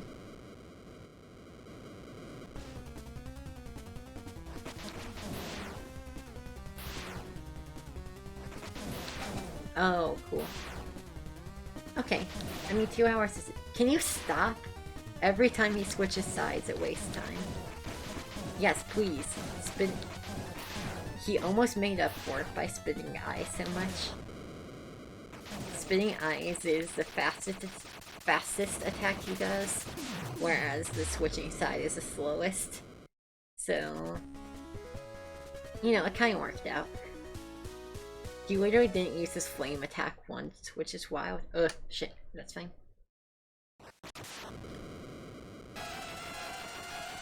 Bit late split, but it doesn't really matter. It's like a second or two off. You like Mahalmon? Why is that? Oh, the wall chicken's in the first dungeon. Hickory. But yeah, I recently just got all achievements too. Super fun.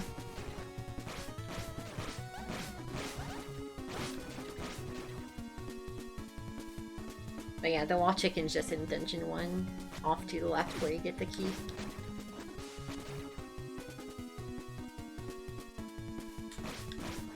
Oh yeah, big hands, big meat, all that. I feel ya.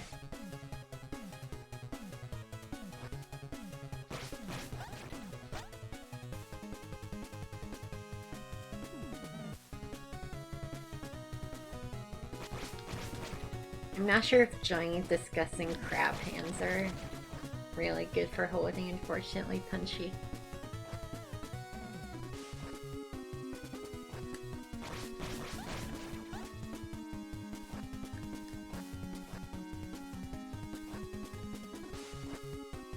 Ooh, I almost missed that jump. That would've been awful. Okay, sure, you're right. My bad. That is what they say.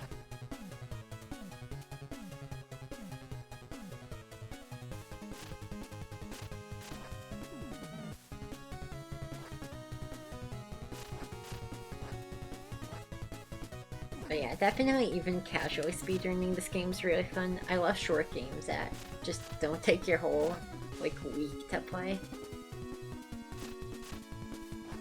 I love games like this where it's really short but there's good replay value. It would be awful to try and go for all the endings if this game wasn't so short. It's really no skin off your back when it's like a few hours, even for a relatively casual playthrough. Why did I not get the power up before coming here? Bit of a blunder.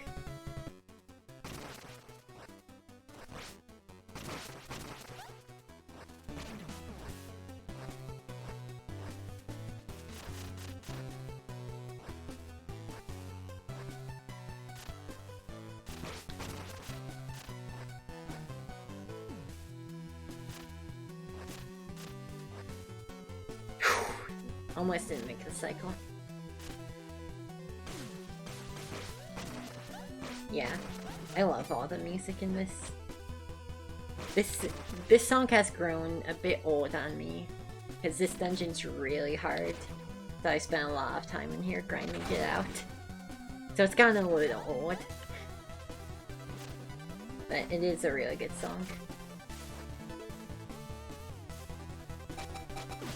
This is honestly one of the hardest dungeons in the speedrun, because once you take this intentional death, that's it. You can't, especially if you're not buying chainmail, you cannot take another hit without wasting time. Yeah, that was really cool that it was just like a bunch of metal YouTubers made all the music. That's so cool. It's all really good shit.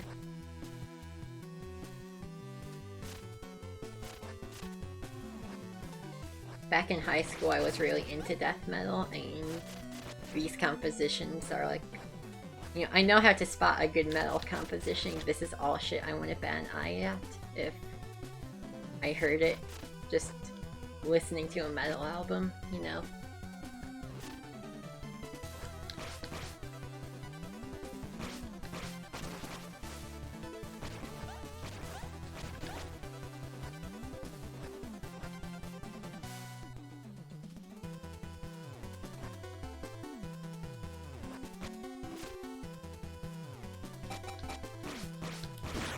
Good job. So, like, it's not run over because we got hit, but we will have to chug the potion, which wastes a bit of time. I think that would have been a one-shot if we had rusted armor, but I shouldn't be taking hits from those guys anyway.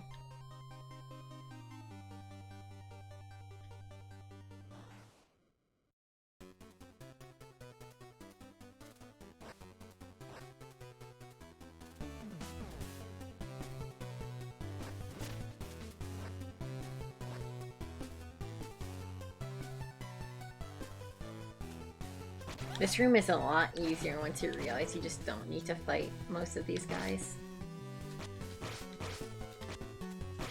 I will say that's the thing the default character really is weak at, is fighting those guys.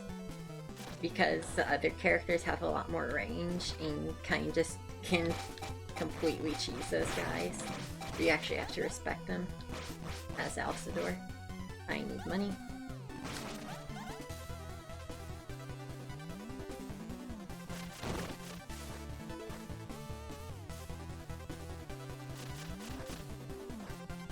But the bright side is you get a shield, so you're not gonna get fucked by spears for a million hours.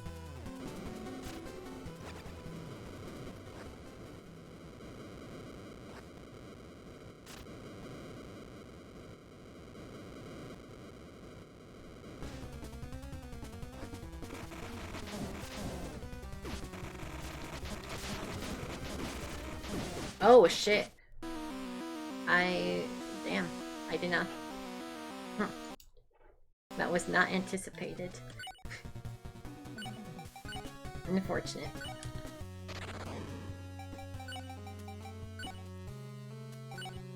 Whatever, I'm trying to get with rusted armor. I don't care. I don't care that I probably should have more practice before doing that. I'm sick of buying chainmail. We're doing it on the fly, new route. Yeah, unfortunate. It was totally my bad though. I should have gone closer to the center. You're supposed to do that doing that strat.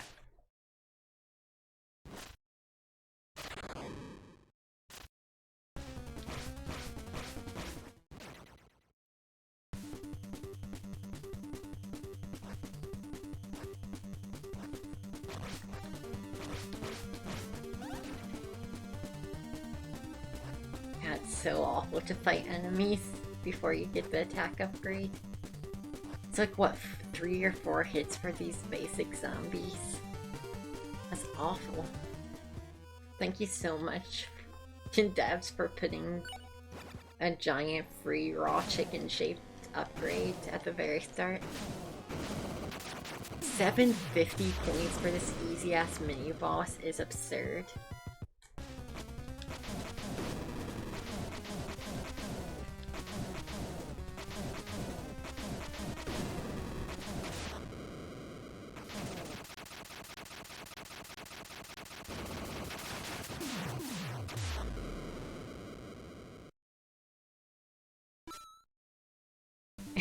It's really crazy that they just give you one for free. I kind of wish... I don't know, it's a little fucked that killing the guy who says to kill him is just like universally a bad thing. It's like, no, you have to let him painfully transform and then kill him. There's literally no benefit to not letting him transform. Wish it was a bit more of a real choice. It's literally, do you pick the good option or the bad one? Most of the time there's actually like a reason to pick both options.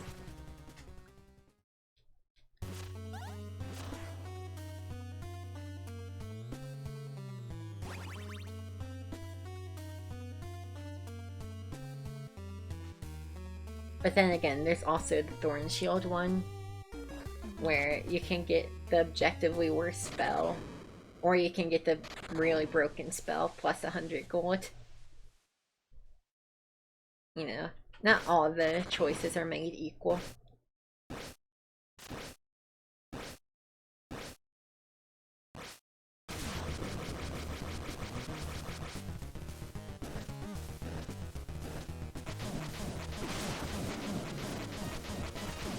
Really?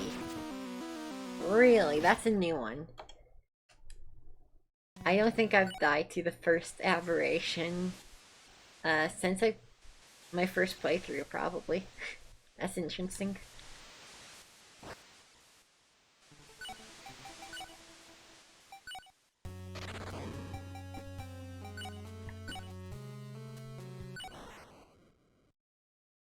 I don't know. I might be dried up mentally for today. I haven't eaten much. I should probably worry about dinner. We might be wrapping it up soon.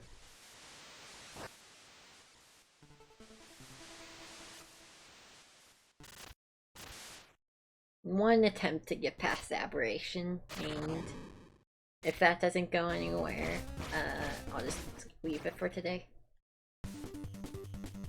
I mean, we did get a top 3 time today. I think that's okay.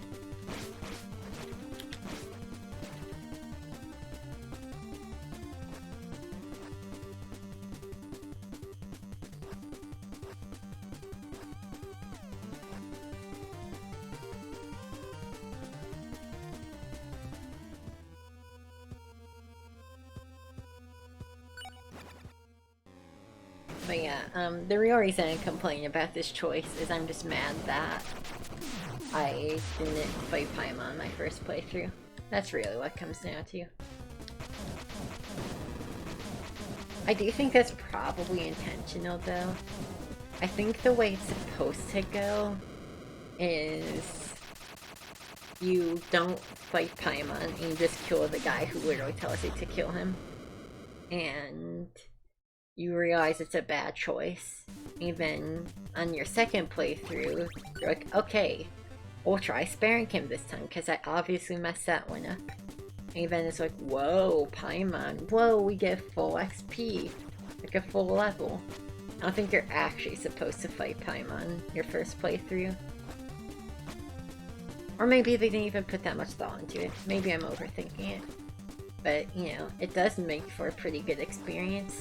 Being like, hey, sometimes you get really rewarded for picking different options than you did your first playthrough.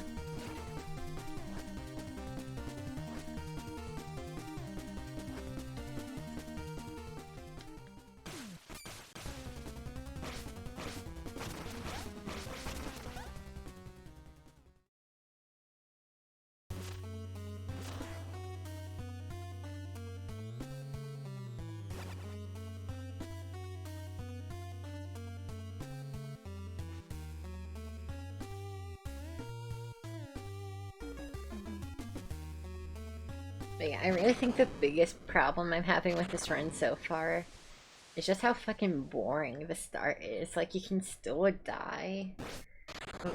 Most of the time I die, it's because I'm bored out of my mind and just trying to get to the cool parts.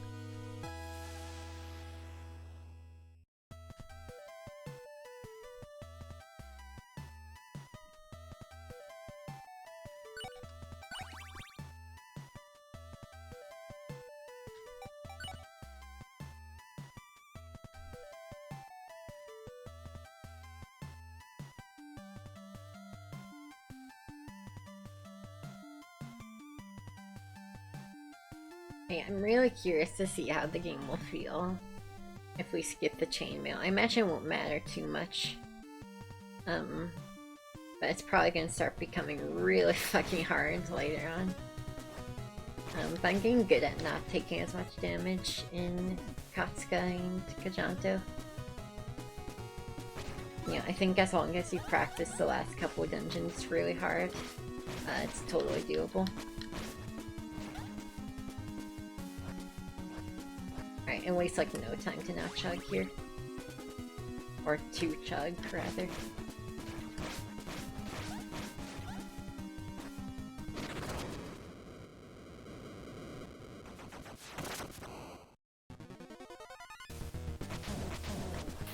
Oh shit, I just realized we're gonna have to completely skip the split.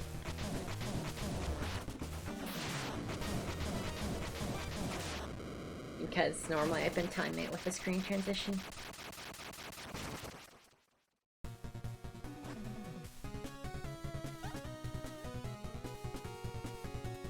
Yeah, there's definitely some of that where you can feel little threads of stuff they wanted to do but couldn't quite get done.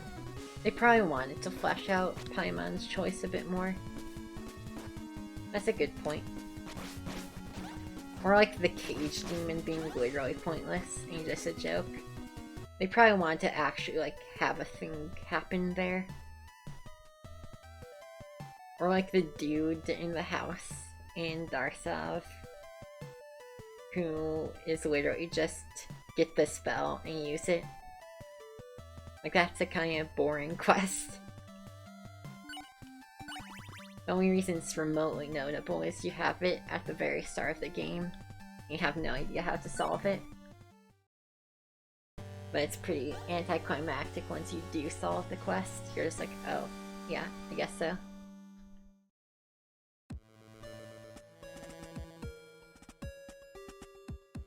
But you know, this is still a very incredible game for such a small team.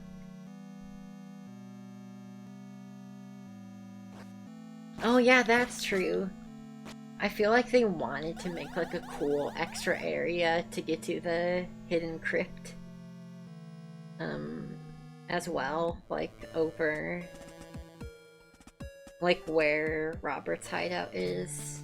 There's like this whole thing under there that doesn't lead to anything.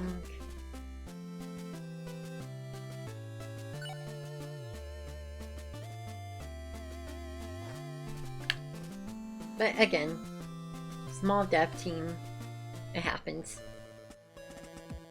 The game certainly doesn't feel lacking in content, so I'm okay with it.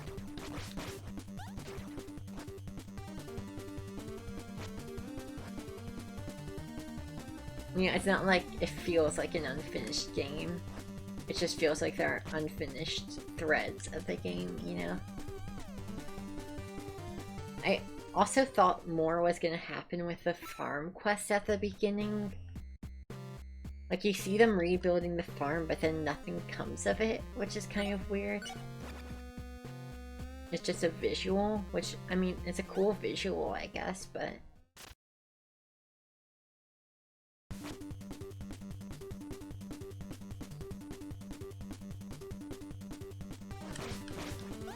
yeah, they just build the farm and leave, and that's the end of it.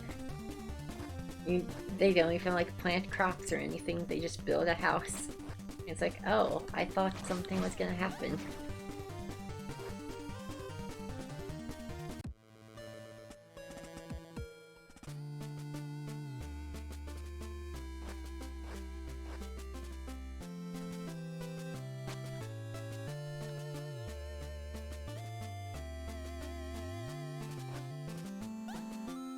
But again, still a very cool, impressive game with tons of content.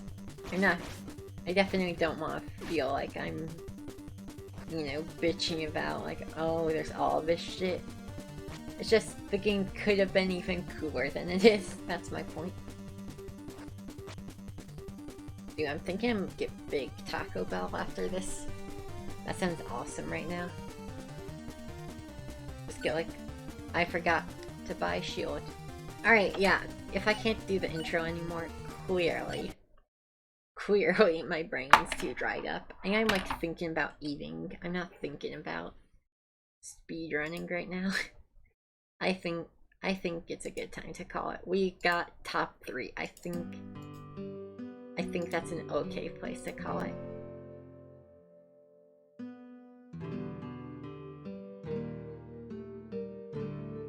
Hold on, Mark sent me an emote, so I need to add that.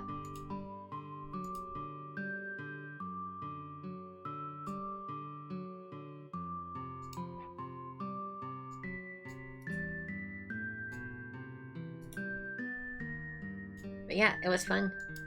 Good times, good times. It's a fun speed game. I'm really happy that I got a run today. See, I'm too broke for sushi, but I can do tacos. So Led is doing basically max settings Wind Waker rando, but start with Iron Boots. I guess. Insane, but go watch. It's fucking Led. You gotta watch. Alright, well thank you for showing up. It was fun. Next time we get an even better run.